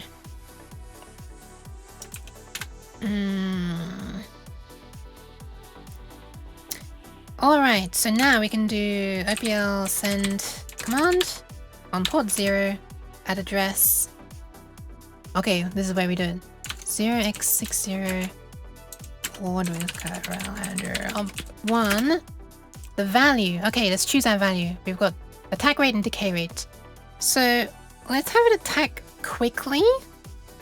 Maximal speed, in fact. 0xf. And then we'll have it decay more slowly. Let's say 3? This is kind of exponentially increasing speeds. So like 0 is frozen. 1 is very slow. I feel like 2 is double 1. 3 is double 2. 4 is double 3. And by the time you've reached 8, there's barely a difference between like 8 and F. It's very fast. Very, very fast. So I think maybe 3. Let's try 3. Maybe 2. Let's have it fade away more slowly so we can get multiple ones playing at the same time. So this is attack F. Oh, right. This is going to be up 1 and up 2 as well. So, which one is it? Is up 1 a modulator or the carrier? I can't remember which way around is it. Carrier. 1 is the modulator, 2 is the carrier. Okay, so we could just not set up a modulator at all. Let's just set up a carrier. So op2 is all we care about actually. Gradually removing more and more stuff. Set up only operator to the carrier. Dara! I thought I blue screened for a second. I'm sorry. The values are very weird. Cute emos detected. Oh my goodness, another one? Oh, it's super cute as well. That's very cute. That's very cute. Gold. I was reading the name of it, sorry. Attack F. Decay 2. Okay, next one. Next, get out of here. Next one is here? Oh, actually, I haven't even released the key yet. Or whatever. I'll just type this first. Sustain level. I kind of wanted to fade away fully, and I don't remember which way around it is. Thank you for the follow, Hickful. I hiccup a lot as well. I don't know if that's the etymology of your name. I guess you're not at this stage yet, but this emoji will give you happy debugging. Oh no! Oh! Wait, what is that? Is that a screwdriver in your mouth? That is so cute! That is so cute. It is a screwdriver in the mouth. Look at this. Look at this. Ah. Very cute. Okay, let me just quickly look in the instrument editor. What does it do if I change sustain level? Oh, we gotta actually have an attack first, I guess. Okay, so sustain level of F is what we want. We want it to go all the way down, I think. Does it never release? Let me test thing. Let me load some music. I want to see what happens if I set sustain of 0. I might just skip the sustain stage entirely, and it just doesn't sustain. Wait, isn't there a separate bit that says whether it sustains? Oh, there is! Okay, so it's not even going to use the sustain level if we set sustain to 0. Okay, it's going to... Alright, no need to worry about the sustain bit then. No need to worry. No need to worry. And when we're like turning everything off at the end, we're setting all of these to 0, so we're telling it to no longer sustain, so I guess that's good. I don't know if that takes effect if the note's already playing, but... Anyway, next, 0x8, 0, old with up to. How would I just call this? Yeah, whatever. Corral under up to. We want no sustain, or F sustain, who knows? 0, let's just say 0. And release time. Wait, is he even going to use decay time? I'll just make it the same as the decay time. Sustain, sustain, 0. Release. You know, I don't fancy changing these numbers every time. Like in the comment every time I change them here, but whatever. I might as well just comment it attack, comment decay. Anyway, next. So we've got how quickly it should fade on and fade off. Next, what frequency?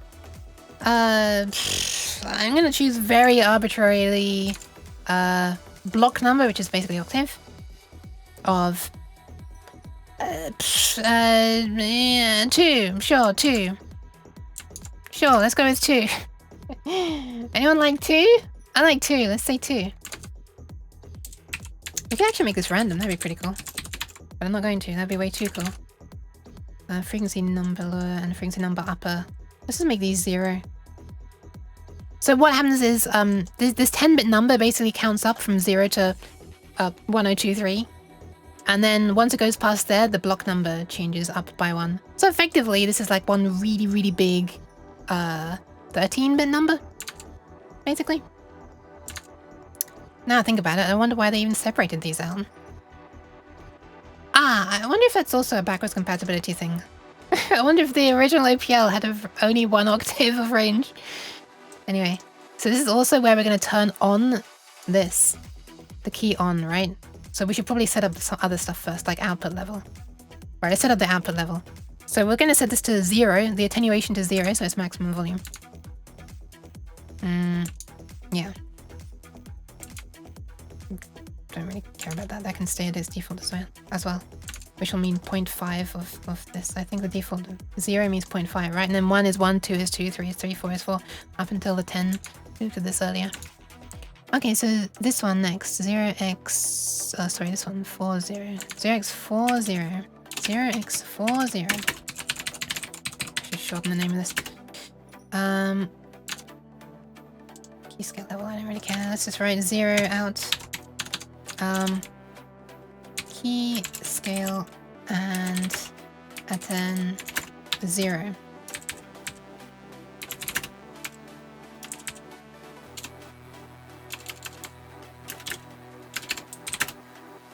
Sure. Bix! Hi! Why did that remind me of the kid making the wee wee wee sound? Wee wee wee. Oh, that's far too much reverb. Never mind. Did a funny value as a test? I don't know what would be funny though. I'm back from outside and bought some folic acid so I can be Giga IQ. Wait, what? How is that? What? Is that related to IQ? I wonder. Okay, this one's been set. What do we need to do next? This one. I don't care about that one. It can be whatever it is. Key on. That's what I care about. And block number. So the block number is going to be 4, 3, and 2. So we want key on here. I kind of want to write out a binary number. Can I do that? I think... Does my thingy import the Arduino thing? It doesn't. Up there. Yeah, it does. It's called binary. Okay, yeah. It was from Arduino originally. Okay, so this one, send command 0. This one's the one that should actually start the sound. 0x8. No, A? B. B0. Ah, no. This is the channel, sound channel. And this is going to be binary 0, 0. Key on is 1. The block number I want it to be 2, so it'll be 0, 1, 0. And then the F number I don't care about. So this is key on, block 2, F high 0. And we also want to do the key off before we do any of this.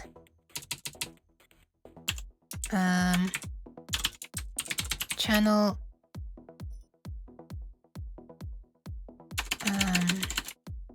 turn on channel. Whatever, this is just a what should I call this? Channel per channel. Ops sorry. Rigs. It's confusing. Turn off. Yeah, stop the note from play. Stop this channel from playing. Or release note. Release key. Release this channel's key. Sometimes I take a while to work out how to word myself. Ah, doesn't quite fit.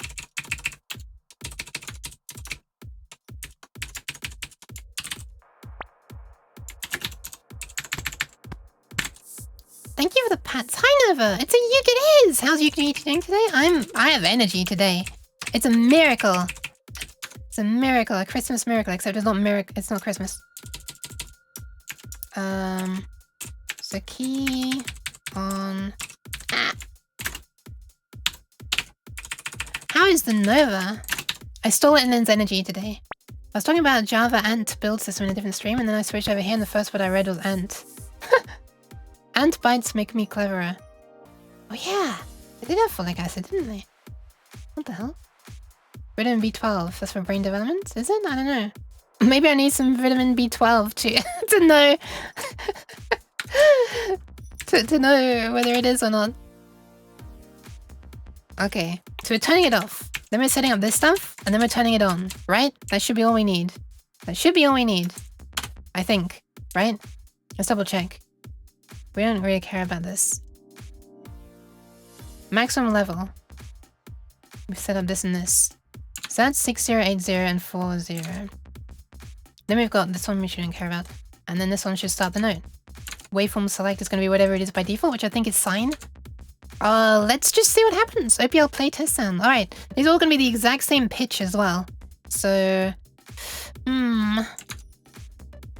Should I make it so that the lower frequency number is randomized? I think I'm going to make it so the lower frequency numbers are randomized. That way we can easily hear it when up to 3 are playing at the same time, right? A0 to A8. So 0... Oh, this is per channel. 0x A0. We want a random number. How the hell do we get random numbers again? Rand... This returns an integer to 32767, so I'll just keep the last 8 bits. This is in stdlib.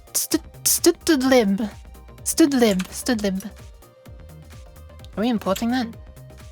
We're not there. Are we in here? We are. Nice. Oh, there is Rand. Nice. Past you knew what she was doing. Okay, so just grab a random number and put it in there. Rand. But just like the last 8 bits. And this is flow random. Nice. I think this might actually be time to test. Stubble, exactly. Stubble. Feels like all your mods are doing the Spider-Man pointing meme right now. Oh yeah. Bix! Never mad! Benin! Trades! Omni! Yeah. That's all. I'm gonna close this and try to compile it and watch it fail. I can't even close it. Car-rel adder up 2 has not been declared on 376, right? Oh yeah, right, I didn't define it. Car-rel adder up 2. In fact, I think that's the only thing I'm assigning to the... I think that's the only thing I'm needing to initialize, but whatever. Declaring, that's the word. Why can't I never think of the word declaring? Okay, let's see if it works. I'm now gonna press 1. And we should at least, even if we don't hear it, we should see something change over here. Because it's going to be simulated in the same way as these other messages. Okay. We have set them up. And I'm going to press 2. And I'm going to press 3. Okay. So very nicely, frecnum L8 is being randomized every time I press it. I'm pressing 3. I'm pressing 2. And I'm pressing 1. So we are setting everything that we're wanting to be setting currently. But we're not hearing anything. Interesting.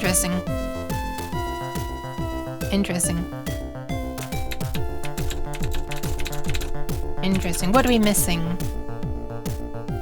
So this is the modulator, which is 0 everywhere.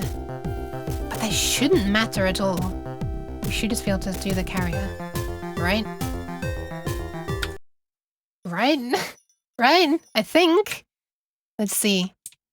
Let's load the long uke theme.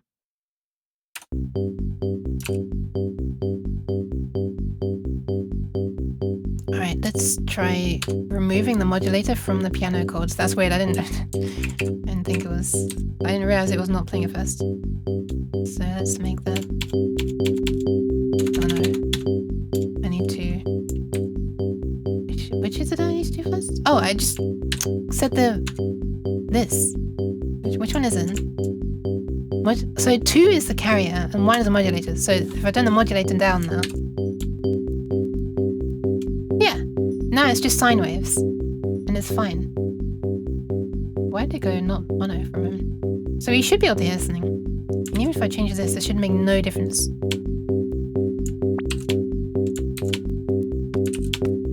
Okay, it is making no difference. Oh, I see why the... Okay, because we only set the pan once at the top of this pattern. So when this loops, the pan gets set. Hi, Faf. Welcome, welcome. Okay, so that is not the problem.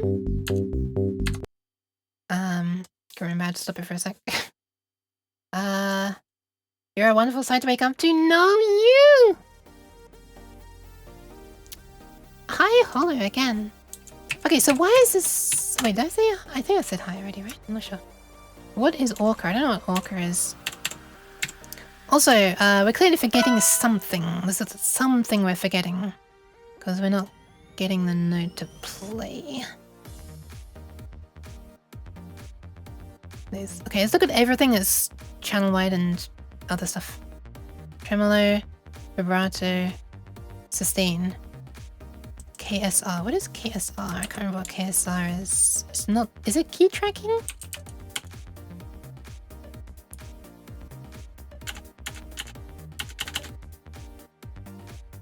Envelope scaling. And one higher notes are shorter than low notes. Okay, yes, keyboard tracking, key tracking, but for envelope. So yeah, it doesn't matter. I don't care if that's on or off. Been lurking for a bit? Well, thank you very much. Don't really care about that. Shouldn't care about that. The key scale level is 4 KSR, right? Key scale level. Attenuates output level towards higher pitch. Oh no, okay, it just gets quieter. Well, it's 0, so it's not doing it at all. This, we're setting it to 0? These, we're setting frequency number, lower 8 bits, shouldn't matter. Key on. Ah! We're not telling it to come out of the right speaker or the left speaker. Okay, okay. Right. So it's probably playing and not being sent to either speaker. Okay. Right, that's kind of important, huh? OPL send command. 00xc0. Okay, so we just want D5 and D4 to be set to 1. So 7654 321 0. What is synth type? Oh, I guess it's FM or IM, right? Synth type. Synth type. Synth type. Synthesis type. Type. Why is this not describing what bit 0? Oh, there it is. 1 is additive and 0 is FM. Oh, okay. Oh, wait, no, 0 is default, yeah. So, yeah, it'll be FM. Alright, let's see if it works now that we're actually sending it to the left and right speakers. This is how you choose the panning. You can do this to make it only out the left speaker. Or this to make it only out the right speaker. But I'm assuming, and both is what we normally see when it's mono. And I'm assuming that 0 is,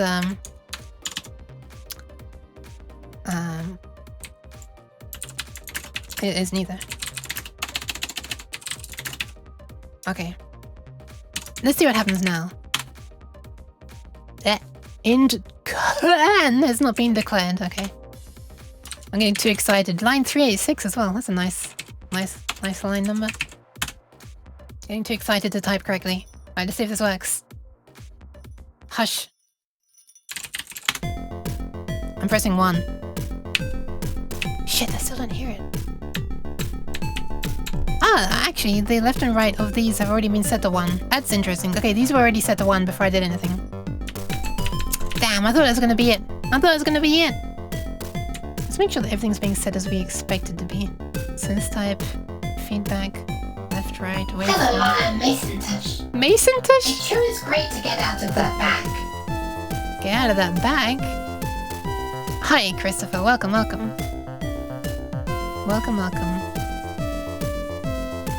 Frick malt.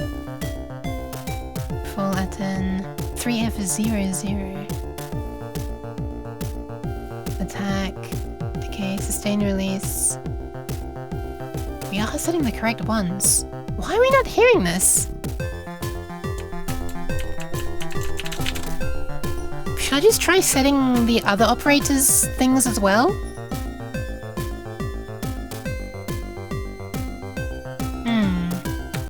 I'm kind of confused about why we're not hearing this. I do love this music though. Cheese. If I do say so myself, I'm sorry. That gets fast and decays slow. Yeah. Any other registers? That's what I'm wondering. White cheese though, white cheese. Attack is fast, so it should start quickly, and decay should end more slowly. At least that's the way I hoped it would be. I can make it so that nothing...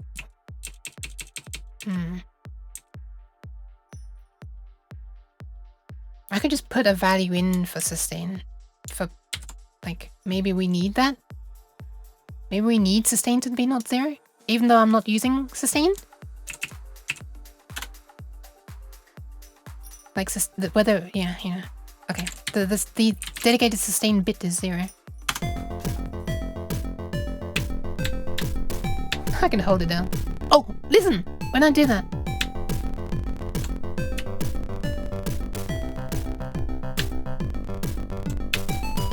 Okay, something is happening. I wonder if it's just playing ridiculously low-pitched notes. Something is happening there. We're hearing something. Is key on supposed to be inverted? Oh, that would be very silly, wouldn't it? I wonder, actually. Key on. When one channel output is enabled. Okay, no, it's not. It's not backwards. That's a good thinking, though. That's good thinking. Okay, hold on. Let's try increasing the block. Where's the block? Block 2. So it was this, and this, I assume, right?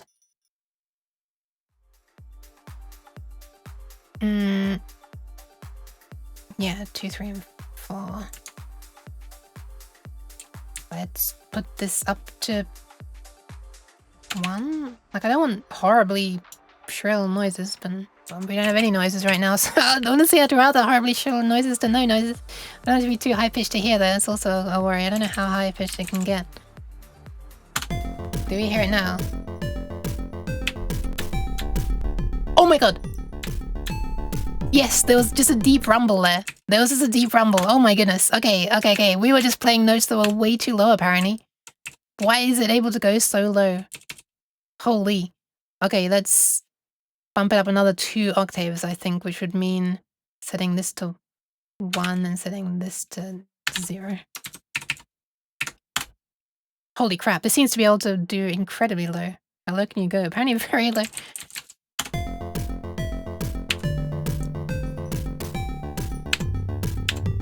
It's still so low, but oh my god, it works. Holy. Okay, let's increase it again. Why?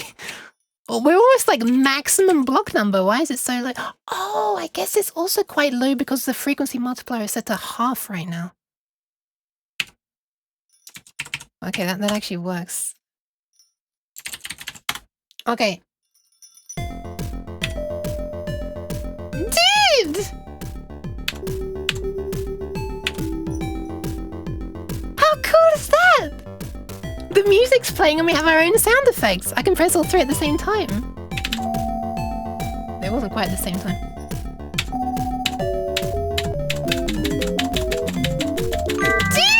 Dude! That is so cool. Ah, thank you for the 5 bits. Thank you, Faf. That is so cool. So you have a system where the music can play? And we can play like up to 3 sounds at once. This is like, this is significant for like a game that needs music and sounds. Why is the range still so... I don't think I'm quite understanding what block num is. This is like more than 1 octave of range, isn't it? Yeah, this is more than 1 octave of range. I don't think I'm quite understanding what block num does. Some channels are just reserved. Yeah, I'm making sure the music only uses channels, the first 6 channels. And I'm keeping the last 3 reserved for sounds. Exactly. Let's change it to fade away a bit quicker. I'm also going to put sustain to 0, just because I'm curious if that was the problem, you know? So now block is super high. 7. Let's change the waveform as well. Just, like, we can, so why not? Waveform select. Here we are. Waveform select. So this is 0xe0? Blah blah blah blah blah blah blah blah blah blah blah blah. And we're on waveform 0 right now. Let's try waveform 1. I think this is a half sine.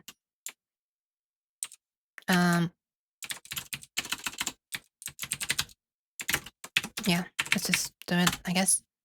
That sound like 70s sci-fi sounds? Yeah, the emulation of this chip is not great. At least for sine waves, it's very like, I don't know. It's not, it's more noisy and like bit crushy sounding than the real thing is. Nice, we have a different waveform now.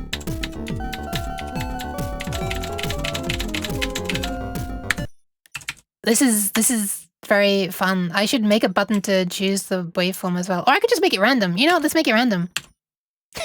Let's just make it as random as possible. Or not really, but just a little bit random. As random as possible would probably be silent most of the time. Because we would not be choosing anything valid. Rand and or anything that, you know. Fading on too slow, blah blah blah. Anyway. And with 0x, what is this? Wait, what are the valid values? If we're in OPL 3 mode, we can do 8 waveforms. If we're in OPL 2 mode, we can do 4. I don't know if I've reset that or not, or what I've set it to. We'll see what we select. We'll see what comes out. 0, 1, and 2. So that will be 0x 0, 7 question mark. If we were to be using the other operator as well, then we can make some really random noises, and they'd be much more funny. Euclius. Lovelyuk. Lovelyuk. Aww. Happyuk. Lovelyuk. Squenchuk. Fmenenfshuk. Happyuk. Oh, thank you so much, Cabbage. That's super kind of you. Hi, Azrael as well. Welcome, welcome. Thank you very much for your sub, Cap. How's Cap doing? How's the Azrael doing? Welcome, welcome. Welcome, Azrael. Okay, this should choose a random waveform now as well. This is maximum volume though, it's kind of quiet, isn't it? Okay, nice. That's a square wave, which is only available on OPL 3, so it is in OPL 3 mode.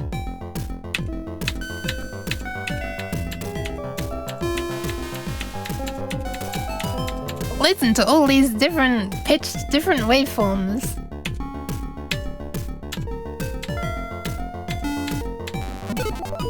Oh my god, why wasn't I doing that before?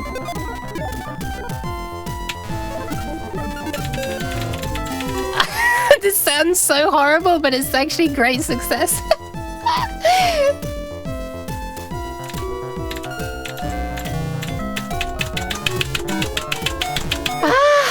Okay, this works. Suddenly glitch core. Is that 3 at a time? It is. It's these three at the end.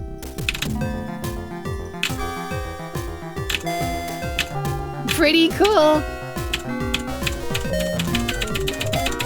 You can see the waveforms at the bottom changing as well. The number.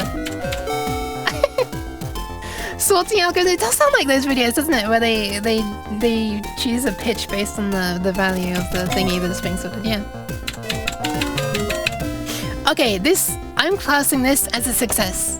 You'll know about byte beat. I do not. Oh, it just stopped. I don't know about that. What is that? Have I made it accept a parameter already? No, it doesn't look like it. No, I'm just hard coding it. I'm hard coding it. What other yoff files do we have in here? I can't say yoff with a straight face. It sounds so ridiculous. Long Uke. Let's do Long Uke. Also, if I play another one like Alibi, it's probably going to be using... Alibi is one that I did not make. Long Uke is one that I made. And Ukend, which is out. You can see the file names are the same. The file sizes are the same.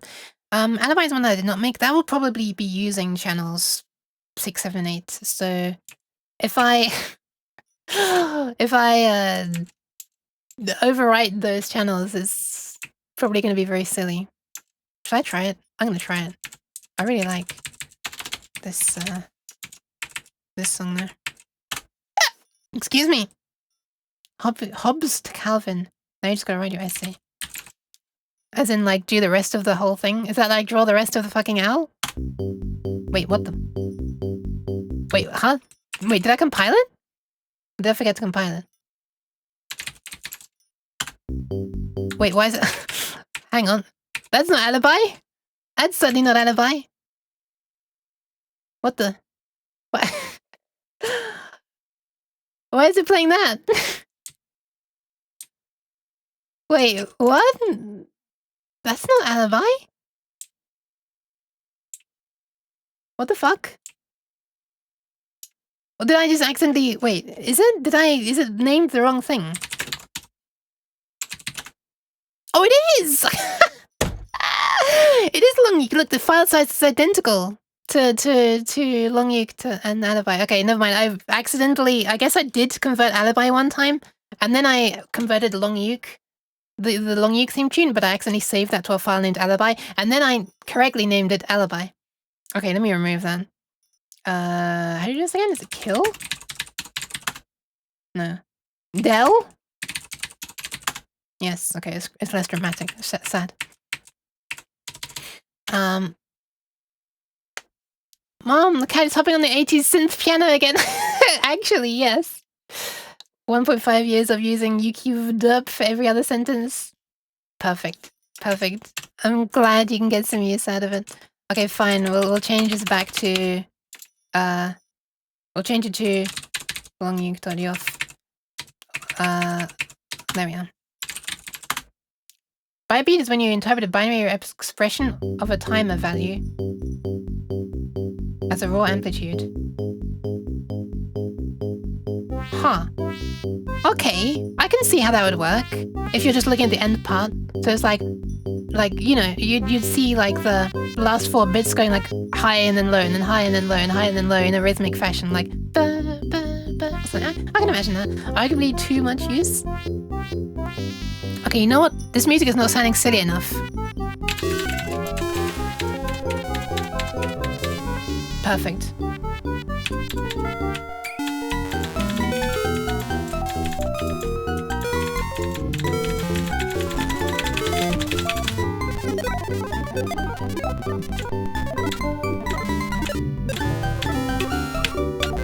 Alright, whatever, we're done. We're done. That is success. I'm sorry for how horrible it sounds, but that is the sound of success right now. Okay, nice. In the future, we'll be converting the sound effects to the YOF format and then playing the YOF file only on a certain channel. Rather than hard coding a thing to play only on a certain channel, but it'll be playing something actually useful on a certain channel. Thank you for the pants! Thank you!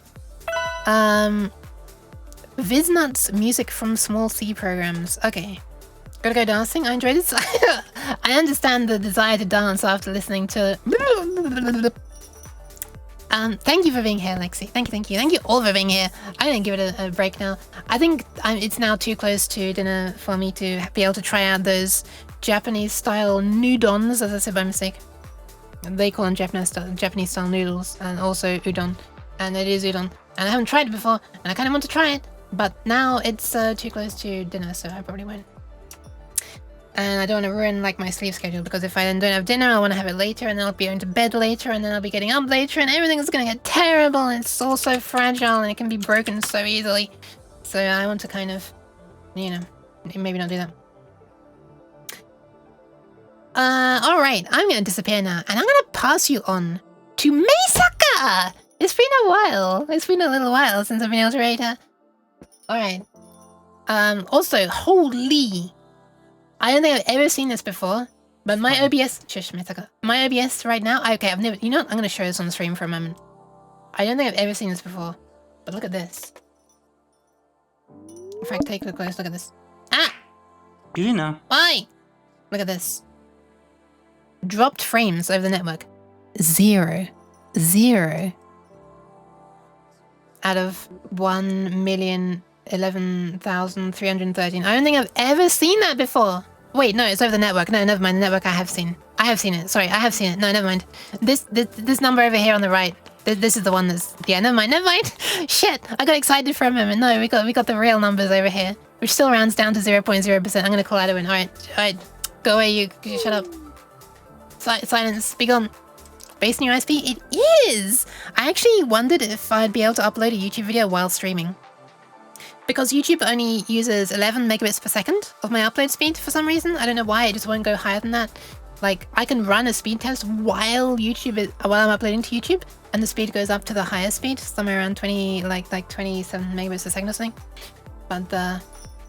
But YouTube only uses 11. Even if I load a separate tab and get 2 videos uploading in separate tabs to YouTube, the combined total to YouTube is still 11 megabits per second. I don't know why they're capping that. Anyway, all that is to say that I actually have started uploading some videos to YouTube again. I should have been doing that before because I'm running out of space again. Yay! Anyway, we're going to slide into Meisaka's stream now. You are welcome, Miria. Thank you for being here. I was happy to catch your stream this time. Aw, I'm happy for you to have been here as well and then being able to be here and stuff. Cheers for the stream. You are welcome. Have a good rest of your Thursday. Thank you. You've made waking up at 7:30 feel a lot less like waking up at 7:30. Oh, I'm glad. My hand is stuck in the air. Thanks everybody for being here. Especially when I've been doing such a oddly weird and nerdy thing and the result of it working is... Wait, I can do a better impression of it. Hold on. Don't listen to my typing. Hold on.